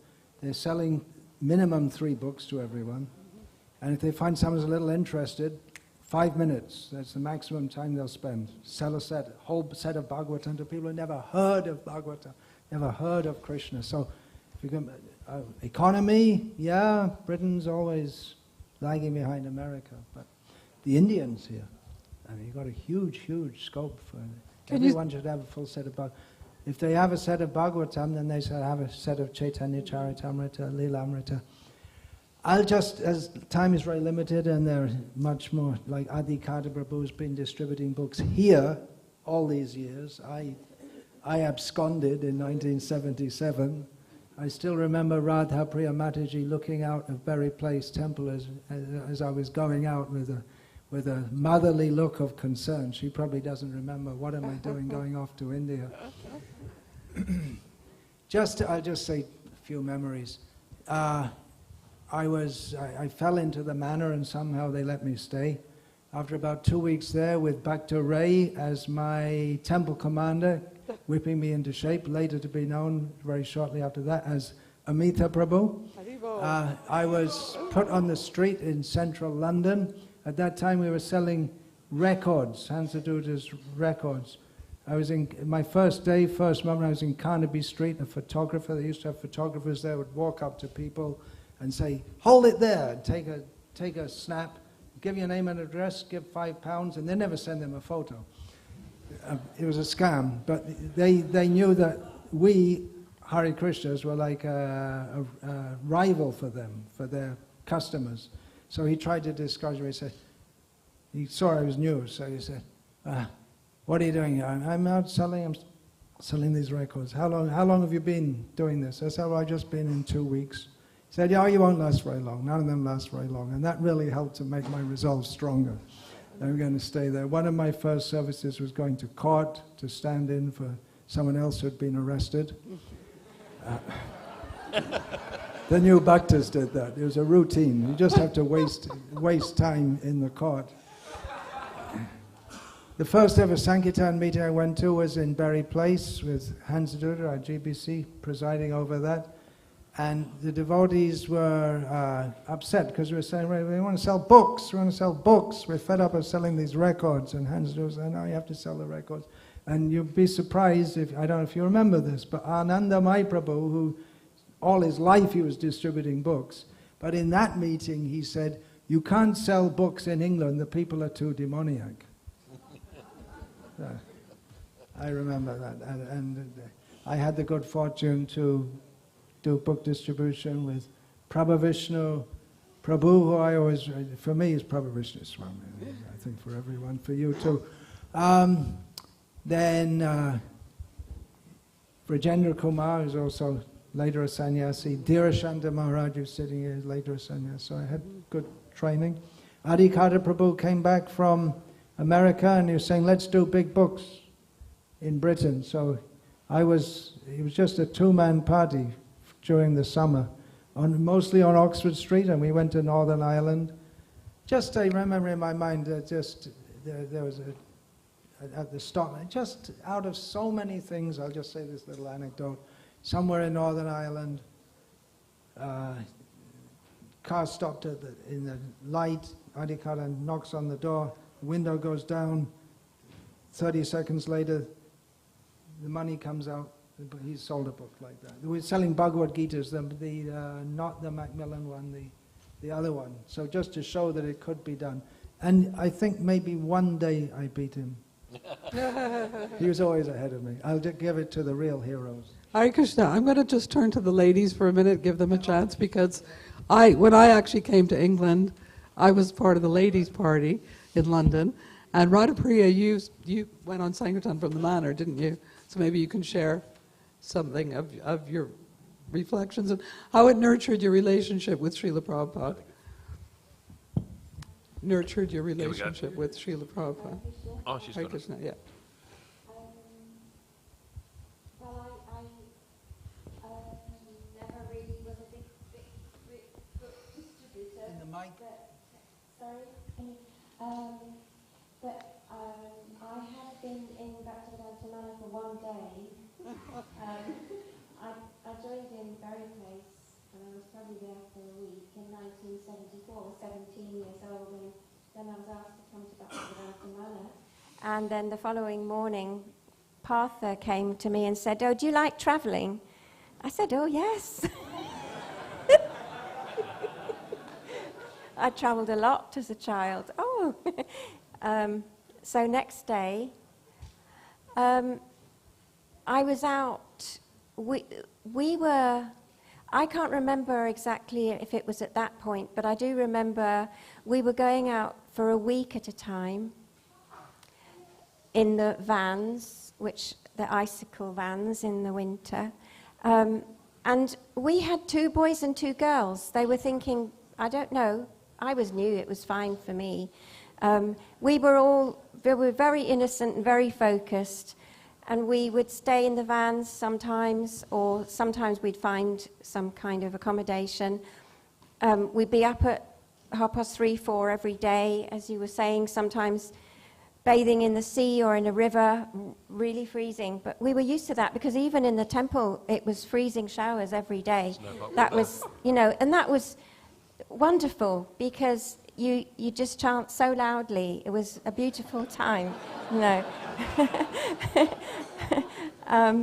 and then we would always sing Mangalati in the van and chant our japa and read Srimad Bhagavatam, and then the boys would look after cooking breakfast in a pressure cooker inside the van. So we must have had a little gas cooker, and the pss would heat the van, so that was quite good. And then sometimes we also had dates and butter. That was a thing, wasn't it? I don't know who had the idea, but yeah, dates and butter. And then we were out all day. Yeah, peanuts and dates and butter, yeah. Oh, no, I never had that. That was a thing. Marzipan and dates. We never bought anything that was cooked. Very natural, or very kind of healthy food, Yeah. But marzipan. We never bought one thing from any of the shops that was cooked. And then, so we wouldn't have anything hot during the day. We'd be out all day. If I was in welly boots, that was quite austere, because in the snow, they're really freezing. So it was cold sometimes, but other times we had a heat wave as well. But we were just out. It didn't actually matter. It didn't actually matter at all. We were just instruments in Prabhupada's hands to please Radha Gokulananda. And our days were just filled with service all day. Then I did hear somebody say, oh, it's okay to have hot milk, because we didn't have... And so I remember going to get hot milk sometimes in the evening, and that would thaw us out a bit. So, and also you mentioned Ireland. I remember going to Northern Ireland, and there was the Troubles in Ireland at that time, and we were on a street which was very well known. I can't remember that, but they were all bombed out except one, and we could stay in that one, in that one, and there were police everywhere. There was army out, but we were. That was besides the point, really. As I relate the story, that's what there is to tell. But we didn't notice. We really didn't notice. I remember having a nap in the back of the van and hearing, I was only so new, I'd never heard Srila Prabhupada singing the Mangalati, that beautiful beat, and I jumped up and I just was overwhelmed with that beauty. That's what we were involved with. Srila Prabhupada's instructions and just boundless energy and the beauty of, well, it was the hippie, love, devotion, surrender. That was it. Absolutely beautiful. Thank you so much, Radhapriya. Now, Gopi Mata and Kamaduk led the ladies' party. We had a very strong ladies' party, so come on, ladies. We need another ladies' party here at Bhaktivedanta Manor. We were situated in London, in Clapham, in a freezing cold house, no heating, but then later moved to be part of Radha. We helped to build the Radha Londoneshwara temple, but later we moved to Radha Gokulananda here in Aldenham Village, and we had a very sweet and vibrant ashram there, didn't we? Can I just quickly say one more thing, which was really beautiful for that package? When we came back after a week, we would go directly to Radha Gokulananda, and we sit before them and we tell them what we tried to do for them. Maybe we might say what had been hard, but they were our shelter and our confidants. So personal. We would speak directly and tell them. Thank you. That was so Thank you personal, so much. beautiful. Gopi Mata, please. Along with Kamaduk, she's not here with us today, but Kamaduk Devi Dasi was the party leader with Gopi Mata as her assistant. And gosh, I think the ladies' party distributed masses of books and collected loads of Lakshmi.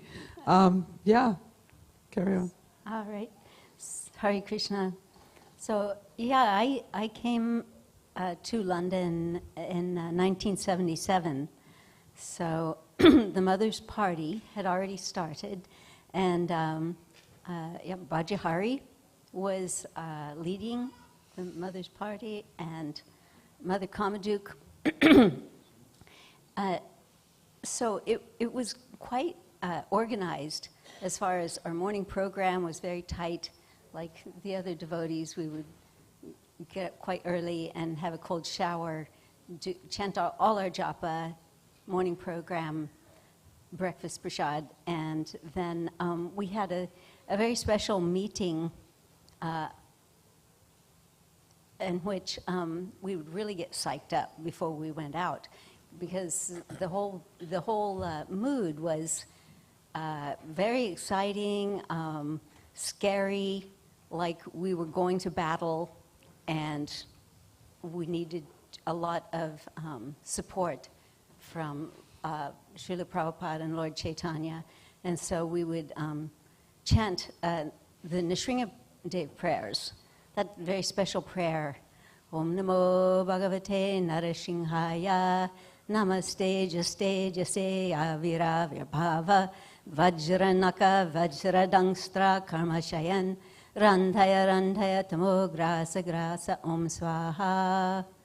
We offer our respectful obeisances unto Lord Nrsimhadev, the source of all power. O my Lord, who possesses nails and teeth just like thunderbolts, kindly vanquish our demon-like desires for fruitive activity in this material world. Please appear in our hearts and drive away our ignorance, so that by your mercy we may become fearless in the struggle for existence in this material world. And so that set the mood for the day, all day, day after day. And mostly my service was in London. And for many of these, we had a team of about 10 to 12 women. For many of them, Guru Charana Padma was very strong and,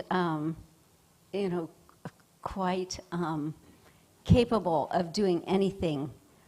Passionate, you mean? Quite passionate. Some of us were rather shy, and it was very scary to just go to the street and approach people who we had never met before, and so it was like jumping off the cliff for Srila Prabhupada. It's like, just go, just do it, it's for Prabhupada, and so it brought us to a very prayerful mood.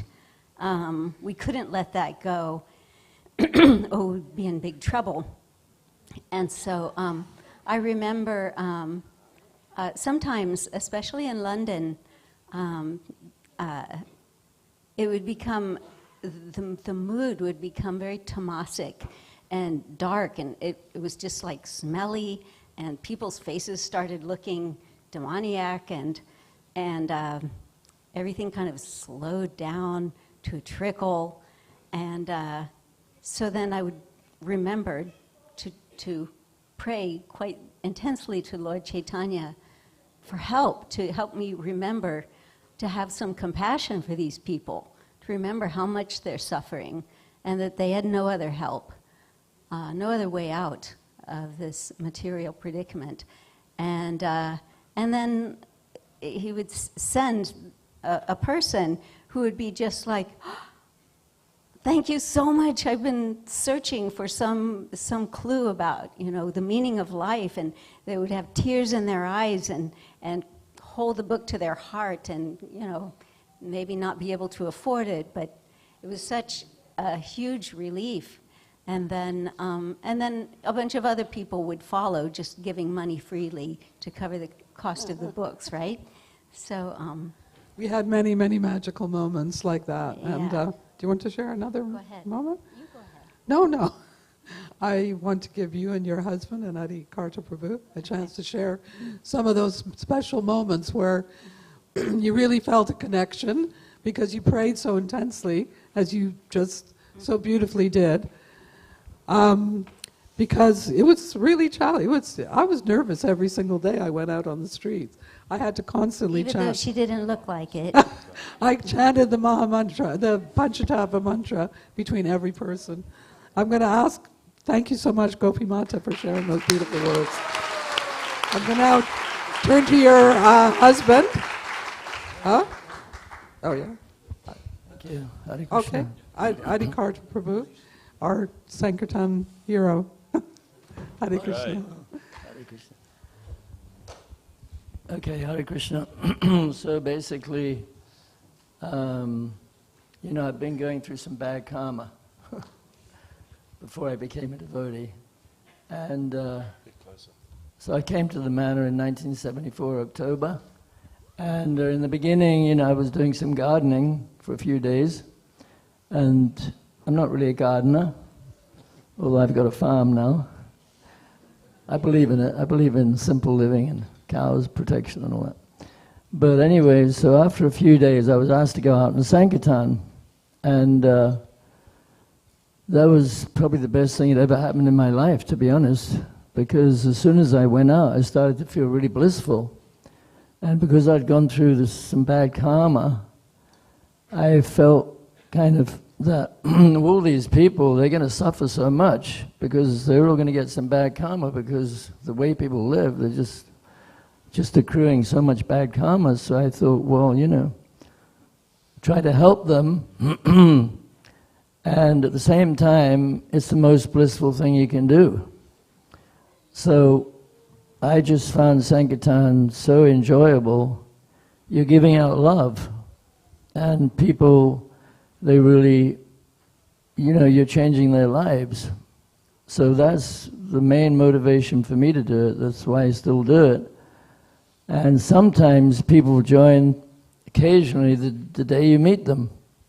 You can meet somebody on Sankirtan, you can tell them, this is the absolute truth, you should join a temple, and Bob's your uncle. They sometimes join, not very often, but it does happen. So I feel very grateful that I was able to sacrifice some of my youth and some of my old age to act as an instrument to help all these people. And I think that everybody should go on Sankirtan, one way or another. I think that Sankirtan is the most blissful activity. It makes you very happy. And even, I was going out on Harinam last week in London, and that's all. I like to do both. I like Harinam, I like doing books.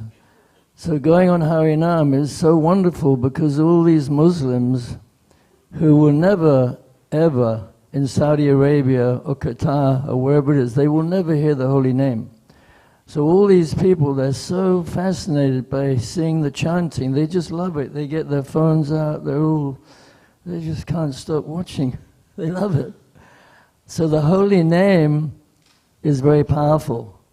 So when all these people see the holy name, or they record it and they show it to their friends back in Saudi or wherever they are, that is a seed that is going to fructify at some point, because the holy name is so powerful. So, we're sowing seeds, and what I find is that when I go on book distribution, you can feel the love. You actually get a reward. You get rewarded by going out. And the austerity is okay, a little bit austere, but it wasn't that bad. It was very blissful. It was the best time of my life. With all due respect to my wife, I love my wife. But, preaching, going out, giving the mercy out is very blissful. So, but she's a Sankirtan devotee too, because she cooks the best cookies. And when I go out, I always give everybody a cookie. And some people become devotees because they eat her prasadam. So if you're a good cook, you can also make devotees by cooking. But if you can go out and interact with people and give people one of Prabhupada's books, it's a great victory. And you're changing people's lives. You're giving them a chance to go back to Godhead. So that's why I say that, and that's why Prabhupada said everybody should join the Sankirtan movement, because this gives you the highest, a taste of the nectar for which we're always anxious. Hare Krishna. Haribol. Thank you. Adi Karta Prabhu said it all. And last but definitely not least, Ankota Prabhu, I'm sure you've got a story to share with us or something. Hare Krishna Prabhu. Hare Thank you. Thank you for letting me join this very wonderful company here of devotees who've done so much service for Srila Prabhupada. And so when I joined in Berry Place, I was doing odd things around in the building, cleaning the building and things. And I was also given the service as a pot washer in the kitchen. Now, and some of you remember Berry Place. It was down in the kitchen was down in the basement. It was always dank, and the floor was wet. So I'd be washing the pots, and I'd be like, well, okay, so this is spiritual life. I'm just going to keep on doing this. So I was thinking, well, I knew, So one time, this must have been in '76. We talk about enthusiasm, and Prabhupada wrote that letter this morning that Dhananjaya wrote, that enthusiasm, utsava, is the real strength of the devotees. Without utsava, without enthusiasm, it's very difficult to do anything. Everything is finished. So I remember one time when I was there, one of the traveling Sankirtan parties, headed up by the great late Kalipani Prabhu, he came to Berry Place, and they were storing some books in the basement because they wanted to do something in London at the time.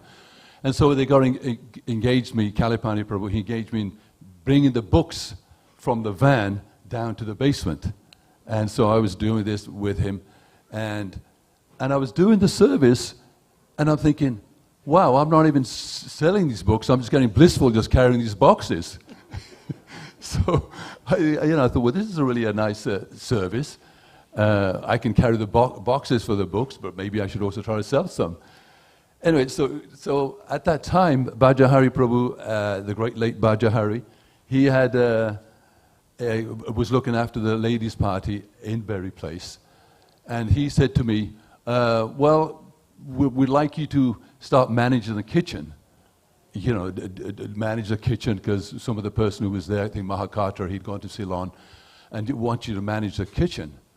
And I was like, manage the kitchen? This is dank and dark, and the pot washers don't show up. I wouldn't show up myself sometimes. So this is going to be a really difficult task. So I was thinking, well, I should, maybe try to see if I can. And he said, no, you got to manage it. I said, well, Prabhu, I can't manage myself out of a brown paper bag. So I don't think I'm a very good person for this. Anyway, cut a short story long. I used to go out on the street from Berry Place and sell records and books, and I was getting a feel for it. So then I asked that I be transferred to the Sankirtan party, to the Sankirtan crew. And then I was transferred out of Berry Place and came to the Manor. And that's when I joined the Sankirtan party. And at that time, things were pretty well established. We didn't have the vans so much, but we had the smaller transit vans, and we would go out on them. And another reason I wanted to leave Berry Place was because it was so cold that the shower up there was only one spigot coming out of the top shower. And it was like being at the Ganga or Gangotri or something every morning, bathing there. And I'm thinking, well, maybe at the Manor they have one warm shower. Maybe I'll go there and be able to have a warm shower in the morning. Anyway, out on Sankirtan with the devotees, it was the same thing. We walk, having bucket showers with Adi and the devotees. And so it was going on, and we were all, having a very nice time. Things were traveling, and so it was very, very pleasant and very pleasing. I was feeling very ecstatic. And then sometimes we would go to London, and we would do service there on the streets. And I would be pretty enthusiastic to do that. And then we thought maybe we should have most of our teams would travel around the country with the vans. So we thought maybe we should have a London team, a London-based men's team. And so, and I thought, well, that would be a good idea. And one of the reasons was that, as Adi had said, that in London, when we gave out the books and engaged the conditioned souls, it was not just in the country, but it would go internationally. The information, the books, and yes, Prabhu was saying that, people from Arabia or China, communist countries, they would get the book. So I thought this was a good idea. So we moved into London, and we were hosted there, and it was myself and Punyatma Prabhu, the great late Punyatma. He also joined us. So the two of us, we settled into Berry Place at the time, and we started doing the London Sankirtan program for the men.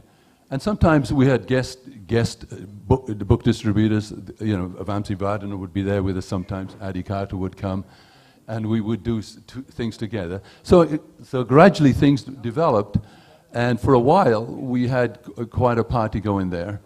And every day we'd go out and we'd go to different parts of London and distribute books, collect Lakshmi, and things were going on very nicely. So that was a little bit different from what we had before, that there was no permanent men's party in London.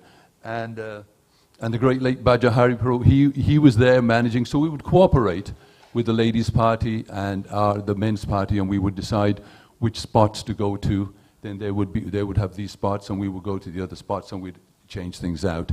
And there was a real nice camaraderie between our party and the ladies' party would cooperate. And sometimes we'd be like in Carnaby Street, just a story. Some big, huge guy, he came, and one of the ladies was there with the devotee ladies, had a box of books and some records. And this huge, big, tall guy came, and he just grabbed the box from the devotee. I forget her name. But then he took the box and threw it over a fence, so we couldn't get it. And we were there on the other side of the street, and Punya, he saw this. And those of you who remember Punya, he was a wee fella, not very tall, stout. So I was just amazed to see little Punya. He went right up to this guy. He was like standing like this and looking at this guy up here. And he said, in a Scottish Glaswegian accent, "You're in big trouble." And I said, "Hey, Punya, this guy's huge. Let's we're gonna do some Sankirtan here, not get into a Glaswegian pub brawl or something." Anyway, then Punya just he chastised the guy, and the guy was a little bit stroppy about it, but he kind of relented. And Punya told him, you know, if you don't go and get this box of records from behind that fence, you know, it's going to be big trouble. And I was just amazed. The guy, he just saw the ferocity of little Punya, and he said, okay. Then he went, jumped over the fence himself and brought them back. And then the ladies could continue with their distribution. Haribol. So, yeah. Haribol. Thank you. Yeah, we'll stop there. Thank you, Ankoja Prabhu. Just finally, very quickly. One last thing is that, you know, when I got a book, I was really at the end of my tether. If I didn't get a book, if I hadn't heard about Krishna, my life, I would have been dead a long time ago. Because I got a book, because somebody went out to Portobello Road, and I got a book, totally changed my life. So this is what we should all do, because this is what the world needs. This world needs, everybody needs Krishna, and everybody's suffering like hell. And, you know, it's up to us. And if you do that, you really get a lot of mercy, and you'll understand Lord Chaitanya's message, and you'll get Krishna Prema. Not that I have it, but you'll get it. Hare Krishna. Haribol! Srila Prabhupada's book distribution, book distributors, ki jai! Srila Prabhupada ki, Harinam Sankirtan ki jai! Haribol, thank you so much for sharing with us. If that didn't convince you to go out, I don't know what will. We're all going. Seriously, thank you so much. We're going to pass on. And thank you to Mother Guru Charana Padma, one of the biggest book distributors we were hearing. Hare Krishna. I'm going to stay around for most of the So we're going to have a short video now of Srila Prabhupada, but this might also be an opportunity if everyone would like to stretch their legs a little bit. Oh, okay. Don't leave the room, but you can stand up, stretch your legs if you need to. If not, then remain seated. But we're going to have a short video while they prepare the screen. I think it should be coming up here. So hopefully everyone is familiar with the following Srila Prabhupada videos. Our own Yadubar Prabhu, who's just now escaping at the back. Him and Vishaka Prabhu's dedication over the years to capture Srila Prabhupada at every opportunity on film, video, like that. So, Hare Krishna. So we have this wonderful video of Srila Prabhupada. Srila Prabhupada ki!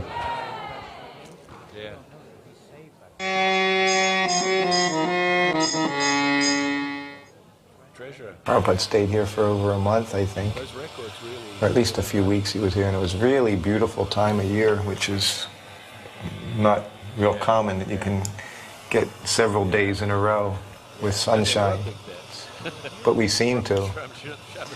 And Prabhupada even commented about it. He said, England's very nice, but when the sun shines, he said, it's like one of the nicest places in the world.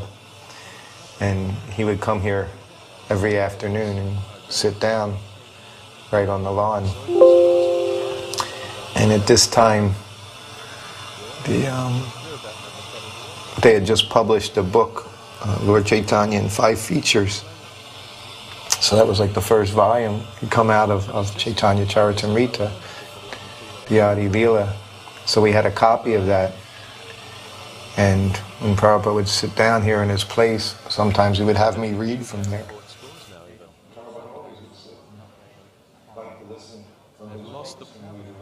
Lost the build. Yes. But he was translating for us, and always enjoyed it in the same way as other things. Just relishing Krishna talk. We're on the stage, we should get off the stage. Anyway, one day I remember I was reading from this book, and of course it had the transliteration, had the Bengali in there, so I was just reading. And Prabhupada had an audience, and there were some Indians in there. And he was very happy. He said, just hear him, he said, just see how nicely he reads this Bengali. He said, even he has no experience, he said he can read it so nicely. So again, he always appreciated, he had made devotees, and he liked to see them, that they were capable in doing these things, you know. So he liked to show the Indian community what he had done. He had turn these Westerners into devotees and the Vaishnavas. You know, Prabhupada liked the simple thing of sit outside. So in the afternoons, if the weather was nice, he would sit out there. From his quarters, of course, this whole area, this is what you would see from his sitting room. And sometimes again, as he would walk around in his room chanting, he would just look out the window, the lawn, the trees.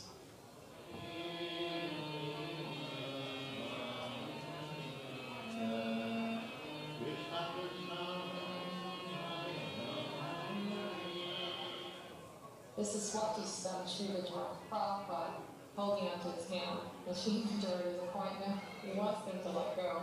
But every day, Srila Durga got a lot of mercy. Every single day, he would come out there. And he would have a lot of energy. Srila Prabhupada was very sweet. Someone had told me that Prabhupada liked very lightweight, very fragrant garlands. So there's some English flowers like stock and sweet peas, which are very, very fragrant, very pretty colours and very lightweight. So I would buy these from the flower market, and in the van, on the way to the manor, I'd make the garland for Prabhupada. And I was there one day, and somehow or other Malati got hold of me and I was helping her. And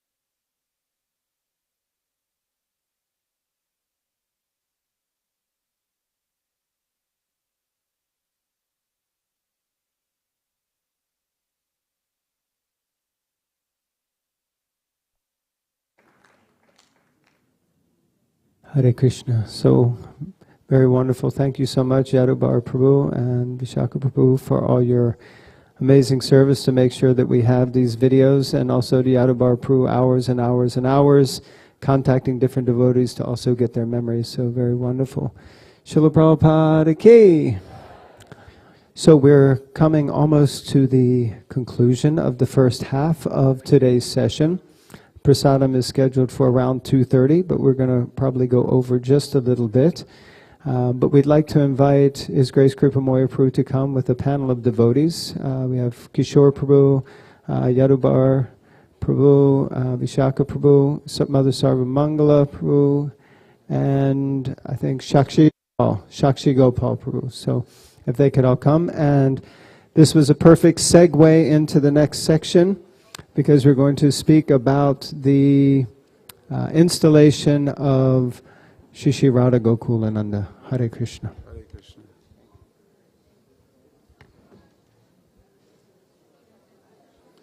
Hare Krishna, everyone. Give me a wave. Right hand wave. Left hand wave. Touch the ceiling. Stand up. Stretch. This side. This side. And down. Thank you. Krishna Conscious Yoga. How are you all doing? You okay? It's an intensive, isn't it? But isn't it wonderful? So many of us, including myself, we come to the temple and the deities are just there. It's always been that way, and it will always be that way. But imagine Bhaktivedanta Manor, an empty building, and the deities are not there. You go to where the deities are, you open the curtains, and there's no one there. That's what was confronting the... You can all sit down if you like. That's what was confronting the deities, the devotees in those early days in 1973. So it was a wonderful occasion, and the following devotees who are seated before you were there on the occasion of Janmashtami 1973. Who was born in 1973? Give me a little wave. If you were actually born in 1973. Who didn't know that there was a 19 anything before 20 something? Who was not even born in 2000? Give me a wave. Good Lord. Fantastic. So our following devotees who will speak with us today, Shakshi Gopal, who features very prominently on some of the photography that was taken on that day. You will have heard him sing his song. Then, the person who took the photography, Yadubar and Vishaka, who were here on the day. It gave us a permanent record that goes on until today. Isn't it wonderful to have that film? Wonderful to have those old films. It's fabulous. It's... I came, let me tell you, I came here in 1974. I had a camera in my backpack. I showed the devotees my camera. They said, "What's this camera for? We don't have cameras here. Cameras are Maya." And they took it off me immediately. So no one ever had a camera from 1974 through to 1980. I can't remember everybody taking pictures. But Prabhupada was very conscious, and he made these two, Yadubar and Vishaka, responsible for taking pictures. Another young lady, which you see in the film of Prabhupada sitting on the lawn, is Sarvamangala. She's there. So, shall we begin? Can we get a few extra microphones up here? Is that possible? This morning we had so many and so many microphone stands. He's doing it, okay. So let's have a round of applause for all these wonderful Vaishnavas in front of you.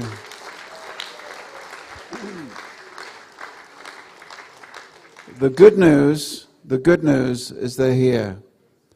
The unfortunate news is that we only have 35 minutes. So let's press on to bring us up to schedule. Perhaps I can ask you all to do 3 minutes, 4 minutes of what it was like to be here on the day that Radha Gokulananda were installed. Perhaps beginning with Sakshi Gopal. Krishna. 3 minutes. I can't remember much. I was falling asleep on the Vyasa-san. There's not many can claim to fall asleep on Prabhupada's Vyasa-san. But actually it wasn't offered at that point. It wasn't offered, so it wasn't an offense. If we go and sit on Prabhupada's Vyasa-san now, it would be a grave offense. What to speak of falling asleep. So I do have a special, I'm just trying to use up my 3 minutes here. I just remember the whole thing was just a big build-up to the installation of Gokulananda, because being in Berry Place since '72, I remember seeing Gokulananda with their blindfold on in the sewing room, and then in Prabhupada's room when Prabhupada wasn't there. And it was a mystery. Where are these? Who's this? Where's Krishna going to go? We didn't know. And then in quick succession, suddenly we had this amazing estate. An estate. Like Prabhupada, like that little interview with the reporter, how much would it cost you? $500,000. It just came, Everything just came. It was ready. Devotees were ready, Prabhupada was ready. And I think that's the secret. If we're ready, everything comes. Everything comes. And what a wonderful gift it was. The actual day, we'd been up all night, everyone preparing for everything. Swayambhur did wonders in the temple, building the whole altar. There was no picture at the moment. And we'd spent a couple of weeks, cannibalizing the entire property for bits of fireplace and balustrades and banisters. And we made the Vyasa-san. And it wasn't until years later I heard that Prabhupada said, "Oh, you're expecting Lord Shiva." But he liked it. I heard he actually liked it. But then it was taken out because it didn't match the American design. Sorry for any Americans here. But it was uniquely English. It was meant to be an imitation of it was, Shamsundar said, make it like the coronation throne in the Houses of Parliament, in the Westminster Abbey. That was the job description. So we did the best we could with nothing. And it was a wonderful day. And just the installation of Gokulananda, it was the beginning of everything we see here. There's lots of little details which we can find in the books, but certainly we're all very privileged to have been there then, and we're very privileged to be here now also. Continuing the service to Sri Radha Gokulananda like we could never have imagined. I mean, I remember walking across here when Prabhupada this was when it was a tennis court. This was a tennis court. And Shamsundar was walking next to Prabhupada, and 2 or 3 of us were kind of tagging along. If Prabhupada came out into the ground, you'd tag along because you wanted to catch a little bit of nectar. Because also Prabhupada's morning walks here at the manor were unique, because anyone could go into the walk, as we saw the video before. So Prabhupada was walking across here, and I remember saying to Prabhupada, Prabhupada said to Shamsundar, he said, if they read my books, they would have killed me long ago. If they read my books, they would have killed me long ago. He said that on several occasions. Prabhupada's a revolutionary. And Prabhupada picked up those who were a revolutionary mind, not the ones with guns and bombs and etc., but those who felt a need for spiritual revolution came flocking in the 60s and 70s. And Prabhupada's a revolutionary, really. If they read my books, if they knew what I was doing. So Prabhupada risked everything. He knew what he was risking. He was right at the front, the prow of the whole Lord Chaitanya's 10,000 year of golden age. Prabhupada's right at the front. He said, we're against everyone. What a revolutionary. We're against everyone. And then with such compassion and unlimited dedication, everyone's welcome. No, Prabhupada's against the mentality that comes with Kali Yuga. And yet his compassion is inconceivable. So that challenging mood came with an unlimited compassion. He was the vehicle of Lord Nityananda's mercy, and Gokulananda come and blessed us, and we're very fortunate. Whether we've only just arrived, or we've been here for a few years, or maybe a few decades. 50 years ago, I would never have thought we'd be sitting in the tennis court under a building like this. This was a tennis court. So thank you, Srila Prabhupada. All glory to the assembled devotees. Hare Krishna.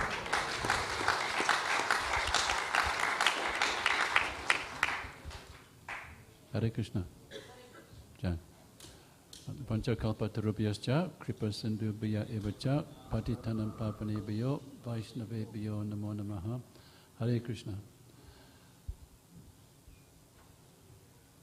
I'm not used to speaking with a microphone on a stage to an audience of people, so I have this trait about me that I often feel that I'm the odd one out. So, but I'm here, and on the 21st of August, 1973, I was there when Srila Prabhupada invited Radha Gokulananda to arrive at the audience, on the altar across the way here. And I may have been the odd one out and maybe not meant to be there, but I was there. And as Shakshi is saying, 50 years later, I'm sitting in this big Haveli as well. So it's not by accident, although I might think I'm an accidental addition to the audience. I'm not. And I saw things with my own young eyes, which I will never forget, on the day of the 21st of August, 1973.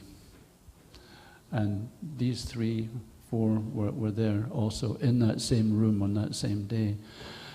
I saw, and I had only been around for a little while. I was a new initiate, really. But with my young eyes, I saw Srila Prabhupada, who I had accepted as my Lord and Master. I hadn't begun to even behave that way yet, but I knew who he was, and I knew that he was like the father I never had. He loved me absolutely and unconditionally. And I saw him finally, after the couple of months of frantic preparation that went on behind the scenes, Swayambur building or being responsible for the altar, for Radha Gokulananda's altar, and devotees like Shakshi working so hard round the clock that they fall asleep on Prabhupada's Vyasasan. He didn't mention that Prabhupada actually walked through the room that morning and glanced over and saw him there, sleeping on the Vyasasan, and simply smiled and continued on his morning walk. I mentioned 1 or 2 things that I can never forget, and for me, through my young eyes, it was the way and the intensity with which Prabhupada offered the arti to Radha Gokulananda. I couldn't understand it and I couldn't really believe it, but I knew that something extraordinary was going on here. I was told that the installation of the deities meant that the spiritual master invites Krishna to appear in the form of marble or whatever the form to accept our worship. So this was our philosophy. These were things that I had heard, but I remember seeing this with my own eyes happen in front of me. I saw Srila Prabhupada offer with such delicacy each individual item, as though he were offering it to almost like a lover, a paramour, someone who he loved, and particularly someone, not a piece of metal or a piece of marble or anything like that.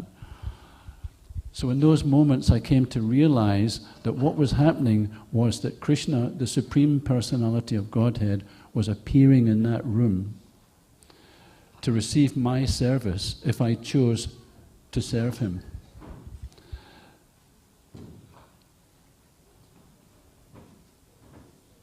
And perhaps just one other thing before I pass it on, is that either on the same day or on the day after, so it would either be on Janmastami or Vyasa Puja, Srila Prabhupada's appearance day, the day after.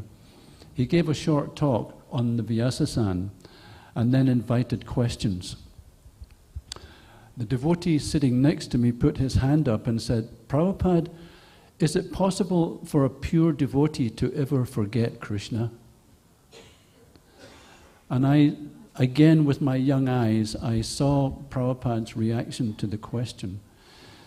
He looked at Radha Gokulananda for a few moments, almost tearfully. And then he glanced down at the fellow next to me, and he said, "Every day I pray to Krishna, please don't let me fall down." So maybe moments like that are the reason that I'm sitting on this stage just now speaking to you. I have some memories which are embedded in here, and for that I thank my spiritual master, and please keep coming back. It works if you work it.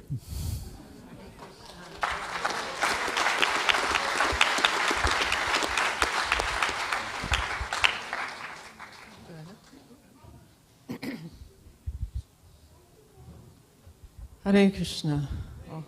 All glories to Srila Prabhupada.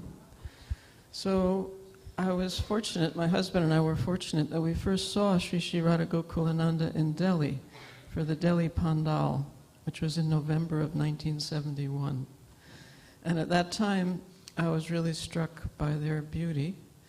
And this Pandal was huge, a huge tent that could accommodate 10,000 people. And on the weekends, it would swell to 15 or even 20,000. So on the final day of the Pandal, I think it was a 10-day Pandal, very successful. And during the week, before Prabhupada spoke, the devotees would invite prominent people to introduce him. So we had the High Commissioner from Canada come, the Mayor of Delhi came, the Governor of Uttar Pradesh came, very well-known people, because the movement was becoming very prestigious at that time. So it was well attended, a lot of enthusiasm from the attendees, and on the last day, Prabhupada got up from the Vyasasana and he started circumambulating Sri Sri Radha Gokulananda. You could actually go around the altar on the stage. So he went around 3 times, and then the 3rd time, he put his arms in the air and began to dance. And it was extraordinary because for me it was like I was in the audience watching with my camera, and it was like all 15,000 people were enraptured by Prabhupada dancing, and all the sinful reactions of all those people flew away. Just like if you clap your hands, the birds on a tree will all fly away suddenly. So in that way, the whole audience became lighter and spiritualized by witnessing Prabhupada chanting, and by chanting themselves. So it was an extraordinary experience in front of Radha Gokulananda, they weren't Radha Gokulananda at that time, they were Radha Krishna. And I took a picture, which sometimes appears above us, of a profile of Gokulananda, very beautiful. It became the cover of this little book, On the Way to Krishna. So we can remember him from those times. So when Sri Sri Radha Gokulananda were installed here, Prabhupada did the same thing he had done in Delhi. At the end of offering the arti, he circumambulated with all the devotees. Also in Delhi, the devotees circumambulated as well. And then the 3rd time, he raised his arms and began to dance. So it was just an extraordinary experience. We were all completely transported at that time. Something that remains in our hearts forever. Hare Krishna. All glories to Srila Prabhupada.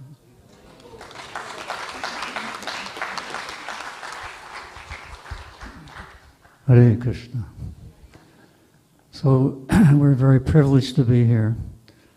That installation we'll never forget. We were actually in England because we were filming the Hare Krishna People, our first film on the movement. And by the way, Srila Prabhupada was the executive producer of that film because he financed it. So you know, at that time, money was being used for book publication and also acquiring temples. But Prabhupada saw he knew the future, of course. We know that from many instances. He understood that people were mad after movies, or will be. They were then, but they're even more today. So one thing that stands out in my mind was Prabhupada taking his Vyasa Puja feast. Vishaka Devi and I were in the room, Prabhupada's room, She was behind me taking still pictures, and I was filming. And I think we just saw that, didn't we? Yes. It was so wonderful, that just, that pure white room, and Prabhupada sitting there and looking at each preparation. He could tell what he wanted just by looking. And of course, the other thing that stands out, the other moment, was the Prabhupada dancing, as Vishaka Devi mentioned.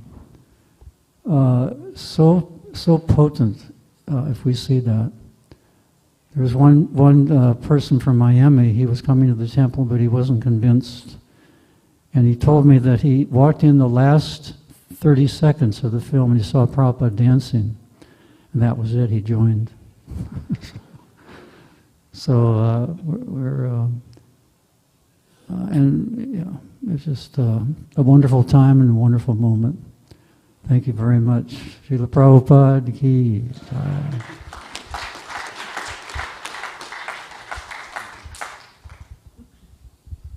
Hare Krishna. All glories to Srila Prabhupada. I think we all were intrigued and blown away by watching Prabhupada perform the arti. And I was also thinking, Kishore, I was also thinking that it was an offering of love, the way Prabhupada did it. I've said this before because I think it was a key moment in my whole life, watching this. And not just watching, but actually experiencing the presence of Srila Prabhupada offering these items. And I was saying the other day, they're the items that Krishna's offered in the spiritual world.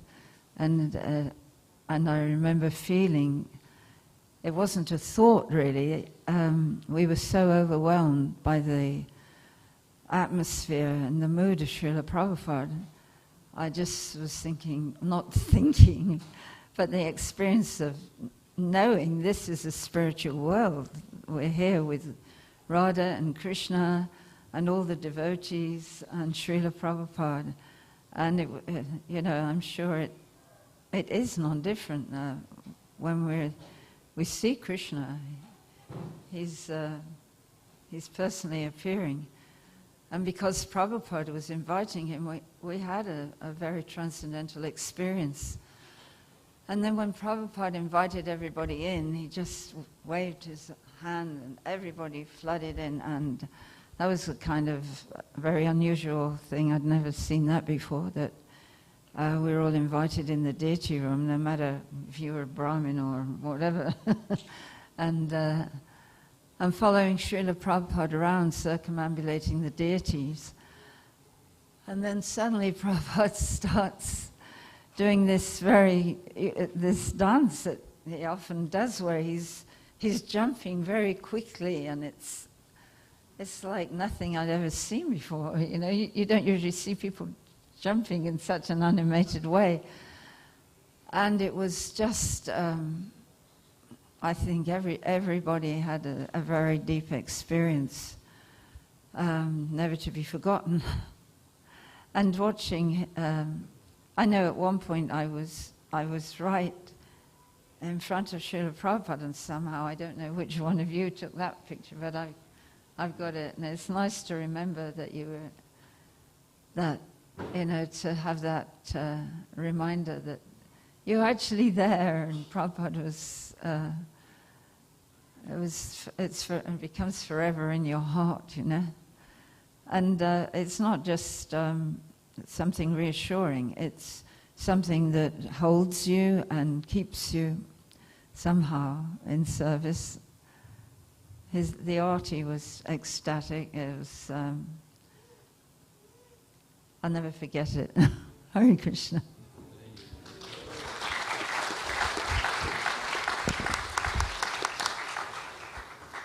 The deity worship is a unique feature of this path of Krishna Bhakti, and it enables us to take things which are material, offer them to the pure spiritual source of all material things, and to transform them into spiritual prasad, or grace coming from the Lord. I'm wondering that, for the benefit of us all, can you say something about the clothing that was offered to the Lord, the food that was offered to the Lord, the decorations that were offered to the Lord, the flowers, the elements that were offered, and the effect that had on you receiving them as prasad?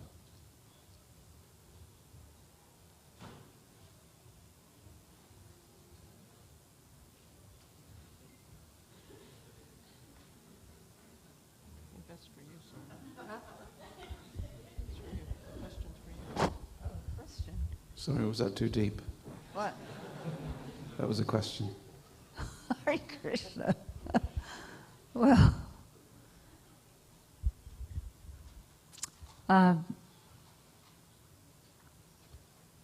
we talk about matchless gifts, and so many. I like to think of it in terms of moments.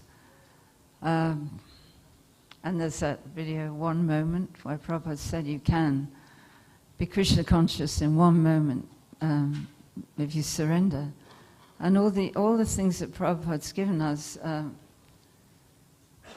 they're not just memories. It's almost like he's forming your, and he knows you, he knows who you are. One time someone asked Srila Prabhupada, do you know all your disciples? And he says, I know what Krishna wants me to know. But when you stood in front of Prabhupada, or when you were in his presence in moments like this, where he's exhibiting his transcendental ecstasy and actually manifesting his personal relationship as a lover of Krishna, and everybody somehow, it changes you forever, I think, that moment by moment. Because Prabhupada is manifesting love of God, and he's spreading it all over the world. And it's somehow, no matter how nearsighted you may be or whatever your problems are, we've all got them, he's changed your heart. And I was reading the other day, I said it in the class, that he manifests, Krishna manifests the Hladini potency in his, he bestows it upon his pure devotee. So if you're standing there, or you're whichever way in which it's moved you, that's the bliss potency. And yeah, he's given us the greatest gift. I had prasadam, I had an orange from Srila Prabhupada, the first time I had Maha Prasadam from Srila Prabhupada, and it was like an explosion in my mouth. You don't expect that, but it's so, whatever Prabhupada gives us, in whichever way he touches us, according to our individual nature or whatever, it's transformational, and I hope we can all stay together and experience bliss like this. Hare Krishna.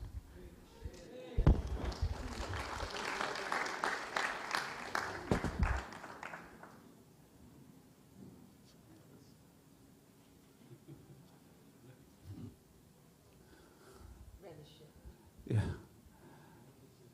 Yes. Hare Krishna. I don't recall the items in particular. My recollection, like I've said before, was how Prabhupada offered those items. He offered those items with a delicacy that I've never seen, even to this day. You know, it was a personal exchange of love. And his fingers, the delicacy with which he offered those items is something that I've never seen before. I don't observe the pujaris today as they're offering. Maybe it still goes on, but I was fortunate to be there, literally on the altar, I think, or almost just on the altar. It was, and I, as a young newcomer, I was transfixed at how So this was bhakti. This was the act of bhakti, of love. And Prabhupada was teaching me that by his own example. So that's how I remember it. Thank you.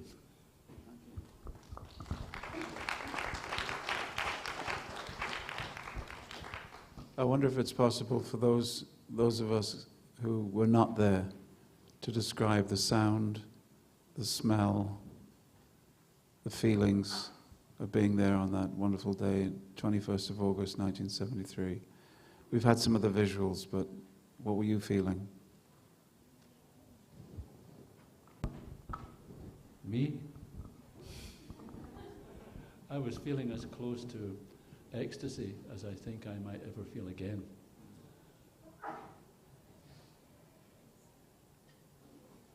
I felt some love also, which I was a stranger to. Prabhupada reintroduced me to how to feel love. I think that's all I can say.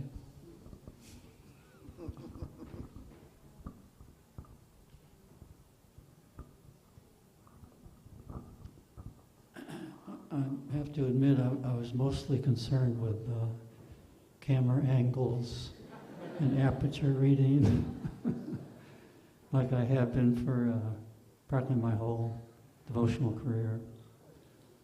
So, including the time that Prabhupada was leaving. But just seeing the fruit of what Prabhupada started is just overwhelming. It just it's so wonderful. And the Manor is completely, Manor is such a wonderful preaching place. It's just, I don't think there's anywhere in the world that equals the facility that you have here and the educational opportunities that people have when they come here. That should be replicated all over the world. Radhanaswami, I think of your Chaupati temple. Equals in terms of education and enthusiasm and potency.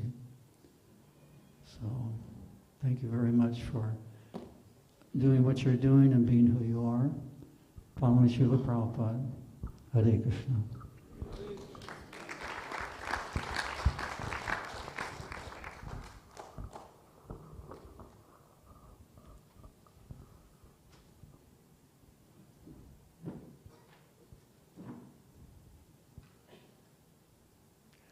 I'm stuck for words, really. It was the installation of Sri Sri Radha Gokulananda was the culmination of many months of hard work, scrubbing away at all those oak panels in the temple room. We had instructions: you don't have to chant your rounds, just get on with the scrubbing. It was a real marathon. And it was very exciting. It was really exciting. It was a real helter-skelter. It was the exhilaration of going up at the same time, the exhilaration of going down, all at the same time. And the Prabhupada was there in the background consistently. To have Prabhupada staying here at the Manor, day after day after day after day, week after week, it was unique. That we didn't, well, I mean, who would appreciated it, but that special gift of Prabhupada staying here. I believe he told Shamsundar, as long as you can bring people here for me to preach to, I'll stay. And Shamsundar was so proactive, bringing all sorts of people to see Prabhupada. And now, on 2 or 3 occasions, I was able to go into Prabhupada's room. I wasn't on the inner circle in any way. But just seeing the jubilation of the devotees and Prabhupada's gravity, the whole spectrum that Prabhupada exhibited at different times during his exchanges with devotees, and as Kishore Prabhu said, his exchange with Krishna. There's an exchange going on. You can just barely glimpse. There's something so deep going on here. And nothing was ritual. There wasn't a ritual. And as you were describing that, I thought, I never saw Prabhupada, in the few little times I saw Prabhupada, nothing was ever ritualistic. There was no ritual involved. It was reality for Prabhupada. He's living this transcendental reality and bringing it here to this gross material world and inviting us all to come and share it. There was no ritual. It was an ongoing living experience. Well, for Prabhupada, we can't categorize it. But to be around Prabhupada, you're getting a glimpse, you have a little window into a reality which is far beyond conception. But by somehow or other serving Prabhupada, his mission, trying to please Prabhupada, and please to serve the devotees, we could plug in a little wire into this vast transcendental network and feel things that we'd never felt before, had insights that we'd never had before, participated in something which, just catching a little glimpse of, my gosh, how big is this? It's unlimited. It's Lord Chaitanya's golden age. And Prabhupada brought it. He did what no one else has done. He was right at the front of the icebreaker, breaking into the ice of Kali Yuga, right at the front. Prabhupada said, we're against everyone. And he welcomed everyone with open hands. So we had privilege to somehow see Prabhupada in his pastimes and still participate in his pastimes. It's not as if Prabhupada's dead and gone. So many people I've spoken to over the years, with all of us, people who've dreamt of Prabhupada, people who Prabhupada has come to in their dreams and they don't even know who he is until they meet devotees and see his picture. Who is this? Who is this? Prabhupada is alive and well. He's accessible there. Yes. And it's inconceivable. And we'll look back at some point in the future, many of you, will look back on, oh yes, I remember 50 years ago we celebrated 50 years of the Gokulananda's installation. And who knows how things will have gone from there. We don't know. It's just leaps and bounds. And sometimes there's apparent setbacks, during which time our strengths and inner reserves build on the next leap forward. So that's what Srila Prabhupada had to go through, so much tribulation before he came to the West. And in the West, who knows what headaches he had to carry. Constantly expanding and preaching and taking on more and more in his love for Krishna, in his love for his Guru Maharaj. So, sorry, I thought I didn't have much to say, but yes, what a wonderful opportunity to share this with everybody. Thank you.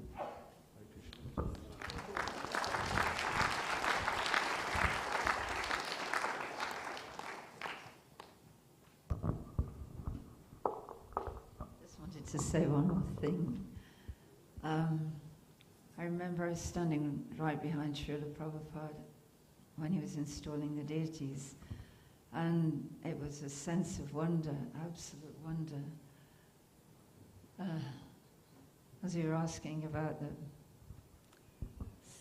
sounds, the smells, I don't know, but it was just beyond, our senses were just completely saturated with the wonder of it all, I think. And I know at one point I was standing behind Prabhupada, and then I've seen on the video that I somehow sunk to my knees. But just looking at this amazing thing that was happening, and Krishna's pure devotee just is amazing.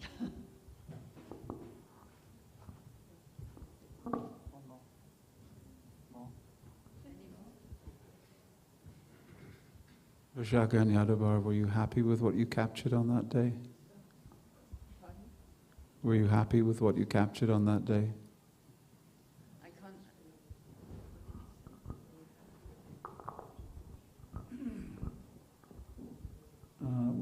It would have been good to have multi-camera shoot at that time.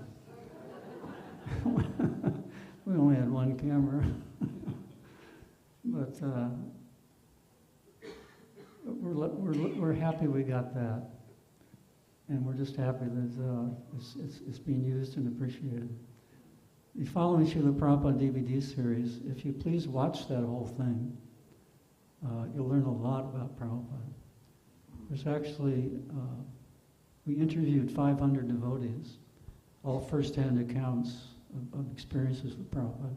As you see the scene on the TV, you hear the devotees who were there. We included 335 devotees speaking in the series. It's 31 hours. It's a long show.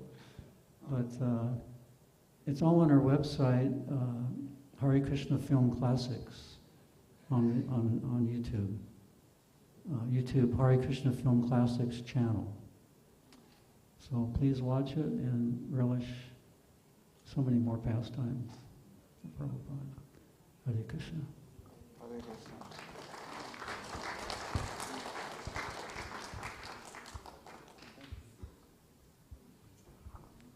I can tell you a personal experience I had. As I mentioned, I was photographing Prabhupada dancing in Delhi, and I was in the audience, and somehow I knew it was just a historic moment that needed to be recorded. I had my camera around my neck, but I froze. And I had a little voice in my head that said, don't be an idiot, pick up your camera and take pictures. But I couldn't, I was frozen. So there's no record of that event. So then I said, you know, your service is photography, this is ridiculous when something extraordinary happens and you can't move. So from that point on, I was able to function after I was very severe in my chastisement to myself. So I was prepared, fortunately, when Prabhupada danced in front of Shri Shri Radha Gokulananda, I was able to take pictures when he offered arti and so on. Hare Krishna.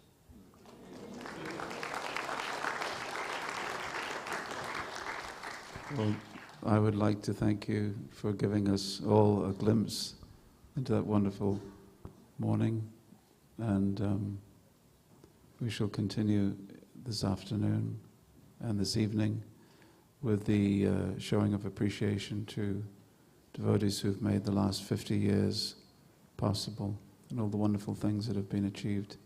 So please do come back. But I think now we're going to invite you to hear from Jainatai.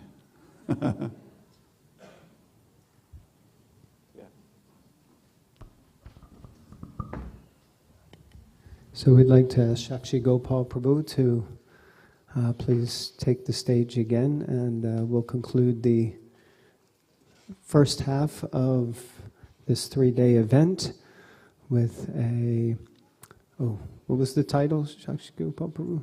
House of Touchstone. So this tune will be called the House of Touchstone. So just also wanted to thank all of you so much. That was really captivating. Everyone agrees? Very captivating. We're all transported to that wonderful day. I was looking at the painting behind of Prabhupada offering the incense. I was starting to smell the incense that was being offered that day.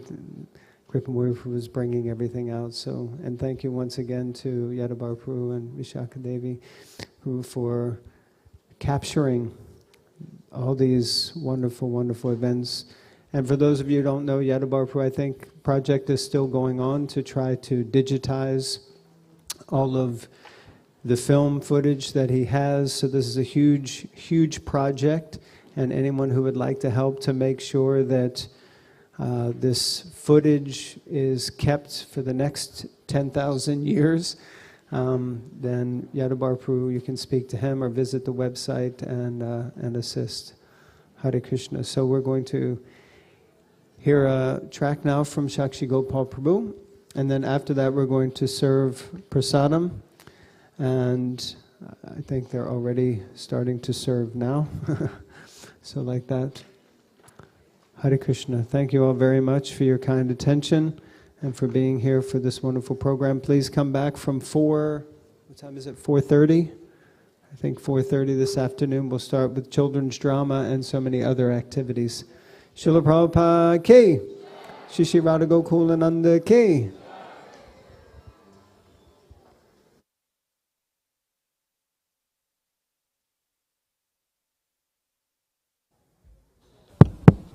Hare Krishna.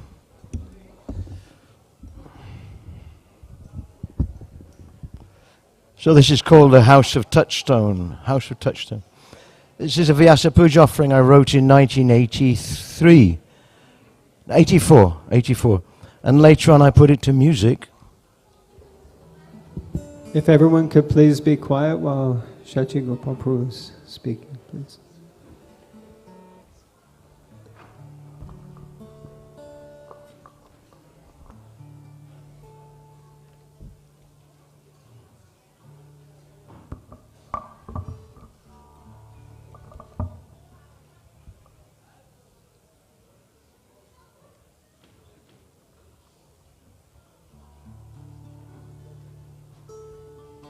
Is that coming through? I can't hear anything at all.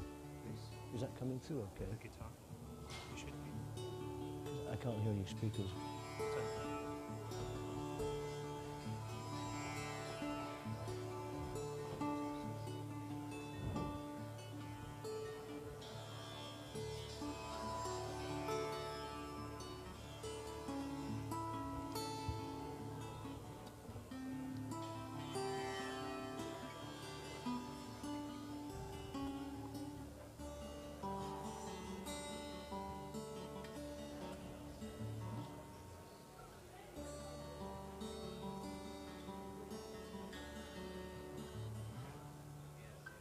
Before you came, oh Prabhupada, our lives had gone to hell, without a chance of recompense, where each of us would sell his heart and soul for fleeting gain, bewitched by Kali's grin, yet shackled by our own desire to lead a life of sin, a life of sin.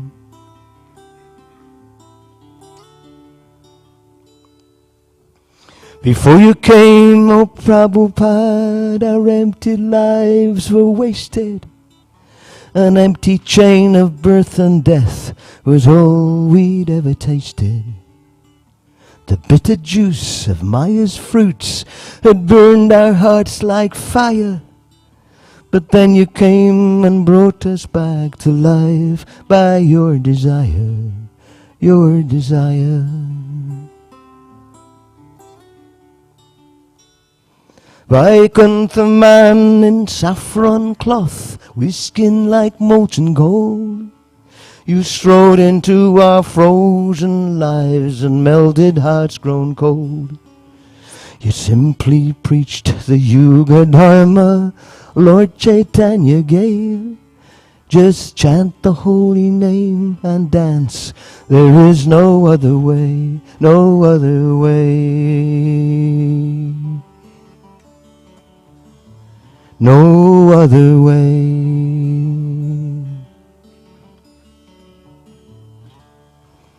And no one gave as much as you, nor will they ever give. You built a house of touchstone in which all the world can live. No one gave as much as you, nor will they ever give.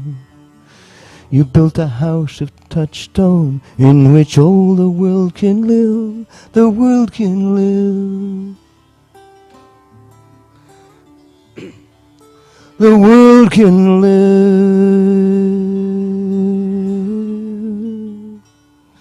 In 12 remaining years of life, far from your native home, the prophecy of Lord Caitanya you fulfilled alone. You broke the teeth of Mayavadi's charlatan gurus, and all who posed as men of God but never had a clue. You smashed the words of hollow fools who gathered in defiance of common sense, who kill the soul in name of modern science. You founded temples as Gurukula, farms and BBT, translated for almost 80 books for all humanity.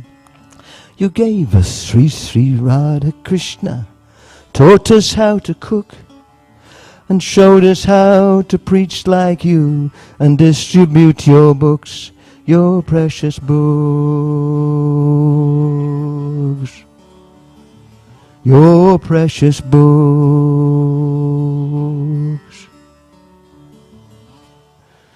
No one gave as much as you, nor will they ever give. You built a house of touchstone in which all the world can live.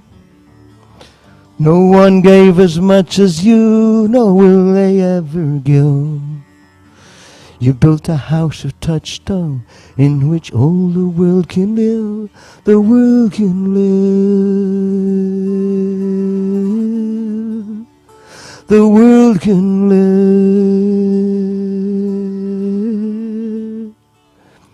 So warm your voice, so sweet your glance, you smelled of sandalwood. You brought Vrindavan's loving mood where'er you walked or stood.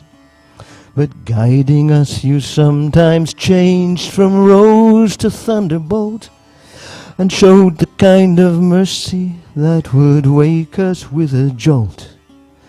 Vaikuntha pastimes lay beyond the sight of shallow fools, yet by your kindness even we were drowned in blissful pools of nectar talks on morning walks and visits to your room, quite unaware that you would leave your ISKCON all too soon. This outer dress of bone and flesh is bound to meet destruction, but I will never leave the one who follows my instruction. How much you will cooperate will show your love for me. And you left us in Vrindavan Dham in deepest ecstasy, ecstasy,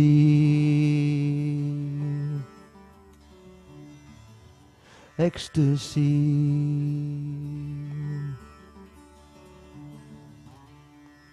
And no one gave as much as you, nor will they ever give.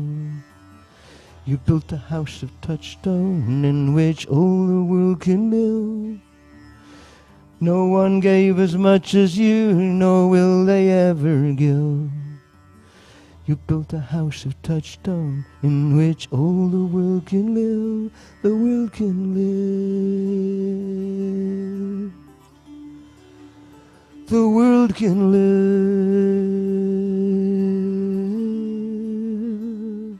Oh Master, Srila Prabhupada, our shelter and our guide, please help us try to spread your sacred mission far and wide. Please help us try to see ourselves as really very small, dependent on yourself and Krishna, lest we slip and fall and lose the precious vision you so freely handed down, that God Himself is with us in the form of sacred sound. His holy name, unlimited, transcends all time and space, but only by your mercy we receive His divine grace, His divine grace. His divine grace.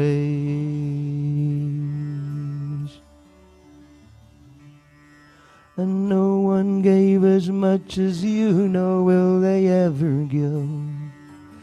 You built a house of touchstone in which all the world can live. No one gave as much as you, nor will they ever give. You built a house of touchstone in which all the world can live. The world can live. The world can live. Some may feel that now you're gone, there's no one left in charge to carry on your lifetime's work and save the world at large. Some may try to twist your words for selfish motivation, to lose themselves and all they sway in mental speculation. Some may think we know the score, the others have no clue. We'll force our views upon the rest, for we're the chosen few. Some may break the fourfold vows and do forbidden acts, until the mighty force of time uncovers all the facts. Some may take your opulence and use it as their own, until they see their foolish ways or find themselves alone. Some may follow others who still question your decision, and so deny themselves the chance of Lord Chaitanya's vision. Some may preach that all is one, that He's as good as you, until he's turned to mouse again by you, Jagat Guru. Some may only see the faults and simply criticize the ones who do your preaching work with self-surrendered lies. Some may feel that all is lost and leave your sacred mission, quite unaware that you're still here to heal all cracks and schisms, while some may feel that, lost from sight, you're ever out of reach. But they should know you're always with the one who strives to preach. Wise men fear to speculate, they know just where to look, for everything you have to say is written in your books. The books to last 10,000 years, 500 generations, the golden age of Lord Caitanya, built on your foundation, your foundation, your foundation. And no one gave as much as you, nor will they ever give. You built a house of touchstone in which all the world can live. No one gave as much as you, nor will they ever give. You built a house of touchstone in which all the world can live. Everybody. No one gave as much as you, nor will they ever give. You built a house of touchstone in which all the world can live. The world can live. The world can live. The world can live.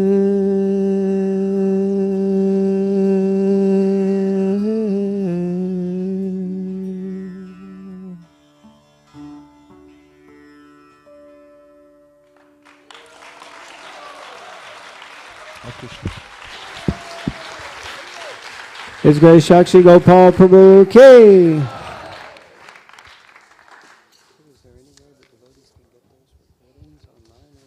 Yeah, there is,